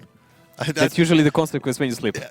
Sometimes you can recover though. Kazna, you could say slipped. They have one more match to play in a quarterfinal, so it's do or die moment. True, but they slipped a little bit against Yato, and I think they fell against EL Gaming. Quite. Ding so far, they were doing well. They played Brainstorm 5-2. Decent match for them, but it's not. Is it enough though? It's not like convincing like Navi. That's what I wanna talk about before we go into Navi. Ding playing against Brainstorm, it was much closer than many of us expected, especially after the dominance Navi showed against Brainstorm. Now that wasn't close in the slightest. I'm actually quite surprised how many matches ended up here. I mean, we gather here pretty much the best teams that you can gather from all the regions. And some of the matches ending up in 5-0 are quite shocking to me, to say the least. Yeah, very, very shocking. Now, Mojo, before we continue talking about Navi, as with Ding, a lot of people not going to be familiar with the team, with their achievements even, at least on the EU side. So let's take a look at their video as well and get a little bit more info about them.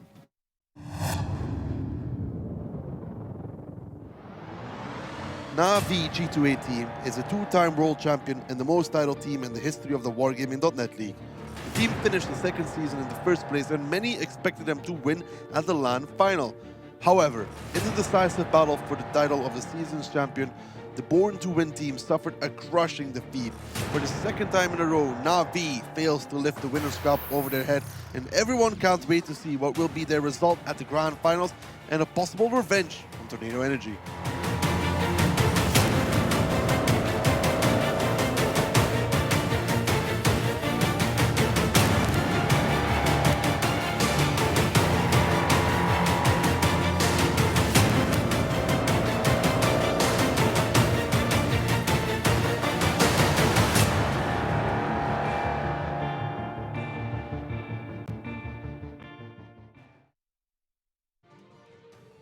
Many didn't need an introduction to some I might have, but this lineup is the most accomplished lineup that has ever been achieved or assembled in World of Tanks. They simply do not change their players. They don't have to. The only change came when the old format 742, when you had still two tier 1 tanks with tier 8s combined played. Deluxe became their manager, and Eclipse is working actually with us in ESL as an admin. Yeah. Navi traveled 1/6 of the distance of the moon, and luckily enough, they didn't have to fight against Eclipse, which, you know, covers the moon. No, it covers the sun. The sun. Okay, that didn't work out. When moon goes around, it covers the sun, and you get an eclipse. Well, we'll just go with it. It's the moon. No one will notice. From now on, it's the moon. But we saw Tornado Energy struggle against Oops. Now, Oops is the third seed coming out of Europe, the team we arguably can, on paper, expect the least of. Now, Ding should be the strongest team coming out of Europe. What can they do against Navi? But we already knew that Oops is really inconvenient team when they play well, because they can surprise their enemies by far. We weren't sure, though. We weren't sure that they were. We are never sure. We just know they can, and they proved us right. Ding, on the other hand, they should be a team that should be able to play like they steadily, without any really big struggle. Now, Mojo, let's get in the map-picking stage between these two teams. Ding is going to get the first ban, Steps gone, even though on paper it is Ding's best map. Definitely, but apparently everyone wants to avoid steps now since the counter boosts are available, and Navi is definitely kind of a team who would be aware of something like that. They're very meticulous in studying their opponents and the possibilities to use on a map. Banning Himmelsdorf, though, Navi, Ding, I've never been such a big fan of their Himmelsdorf. I don't think it's been that good throughout the season. Very stubborn on that A6 position, losing a lot of rounds because of it. But Navi, removing it. Can't say that Navi played it really brilliant either this season. So They did take 2-0 against Brainstorm. yes, but it's Brainstorm and this is Ding. So they obviously have another plan, and that's to play Ghost Town. Ghost Town coming out. That's such a high individual skill map. I definitely feel like Navi is going to have the edge on that one. Morovanka being removed from Ding, I just don't feel like that is a surprise. And steps again? Steps again? It almost feels like that is impossible. But let's not talk about that one, Mojo. We'll just figure it out in the end. Mine's coming in as third map between these two. We have Cliff and Ruinberg missing, so something happened there, I guess.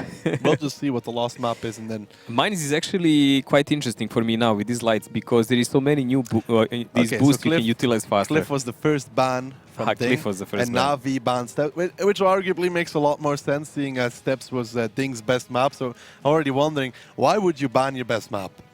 I thought they have some like hidden knowledge what will Navi maybe do, so they were like, okay, let's not do that.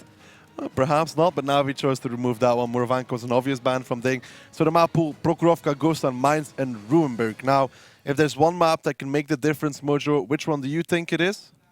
Honestly, in this case, I think it can maybe even come back to the Ruinberg because it's if the match prolongs and Navi has the first defense there.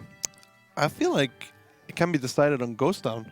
Already? You think that someone can pick up 2 rounds there? I think Navi can pick up 2 rounds on Ghost Town because it's considered as the most individual and team coordination, which Navi should be superior on towards Ding. Yeah, Ding had a good showing. Yes, they won the season finals on that one as well, but individual player skill, we saw Navi against Brainstorm. Brainstorm had the better positions. They still got the better off of them in that one. So individual and team coordination, I think Navi might be a step ahead of Ding there. That's I would say that it will be also very important to see Will Positive play on a level. Like, he was really a hard carry for Ding in previous seasons, and this season he was kind of just slacking. Yeah, just kind of out there. If but he is we've seen there, Shokic step up though. Yeah, but if Positive is on his old level, then Ding has a really good fighting chance. If he just plays like he did most of this season, that's not going to be the Ding we want to see. Now, Mojo, before we go to my favorite Tomato the Lobster prediction segment, what do you think? Because we're not going to, copy the Tomato the Lobster. I believe it's going to be something like 5-3 to Navi. 5-3 to Navi. Well, I'm going to have to go with the European. I really don't care if I'm wrong. 5-3 for Ding, just to be different. They need this a lot as well. 5-3 for Ding. Now let's hear from Tomato the Lobster and see if he's with you or with me. Давай.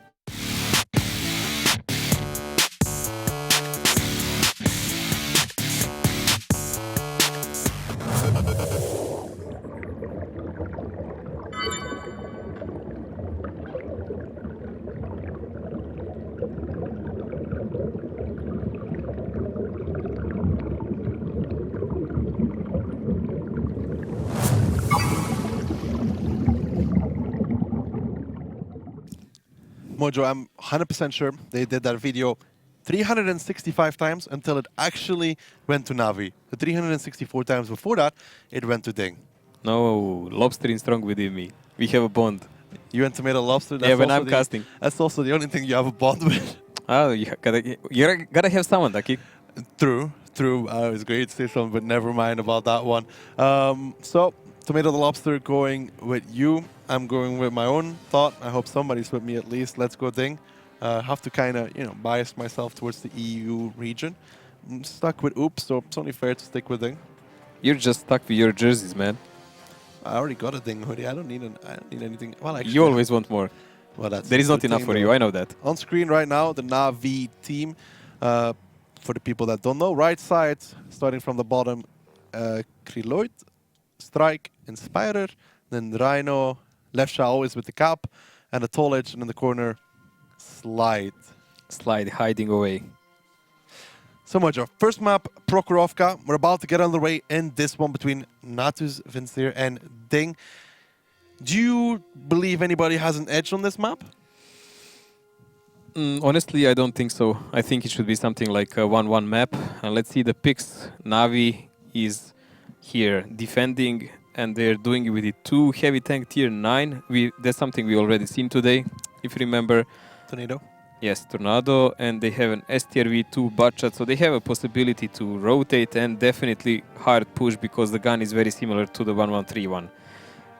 Ding, on the other hand, playing with LTTB like many teams we've seen in attack, spotting with it and heavily connected to the village side, but Navi already has a presence there. Creed's driving across the middle, not really finding anybody. Positive Breakneck.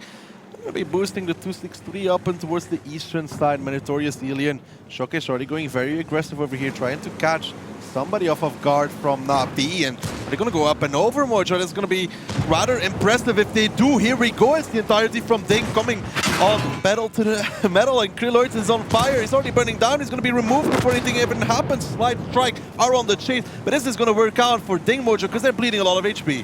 This is actually really brilliant because they managed to take so many of Navi in the start. Rhino will fall now, but there is 4-5 guys of Navi now on almost 100% HP. If they don't manage to find Mary and Ilian, it's gonna be really fast equal. So everybody from Navi has been spotted out. Ding is still trailing in HP. Ilian is on towards a one-shot, so is Meritorious. Ding is going up and over once more. Shockish leading the charge. Positive, everybody's coming back. They're going for round 2. They pick up Strike in his backhand. Slide trying to jump up and over, but is he gonna make it? He's on a one-shot. He looks a little bit stuck. Goritz picks it up in the LTTP, and Ding have even the HP, but the gun in the game, it's 6v3, and what a aggressive start coming out from Ding. Actually really brilliant. They picked up some lessons from EL Gaming here, I would say by far.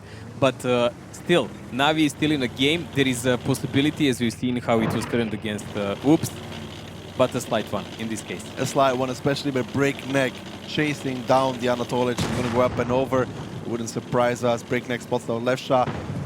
Going to make the peak. Left shot fires. Inspire is firing from the backline as well. Here we go. Breakneck makes the peak. Gets the first one towards Anatolic. We need a few more. 2 more to be exact, actually. This batch is going to clean up this SDRV while Inspire in the backline is taking a lot of damage as well. Breakneck might go down for this, but Hulknick and Positive have enough HP remaining that even if he does, they can close out the game. And what an interesting play from Ding. So aggressive. So brilliant. It was really nice to see. Definitely here, Navi on a brink here. I mean, Levsha with a single shooter, tier 9 heavy, he is on 100% HP, but that's the least important HP on this kind of map. Inspirer is the one that matters here, but he's only on 600. That's too short for anyone in this game, except Koritz. Now, Ding has taken map control as well. You can see Koritz going towards J2, J3, still full HP. And Inspire is spotted. Yeah, Inspire is spotted. Breakneck Positive coming out towards the side. There's no way for Navi to come back in towards this one. No, unless there happens some like consecutive Amorex by Inspirer. You never know. Highly unlikely. And Kill he's spotted Breakneck, again. high roll, Shockish, Koritz is spotted though. Inspirer has all of his shots remaining, but LTTB is in a very annoying spot position even for that bad shot. Connects one down towards him, knocks out Kuritz's gun, but Inspirer is wasting shots on a tier 8 in here as Huknik picks up left shot. Inspirer with it all to do, and I don't think he's going to repeat his performance from Grand Finals 2 on Cliff. There's just too many opponents left and nobody's stuck. So that's going to be Navi not picking up the first round, losing it. This is not what I expected coming in towards this one, Mojo. Ding coming out with the aggressive plays.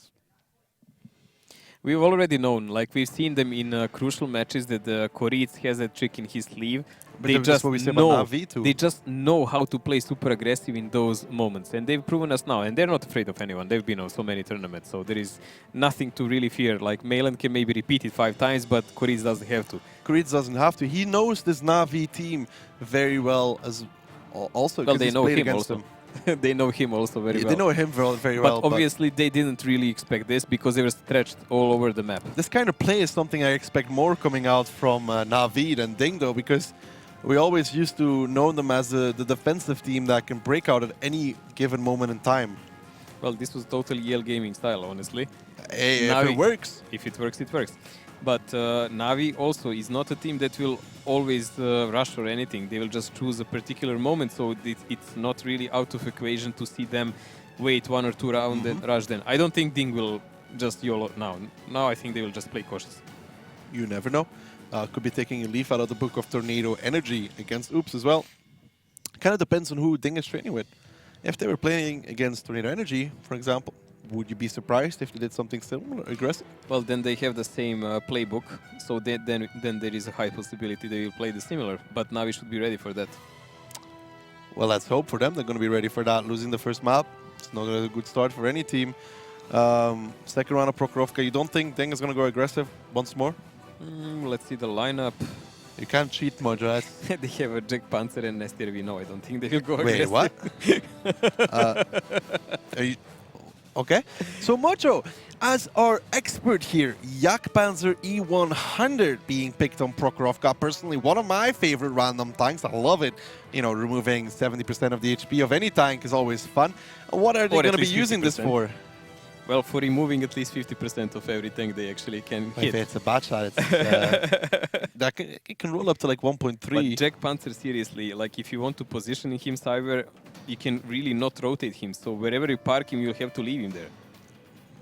I'm fairly certain that is the plan also. So 113 and the Jack Panzer going for the forest. 113 will be a frontal bait and Jack Panzer will annihilate anyone behind. This is a big factor actually in the play now because Navi has to be careful. That hit ammo of Jack Panzer is, as far as I remember, 420 pen. 420, yeah. Exactly. So he can really annihilate even turrets. He set somebody on fire. Yeah, and he can annihilate someone's turret. Like something that would usually not be if he hits these 113s, there's a very good chance he can go through that one. And if he gets annoyed, he can even spam HE. I mean, spam every 20 seconds, but still, he can even do that. It's going to be curious to see if he can connect on towards anybody even. That is the main question. This Yak Panzer needs to get 1 or 2 shots. I think Navi realized this as well. They're not peeking the middle as aggressive as you would expect from an attacker. Probably keeping in mind that Yak Panzer is somewhere out on this map. Yeah, that's a psychological pressure that Navi has. I mean, we've seen use of Yak Panzer mainly on Ghost Gun, if I remember, by GRS. Yeah, and then Danny shot a heat shot into the track of a 113. In one game, he actually played really well in hold-down situation, but then in that other game, he shot a hit shell in check of 113. Danny is a curious person aiming for weak spots with E3s on 50Bs and such, so I don't know if that's the best example of Yak Panzer usage. Well, Danny is a player of Gunrunners, which is the Czech team that played on a European server, but never mind that. Now, this is Navi and Ding. Again, Navi is spread out all over the map, really peculiar, because they're leaving heavy tanks and snipers in background, like VZ, T10, Tier 9. How does Navi break this one? Because you kind of imagine them going aggressive on the eastern side in the beginning of the 9-0 line, where we see Hulknik situated right now, but they did not do that. Now, this STRV is set up in A0. How can they get through this defense from Ding? What do they need to do? I think they're trying first to establish where is Yak Panzer, so they don't get shot. So someone peeking slightly, getting bounced on a turret maybe, and so on, and that will give them info maybe where is the enemy. And they're blind shooting positions where STRV could be on the rail, as example. So if they don't connect anything, they will probably eventually pressure toward the village side, because pressuring toward the forest on unspotted tanks doesn't really work well, and they know it. They need to have at least some kind of info that Ding is split before they commit to something like that. Now, Mojo, this lineup, we already talked about that. We have seen something similar. It was NSS playing it, if I'm not wrong, and they completely decimated their opponent, which was Eclipse. Yes, but Eclipse had only 2 budgets in the forest. They definitely didn't have a Jack Panzer and 113 plus the light spotting. That's what I wanted to ask you about. Now, Ding might pick this Yak Panzer as a play against that lineup as well, because perhaps Navi is training with NSS. Ding got a clue or got a training partner that tried something similar, and this Yak Panzer will give 1 shot to those tanks driving down 1-2 line. If you expect a heavy lineup on a map, Yak Panzer is definitely a good pickup. Because STRV, it gets shredded by those heat ammunition anyways. Yes, and STRV is basically the tank that's mainly used to shred through mediums and really slow tanks like Mouse. But STRV, if you get pushed by a lot of heavy tanks like 113s and so on, he cannot handle that. As soon as you're spotted, you're pretty much dead in that one. Like we've seen in such games, like STRV spotted in that moment dies in seconds. Yeah. So That's an interesting pick. But so far, Krelord, Levsha have backed off from that 1-2 line where they were positioned in the beginning of the game. Now going to be making their way towards the eastern side. Now with Breakneck positive and Hookneck in a triangle of death, if you want to call it like that, is this play going to be sufficient tanks to break through the side? I remember this timing of the game where you go to the half. So 10 minutes is the length of one game, and when you go around the 5 minutes, Americans on Grand Final 1 were calling it a golden middle. Because that's the moment where the team must rotate and go on another side of the map and try something. Look at Left shot taking so much damage already from Positive and Hooknick. Positive finishes him off, and still Hooknick farming from the back lines. Krelord taking a lot in his T10 as well, and this is not really working out so far for the side of Navi. Hooknick is spotted. Look at the tracers coming in towards his position. He's going to make another peek. He needs to be careful because the bad shots are trying to cover Krelord. He actually gets an angle here. Gonna get a shot. There we go. Krelord now Amarakt as well. He loses the spot. He might be able to blind fire him. Don't think so, but the damage has been done. It's already done because Levsha is down. That's one tier 9 less. Kiriloid was on one shot, and it was the third guy also clipping out Breakneck from the rail. And there he is. He's almost reloaded, so he will be able to cover Hulknick and Positive now against any kind of push. And in the meantime, Strike, Spyro pushing towards the middle. Rhino looks to come up and over. Meritorious has a shot available. Now Yak Panzer puts it in towards the tracks of Strike. That's not ideal. Krelord in the meantime goes down. Shockers is going to be the target for the bad shots of Navi, clipping him rather quickly. Breakneck in the meantime has come off of reload, putting the shots in towards the side of those tanks. Positive now coming from the back lines as well. And Navi, they have lost too much to make this play. Meritorious still full HP. And now that Yak Panzer might come into effect. And Ding, with these 5 tanks left, Hulknick relocating as well. Should crossfire Navi in a position where they can't get out of this one. A shot into the back of the turret from Anatolic, maybe a second one on the way out. Anatolic now down to 304 HP. Amoract as well. Meritorious should push in the meantime, and this should be Ding's round, Mojo. This is Ding's round by all means. I mean, unless they do a huge mistake in some moment. I mean, Koritz will molest Anatolic to death here, definitely.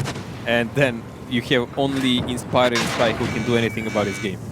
Breakneck peeking over now on towards Slide as well in his bad shot. Come off of reload once more. Slide not going to be able to withstand that one. Break needs one more shot, aims it, takes it, nails it as he removes Slide from the game. Meritorious. Yak Panzer, let's just say that was not the most effective. It was a part of a furniture, but it was a very frightening part of the furniture that actually with a lot of HP that made Navi play differently that they might. Yeah, because I do feel like the play from Navi is who puts one into the back of Inspirer. Positive shall take him down. I do feel Navi play was similar to NSS with that 1-2 line YOLO, if you want to call it like that, or 1-2 line push to try and counter option for that YOLO. Which would have worked if there was an STRV, because we saw NSS pull it off with great success. Strike is not just giving up though. He's not just losing, he's also doing damage. Well, if he does manage to pick up Positive, nope. Positive hurt me from the start of the match, I would say. Great play from Ding. Now, Oops managed to pick up the first map 2-0, Mojo. Yes, and very convincing, and this 4. was super convincing, but Ding is a much more stable team than Oops. This is a huge advantage for them. Of course, nothing is given, and Navi will try to come back in the game. But this is a really important start for Ding, because I don't think if it was a different case, if Navi was leading 2-0, I don't think Ding would be able to come back from that. But this opening gives them opportunity to close the match, actually. Still, we're going to Ghost Town. The map, I think, that is going to be the best for Navi. So, still, you remember Ding was actually one of the most prominent teams on Ghost Town before. Really brilliant damage there by Hulk from upper position Break in as well. his STRV, and Break was doing in duo with him because he was the guy on the rail I was talking about, and he was doing the side shots in those tier 9 Meritorious actually did one damage dealing shot, 985. That's the low roll for the Yak Panzer. And 1100 is 1100. It's 10. I think it's 1050. Are you sure? 1050. I'm fairly certain. Like okay, it's one of those two. 92%, I'd say. You made me drop by 3% just by saying that. I could be completely wrong. No gun mark for you. So. If I ever do Yak Panzer gun mark Mojo, you can carry me to the graveyard. I don't know. No. No. But now Ghost Town coming out between these two. This is a map I really do think Navi is going to be getting that 2-0 scoreline. As much as I want Ding to win this one, I think Navi will win here on sheer individual skill. I think this is more of the game that will be 1-1 and that Ding will be able to pick up one here. We shall find about that one very soon. It should be me cheering for other one because I prognosed that result and you for this what I said, but never mind. Well, you know, I'm still with Ding in my heart, but my mind's saying... I believe that if Navi comes back, it's going to be a bit later in the game, not here.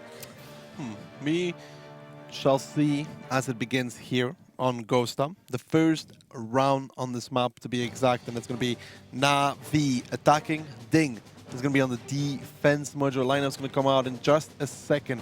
And do you think the lineup that Ding is going to bring is it going to be enough to break Navi's attack? Honestly, I like the Navi's. Pick here. They have 3 mouse, 2 57s, 2 VZs that leaves them a lot of possibilities to pressure both of the caps, to have the cooldown with VZs, to have 57 burst, and mouse is to pressure the middle cap if needed. While Ding has a little bit of everything, and that's not kind of lineup I ever liked, honestly. Yes, the 50B, T57, about WZ, MX30, almost one of everything, but Kuritsa is going to be climbing A1. We have seen some monstrous performance from players up there. We have seen him get blind fired as well in Udes. Yeah, but Kuritsa also had some really brilliant games from that position, but the weakness of that position is because Navi, of course, knows there will someone be there when you pick a tank like that. Now break. Did an initial spot, spotted out some Navi tanks. It's now going to fall back towards 1-2 line. Looking at Ding's defense, Mojo, what is, do you think, the easiest way for Navi to be able to punch through this one? I would say around the middle cap. Middle cap pressure and fast cap pressure on that mouse that is on E4 position. But he's always the obvious bait. That's why it's imperative that they first see where the clippers are. And Ding is trying to close those positions by far now. Break here, Ding gets slide, break takes the first one.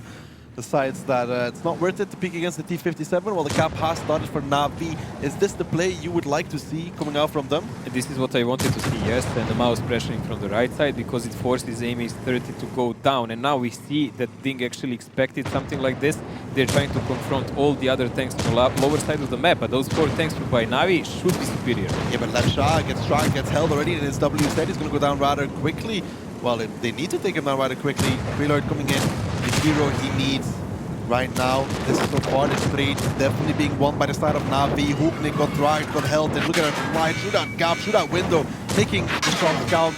Already put 2 into Kuritsa. Bounces 2 there on towards the alien though, but look at the HP difference, Mojo. Navi is edging ahead ever so slightly, but Slide is taking so much damage from Breakneck. Luckily enough, Breakneck now on reload. This should leave Navi to clean up Positive and Alien. Anatolic comes off reload first with his T57. Positive just too big to be shielded. And he should go down here any second. Slide coming off of reload as well. This is the reload's an advantage of Navi, but they need to be careful not to throw away this round. This is still a tight round, but I believe the major advantages are here definitely for Navi, because when we look at the minimap and the positions of the tank, that's the crucial moment. Kuritsa bounces and goes down towards Slide. That T57 became a little bit more bouncy with the HD update. Yeah, and we have Rhino now, who is on 100% HP. Okay, was on 100% HP in a mouse, but still he can use his HP to pressure on Ding wherever he wants. But this is already done game. Yep, this is already a done game. Now, Navi, not leaving anything up to chance. Just I'll play Ding in this one. It's fair to say. Hooknik is well there. That peak is not good. If they wanted to make that worth it, they needed to kill Lifestar quickly. They didn't. Hooknik got tracked and went down rather quickly. And then I believe they didn't also expect that many of the tanks of Navi there, because Navi pushed there with 3 tanks and there was a 4th one in the back who was still coming there in their aid. And Levsha, he got tracked, he received another track and another shot of damage, and then nothing. Why? What happened to those shots? Where did they disappear? Yeah, I don't know, but once that fight started over there in that part of the map, Hooknik going down, he could have done a lot more in his 50B. Not only that, like that's a really bad place for Ding to fight at, Yeah. because for one, they have softer tanks than Navi. Navi had much sturdier tanks and much better made for close combat. Also, the tanks that were on cap and Mouse that Pushed were off. holding the offline, they pushed off and they came in a back flanking. I mean, Mouse is not the fastest tank, but once you are in its grip, you don't run away that easy. Yeah, especially on a map like that. But the secondary thing there as well, that the reload advantage with Navi positive. You could see it a few seconds behind the T-57s from Navi. He dies. He doesn't do any more damage. Then Korid comes around the corner, does not pick up the kill on towards the slide, bounces that one, goes down. Breakneck comes around the corner, and then Anatolic is there with shots. But even if something like that happened, it will still not be a done No, game. because I had a It will full still HP be- Mouse in the middle. Yeah, it was already done. Korid, AMX 30, 0. Meritorious 991, Hooknik 1172.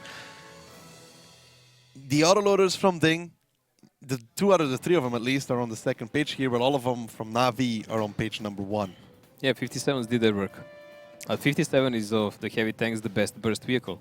There is no doubt about that. Very well done there by Navi. Looking like I might be right after all, huh? We will see in the next game.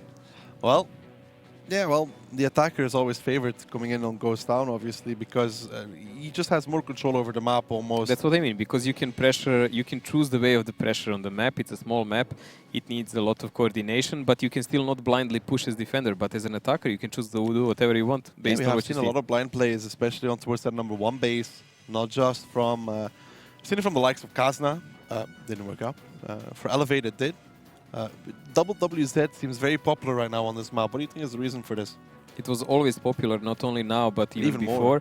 before. Because like with those vehicles, they're fast enough and low enough. You can stick them in the open cap if you need to, and only turret sticks out, so you have to use HE to decap. They have a really good gun, almost the same one as the 113, only different reload. Armor is really good as well. Armor actually. is decent, and it's just overall really good tier 9 vehicle for fighting close combat. Yeah, all around one. I love playing mine, actually. It's also a very good one in random battles. And no surprise here, we are going to be seeing a few of them. Navi, 129 Bat, 1 WZ, Ding, double WZ. Standard lineup really coming out from them with the T57, Batshot, double mouse, 113. Just lineup-wise, who would you favor? In this kind of game, this is a really similar setup. In this kind of game, I would say they're rather equal. Because Navi has 3 mouse tanks, so they can brawl quite a lot. They're covered with 3 clippers and 1 tier 9 heavy, which they don't need more. They just need him for a cooldown on specific occasions. While Ding, on their case, they have 3 cooldown heavies. They can play the low ones, the VZ and 113, so they can pressure the cap. They have the 2 clippers, one of them being Barchat, which they need for backline action, and 2 mouse tanks.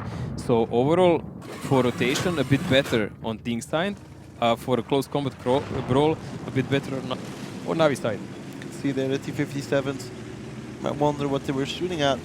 Obviously just destroying some buildings in the cap, where you could cap behind. Well, the smart teams always make sure that buildings are their first victims here, because it really heightens their chances. If they abandon that part of the map, when they come back, they can just decap whoever is sitting there. But here comes the move from Ding already. He's going to be putting Alien in towards this capture circle. Now Navi, this is very reminiscent of how they played against Brainstorm. They're staying together as one group of dead, really, if you want to put it as anything. Well, they're keeping Levsha offhand, so he is spotting their flank, and they can guess the positions of Ding rather well. But still, I believe Ding is pretty well positioned. The only thing is that goes well for Navi here is, as I said, they have 3 mouse tanks, so once they push, they have a lot of potential to bounce shells. And if they survive that initial damage that will come their way, they can actually do quite a lot of havoc. So Alien just going to be keeping strike in the Rhino spotted. Hooknik actually has some bushes over there where he is playing, where he can actually shoot from. Unspotted even. Positive still going to be covering that side over there as well. So far, so good for Ding at favor their setup currently, especially with that slight trap there of Positive, if you want to call it like that. Capture, still on though. Yeah, someone actually has to position to shoot behind, which is not an easy task, and Ding has a couple of tanks ready for that, to counter that. especially positive there in his T57 heavy. It's all a question when he's going to make his play. He seems to be poking He's out right spotted now. now, and He's that's the starting to moment. clip. It's going to be on towards the slide. Takes one in return, so might have been a little bit premature actually to peek out over there. I think he just got spotted because he had to watch that corner, because if he doesn't, they can just bypass him. So there you go, 257s pushing around here, but I don't think they can take out either Positive or Hulknik. And Breakneck is coming in. This can be a breaking part for the game. Breakneck taking all the damage, so he's lucky to even be alive at this point in time. Positive coming in for the shield. Breakneck picks up the Anatolic. Lucky, knee enough. The T57s ran out of steam, ran out of ammunition. The reset did come in though for Navi, but even with this damage being done, they're still trailing in HP, and now Lefsha coming over there as well in this tier 9 bad, wants to make a play, wants to help his teammates. Hulknik takes a big shot there on towards the turret from Kreloid. Lefsha coming around him. Hulknik picks up slide into his T57 though. Now Lefsha picks up Hulknik, but Positive's reloaded already, puts 2 shots in towards him. Lefsha still has 3 available, but it's not enough to kill this T57 heavy. And he will go in reload and have to run away then. And Needs to keep let's a not shot for forget Breakneck. Yeah, he should keep at least 1 shot for Breakneck, because otherwise it's 100% loss of a game. It doesn't look like they can win it even like this. It doesn't look good for Navi whatsoever. Rhino on a 1 shot, just about alive. Shockish trying to shoot on towards Kreloid, does not get a connection on towards him. Inspirer now on a 1 shot as well. Navi just taking more and more damage. Meritorious picks up Rhino.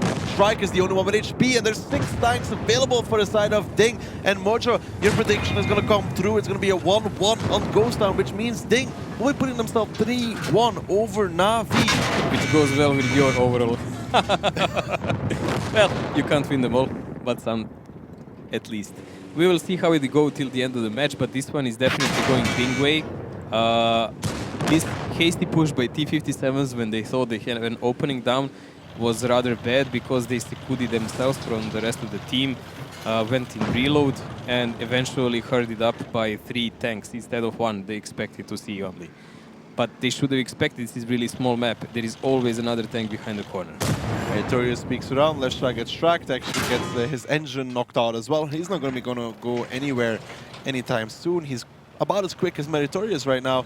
Breakneck's going to come around the corner, probably pick it up on the second shot because he missed the first. There we go. And what a play from Ding. 3-1 up now over Navi. It's gone very quiet on the other side. I can hear that much. Yeah, they're usually quite loud that we can't hear ourselves thinking when Navi is winning, but things happen. And still, I don't think Navi is still out of the game. No, I really did think this was going to be the map for them to come back, though. So you were right about that one, but it's just all plays towards my prediction anyways. I still think the Ruinberg will be the map that will break or I really win. don't think Ding looked good on that one against Brainstorm. It was even rather lucky when their attack was disastrous. I mainly don't like Ding plays on Ruinberg. They're kind of dodgy, but still, they have a chance. They can win next map 2-0 and finish the map 5-1. Well, easy game. But positive from that position though, Mojo. 4,449 damage coming out from that T57. Crucial. It's really nice, but of course he was saved by his teammates. Well, Breakneck took a lot of shots there. Yeah, but not only him. Hulk was there already. So Hulk and him already held up the 57s. 57s couldn't take him out because of that. Navi's T57s. And Breakneck, well, it wasn't the best play by him, but it served the purpose. Because they could have killed the 57 because of that. Yeah. Good stuff there from Ding. Navi's T57's not getting more out than 1 clip of damage, which is really what you want from that lineup. And now we're going to be going into mines. Now, I would also say Navi is favorite on this one. If not by 2-0, they have a small chance to maybe do it. I'd give this map like 65-35 towards Navi. Yeah, I'm again going here for 1-1. I'm not saying 2-0, but I'm saying maybe they can do it. Like 65-35 is not. It's saying more 1-1, but it's not unlikely for it to happen. I still think this can be a 1-1 because Ding plays rather well on some roles on mines.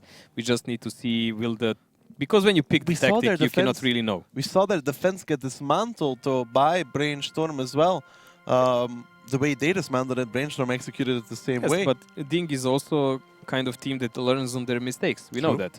When someone throws something and then they analyze it, they disassemble it and then reassemble it in a different way that actually works better. I don't think they changed up their lineup though from that defense.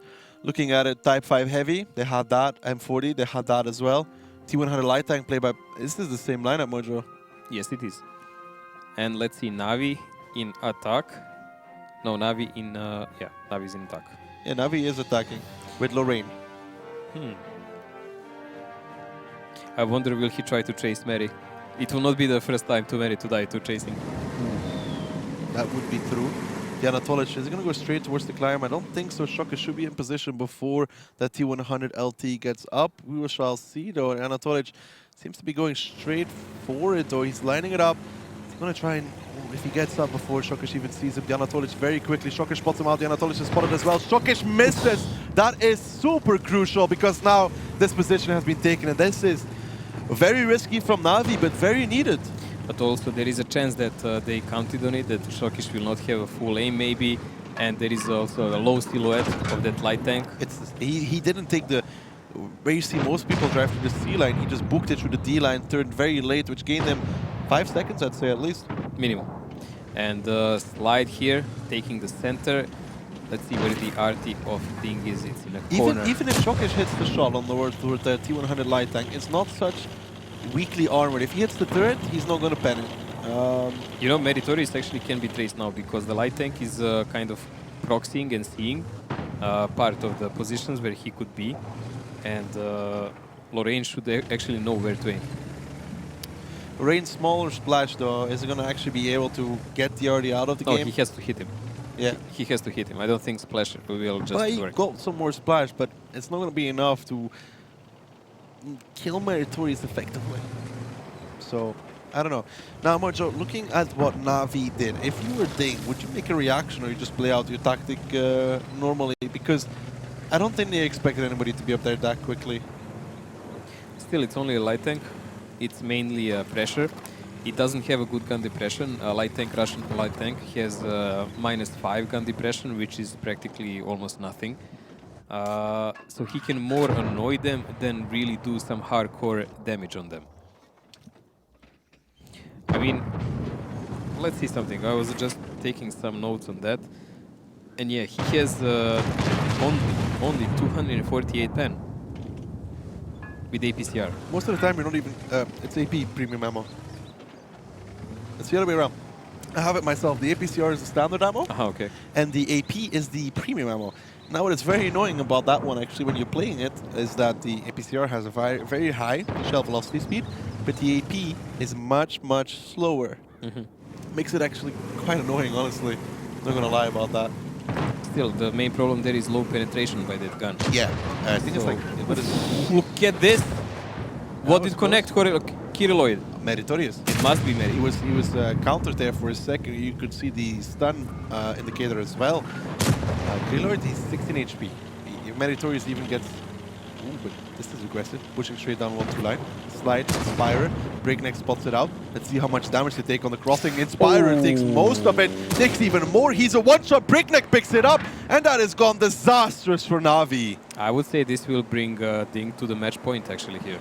I would tend to agree with you, Mojo, but I want a close match, so I'm going to have to disagree.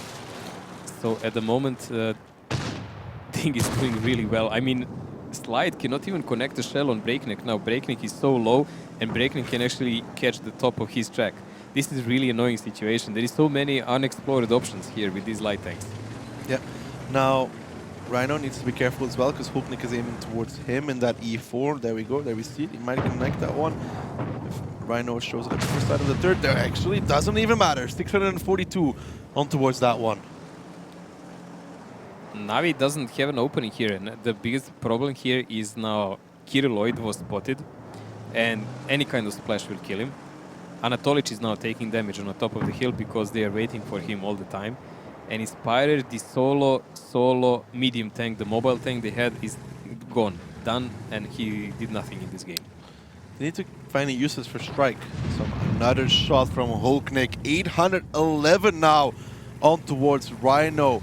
Already some significant damage done here by Hulknik. It's going to start adding up over time as well. So this leaves us with Anatolic on the top of the hill with the light tank. So he's the only spotter slash fast tank that Navi has, but that's not a battle tank. That's the problem with it. Light tank is called light tank for a good reason. Strike now taking 721 in his mouse. That was again from Hulknik in that E4. already racking up around 3,000, I'd say. Can strike at an angle here on towards him. I don't know. He's shooting HE.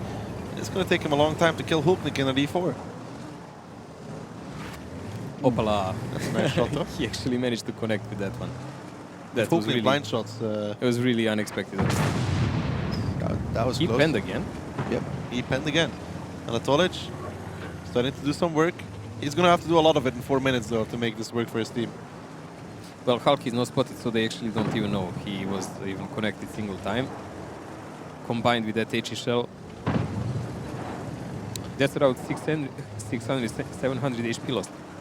Hulknik should not be shooting anymore at this point in time. Yeah, he moved away. That's a smart play. He can still get hit by the T100 light tank over there. Yeah, but he needs to actually know that he moved away. True. Now, what can Krilo do in this one? Navi, let's not count them out. If there's one team that can come back from a deficit like this, it will be them. Breakneck taking some damage from RT. They're chipping some HP, but the time is ticking away. It's almost 3.5 minutes left. There is so many super heavy tanks by Ding in the play. 2 mouse tanks and Type 5 heavy, plus an IS-4 trench top wall. And then let's not forget that they have an RT in a corner and Hulknik on E4. So you actually need time to kill those tanks. And it's not like Navi has a burst tanks. For these tanks, there is reload of 10-11 seconds and so on for each shell. Slide getting Amoract already in his 1-1-3. Needs to outplay Breakneck here one-on-one. It's just not something I see happening. 5,000 HP. 5,000 HP down. Slide needs to outplay the C100 light tank for Navi to have a chance, but Breakneck's just not bouncing. Obviously, that is going to help as Positive puts one into him. Breakneck might get the finish here on towards Slide, and he does. The second kill for him during this round, increasing the tank lead, increasing the HP lead, and Navi is now only one option, and it's trying to play aggressive strike. It's not going to work out for him as he loses most of his HP. Ding look to put themselves on match point, and Mojo, if this would happen to be the biggest upset throughout this tournament, bigger than bigger than EL Gaming versus Kazna Crew.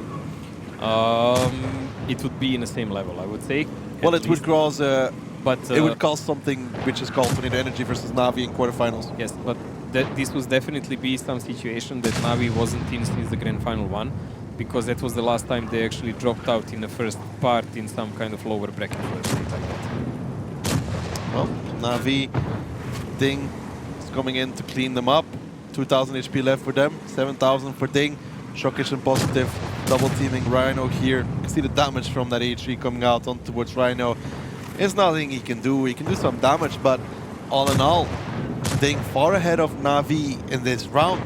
And Mojo, now, what does Navi do? Usually in this kind of situations, they start playing super aggressive something.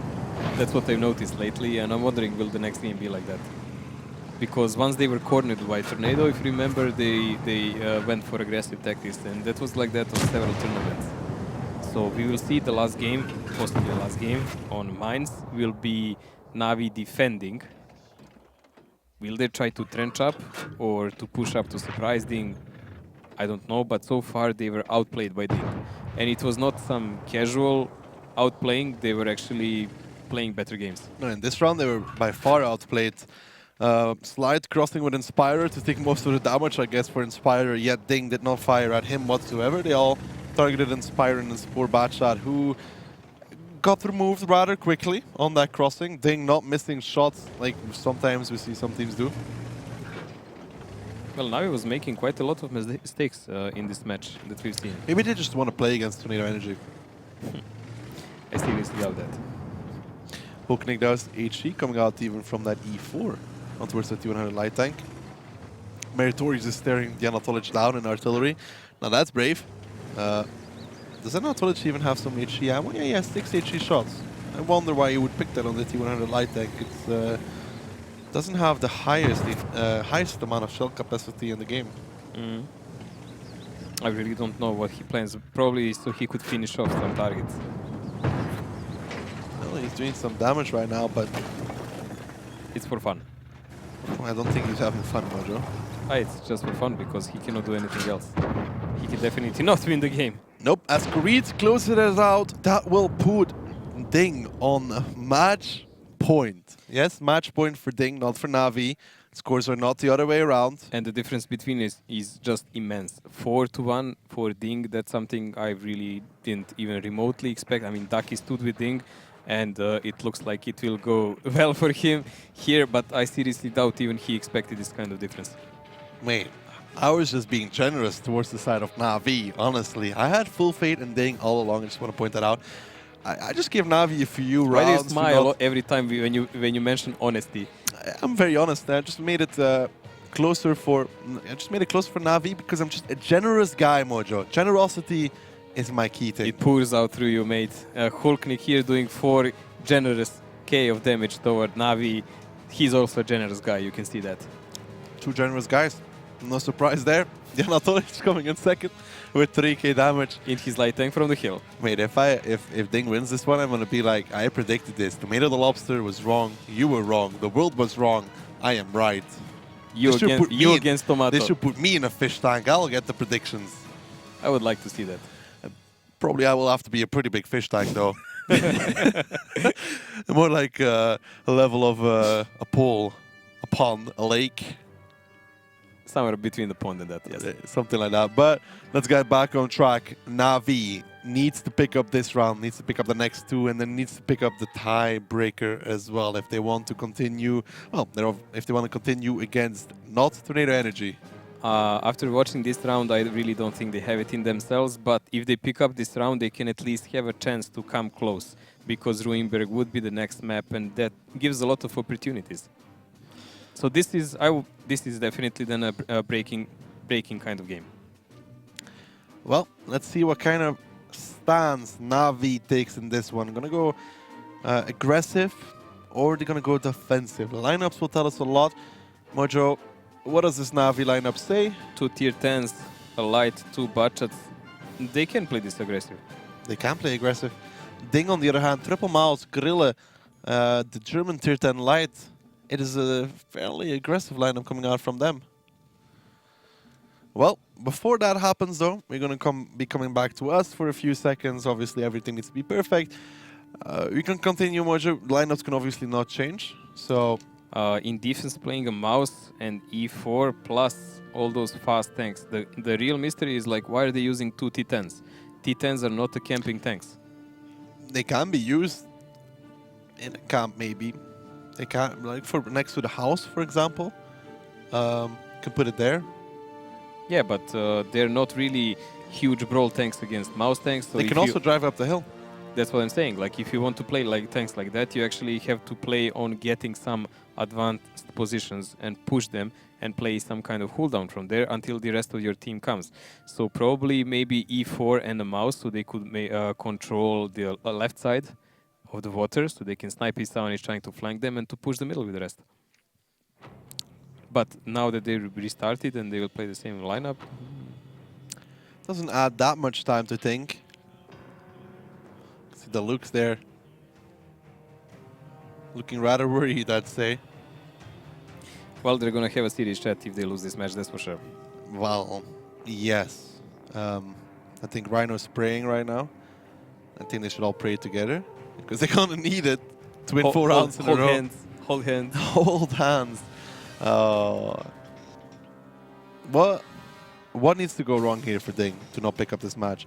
Do you think they're going to be very nervous now to close out this match? Like match point nerves, afraid? Oh, nervous. Anything of that? All of these guys played really a lot of tournaments together, so they have a lot of mileage in that stage kind of playing. So that kind of nervous, no. But we've seen that Positive has very sweaty hands on that video. No, that wasn't Positive. It was Bishop that had the hands. How was Bishop? Positive was wiping them off.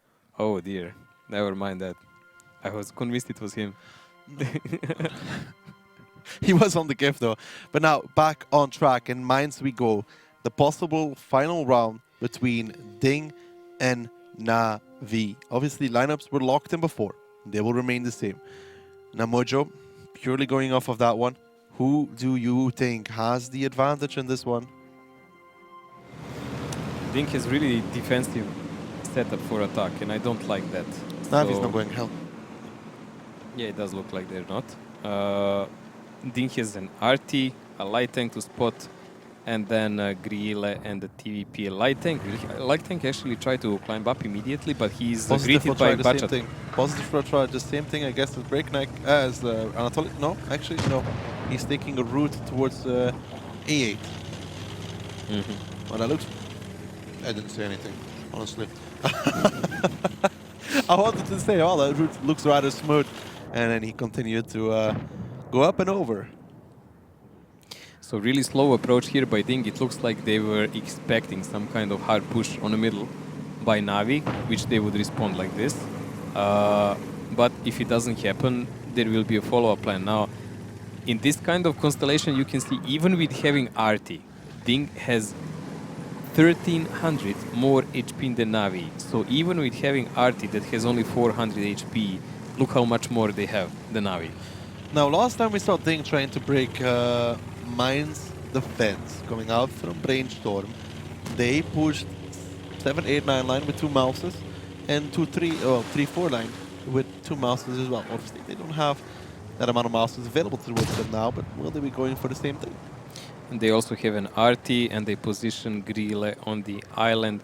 How do they plan to use the light tank? That's the key issue now. Will he try to climb just on A8 or will he try to boost above and use the cooldown? Because that tank has really great cooldown. That light tank has -10 gun depression. Positive got spotted out, though. Is he going to go for the climb? That is the question. Huknik got spotted out as well. Some blind fire coming out. Ooh, shot into the track there from Kryloid. Super lucky. Yes. Very, very lucky. Inspire was spotted out. Yeah, but Huknik, I don't think, can go for that same peak twice. So, they don't have strikers there, though. Now, what does Ding need to do to break through this, Mojo? Because it's onto them. It's not onto Navi. To me, it looks more like they have to play it from the village side more. Oh, by the way, the way Positive got spotted makes him think that there is somebody on the 0 line position. He must suspect it by now. He was shooting towards 0 line. He was blind shooting towards 0 line. Now he's going to be shooting towards the bushes, I guess.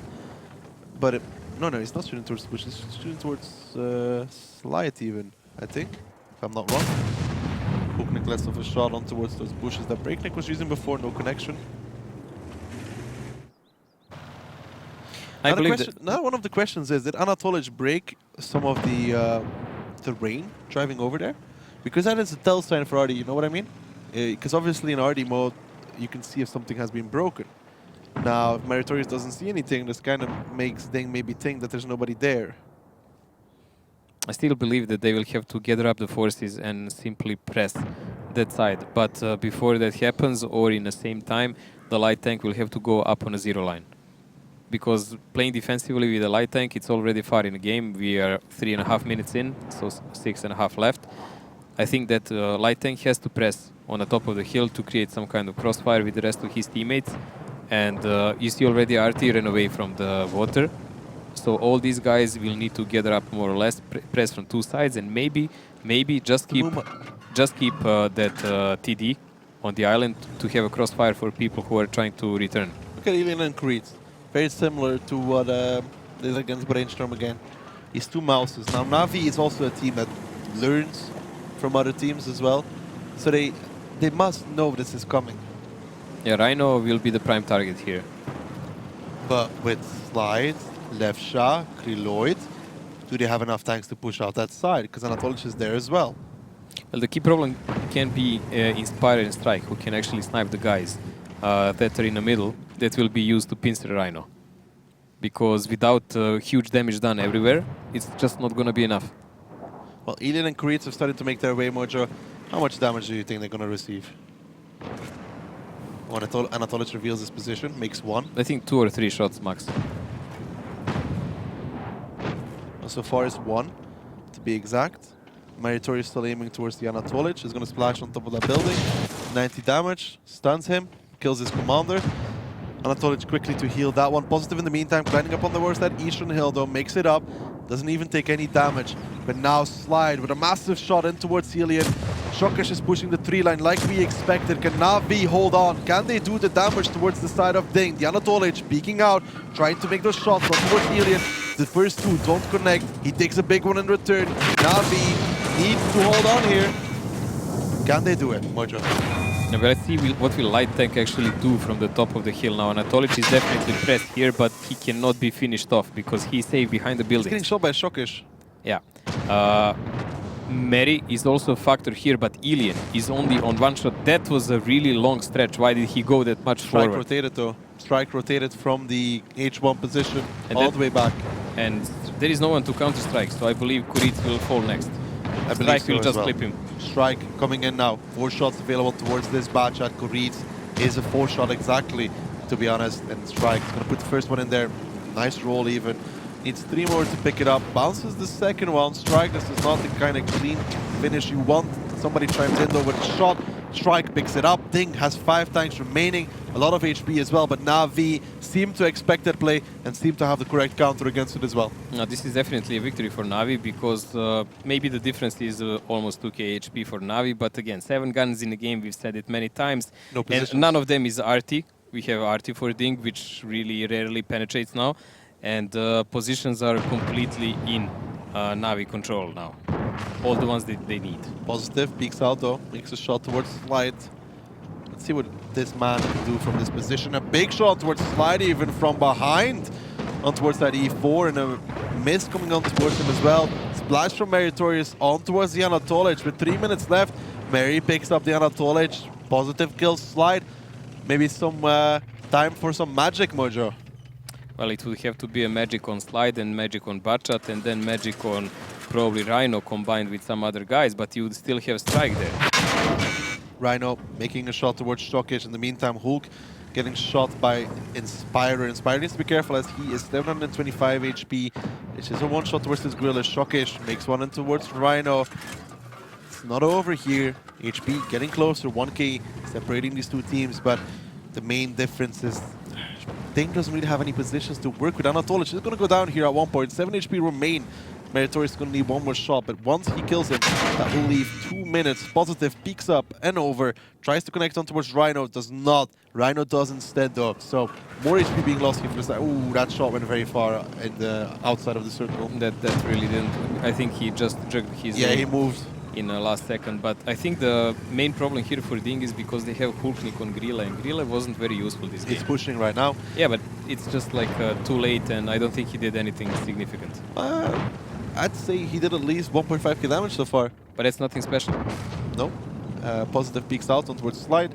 Another non-connection. Now we need to be really careful. Slide will be ready soon.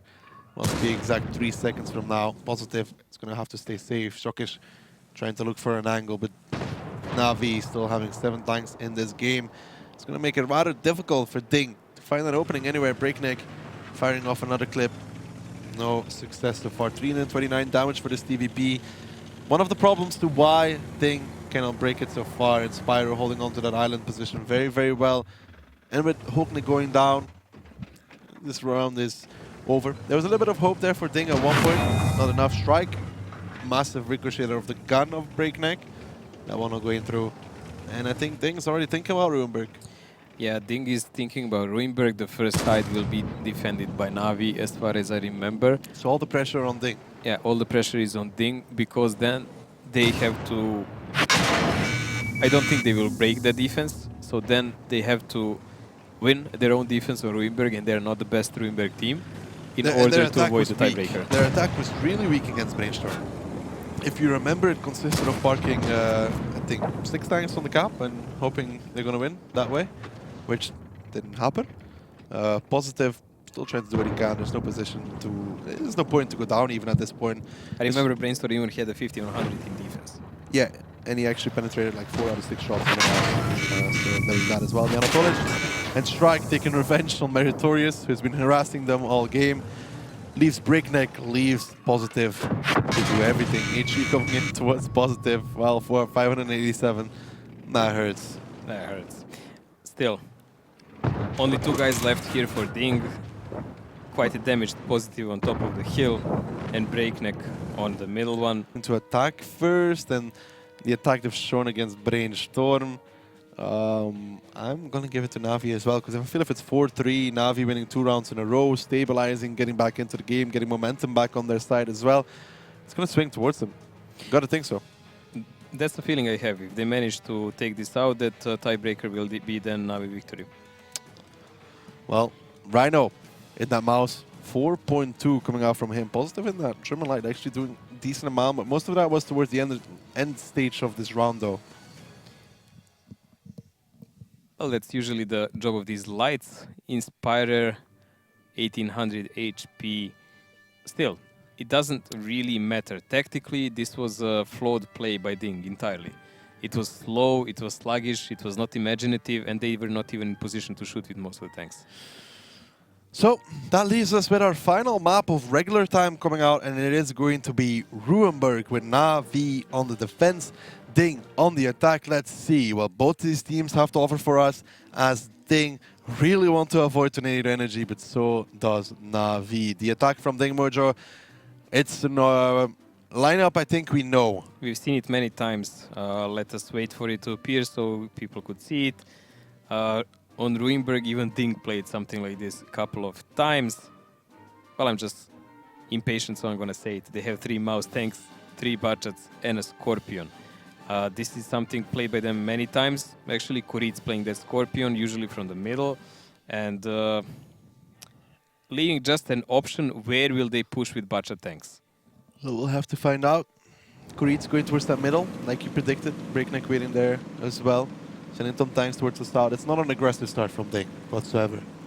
No, they're just gonna position some tanks, maybe try to make a trap or appearance. They're pushing some side, and the rest of the tanks are waiting to do something else. But that's very similar to what they played also before when they pressed the upper cap, if you remember, because they were sitting with a bunch of tanks for a while and then they moved on. Line fire coming out here towards that zero line position. So far, no shots connecting. I think Slide is actually sitting either behind the house or further than normal. So far, no connections though. So good stuff there from Navi to sit safe. Rhino is going to be taking zero line now, which means left Shah can rotate out. And I feel like Navi being allowed to take all these positions is going to make them feel very happy. Yeah, Navi taking entire map control for free. Now they can position their tanks. They even have a Type 5 Heavy, which is nasty splashing vehicle. If he connects on one of the budgets, he probably has a derp gun with 1400 possible alpha. If he pens, that's just gonna be nasty. Spire is playing in the middle road with that Type 5 Heavy. See, in the meantime, 2 mouses are starting to push down and towards that middle road. It's Alien and Shockish.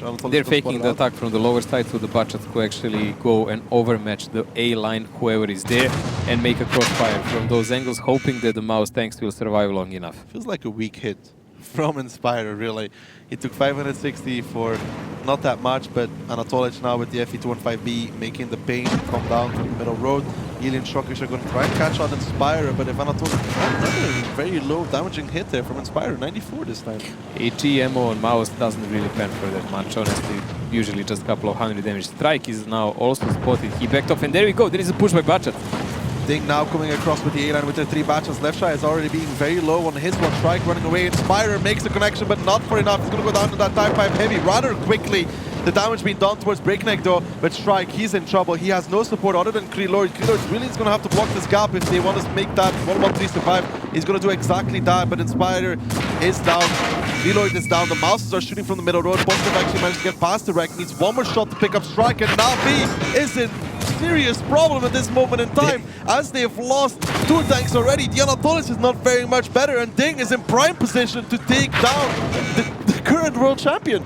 They're definitely in that position. 3 tanks only left from Navi here. 2.5k damage advantage here for Ding. Completely outplaying them with a really risky play, but it pays off.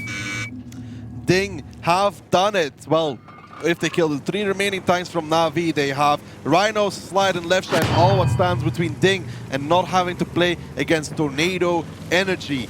Left shot, Slide, and Rhino have to make it work. Alien takes a big connection there on the back of the turret, but the gap has started. 2 tanks are going to be in that one for the side of Ding, and this will force the tanks from Navi to make a commitment, to make a play, and Shockish is holding the line in that 3.2k HP. Mouse, left shot, 18 seconds left on reload. He needs to be the one resetting the base, but Hulknik is still waiting there as well. And don't forget Greets, he's still alive.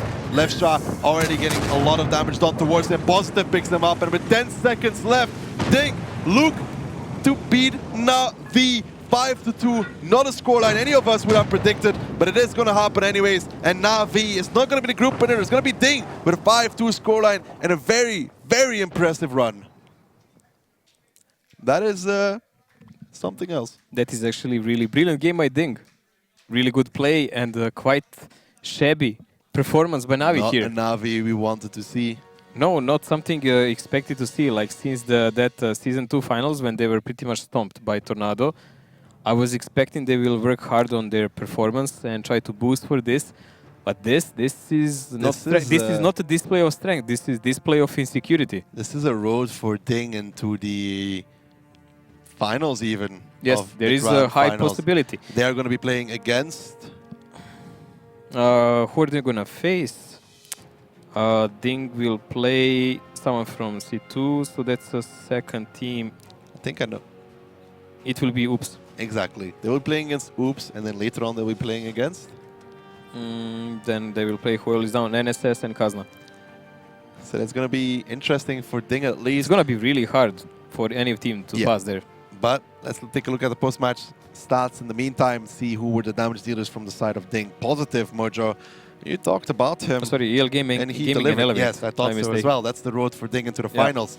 Beat Oops, beat the winner of EL Gaming, Elevate, and they're in the finals of the grand finals. It would be pretty much the best seeding they could ever get in Beating their lives. Navi gave them the ultimate bracket, Mojo, they would have wanted, and especially with Kazna losing makes it even better for them, I'd say. Absolutely. And well, Navi can only blame themselves, honestly, because this was just how they played. This is insecure. one stacked bracket on one side. We have NSS, Kazna, and we will have Tornado Energy, Navi. We will not have a repeat of last year's finals. It's impossible. It's out of the question. No longer can this happen. And I just want to tell you, Mojo, make a guess who got the prediction right. Boy, oh boy. Was I glad to stick with Ding today. Nice.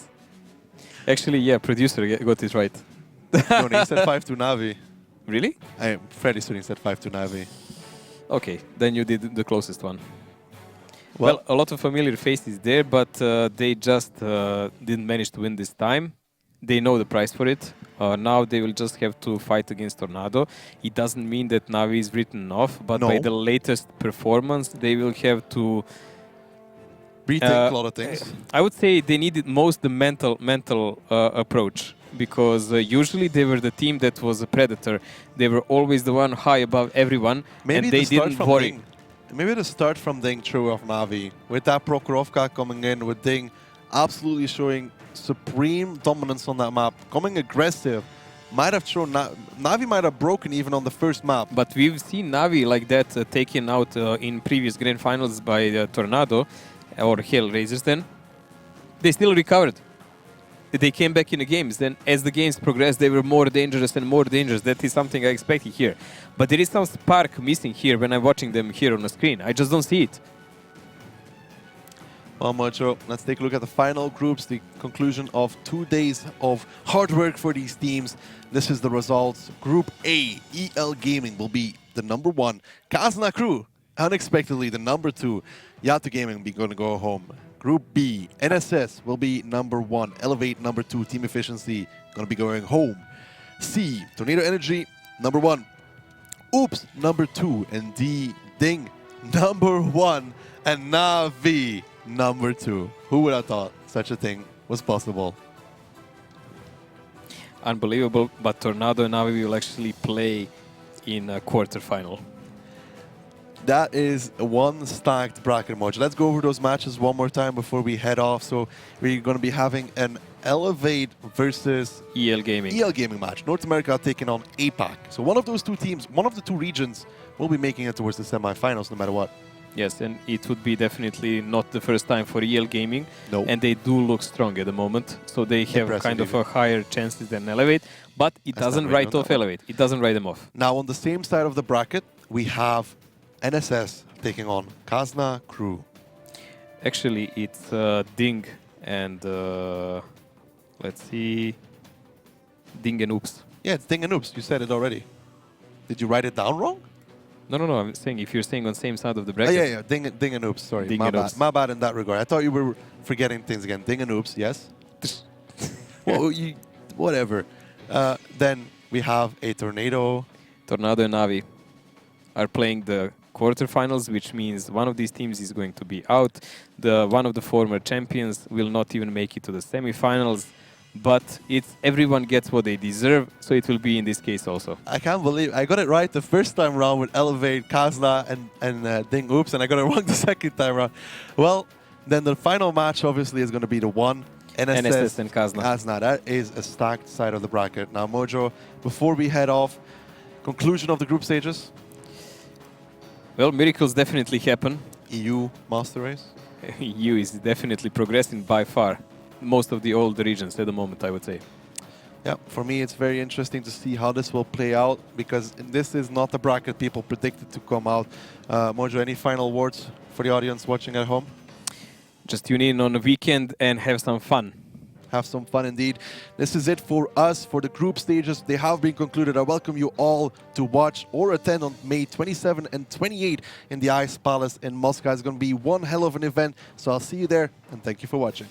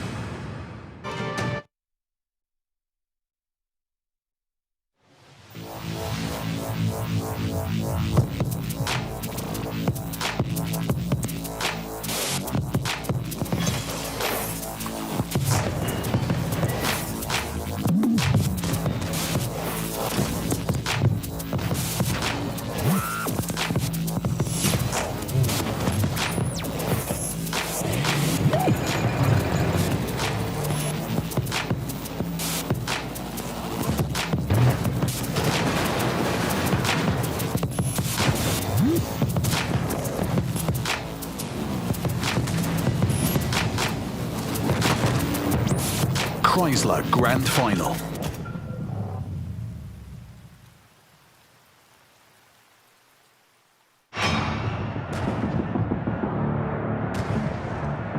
He's going to be punished severely for this act of seconds now. Second cap. Out is loaded. He's ready to get into this fight. Has more value.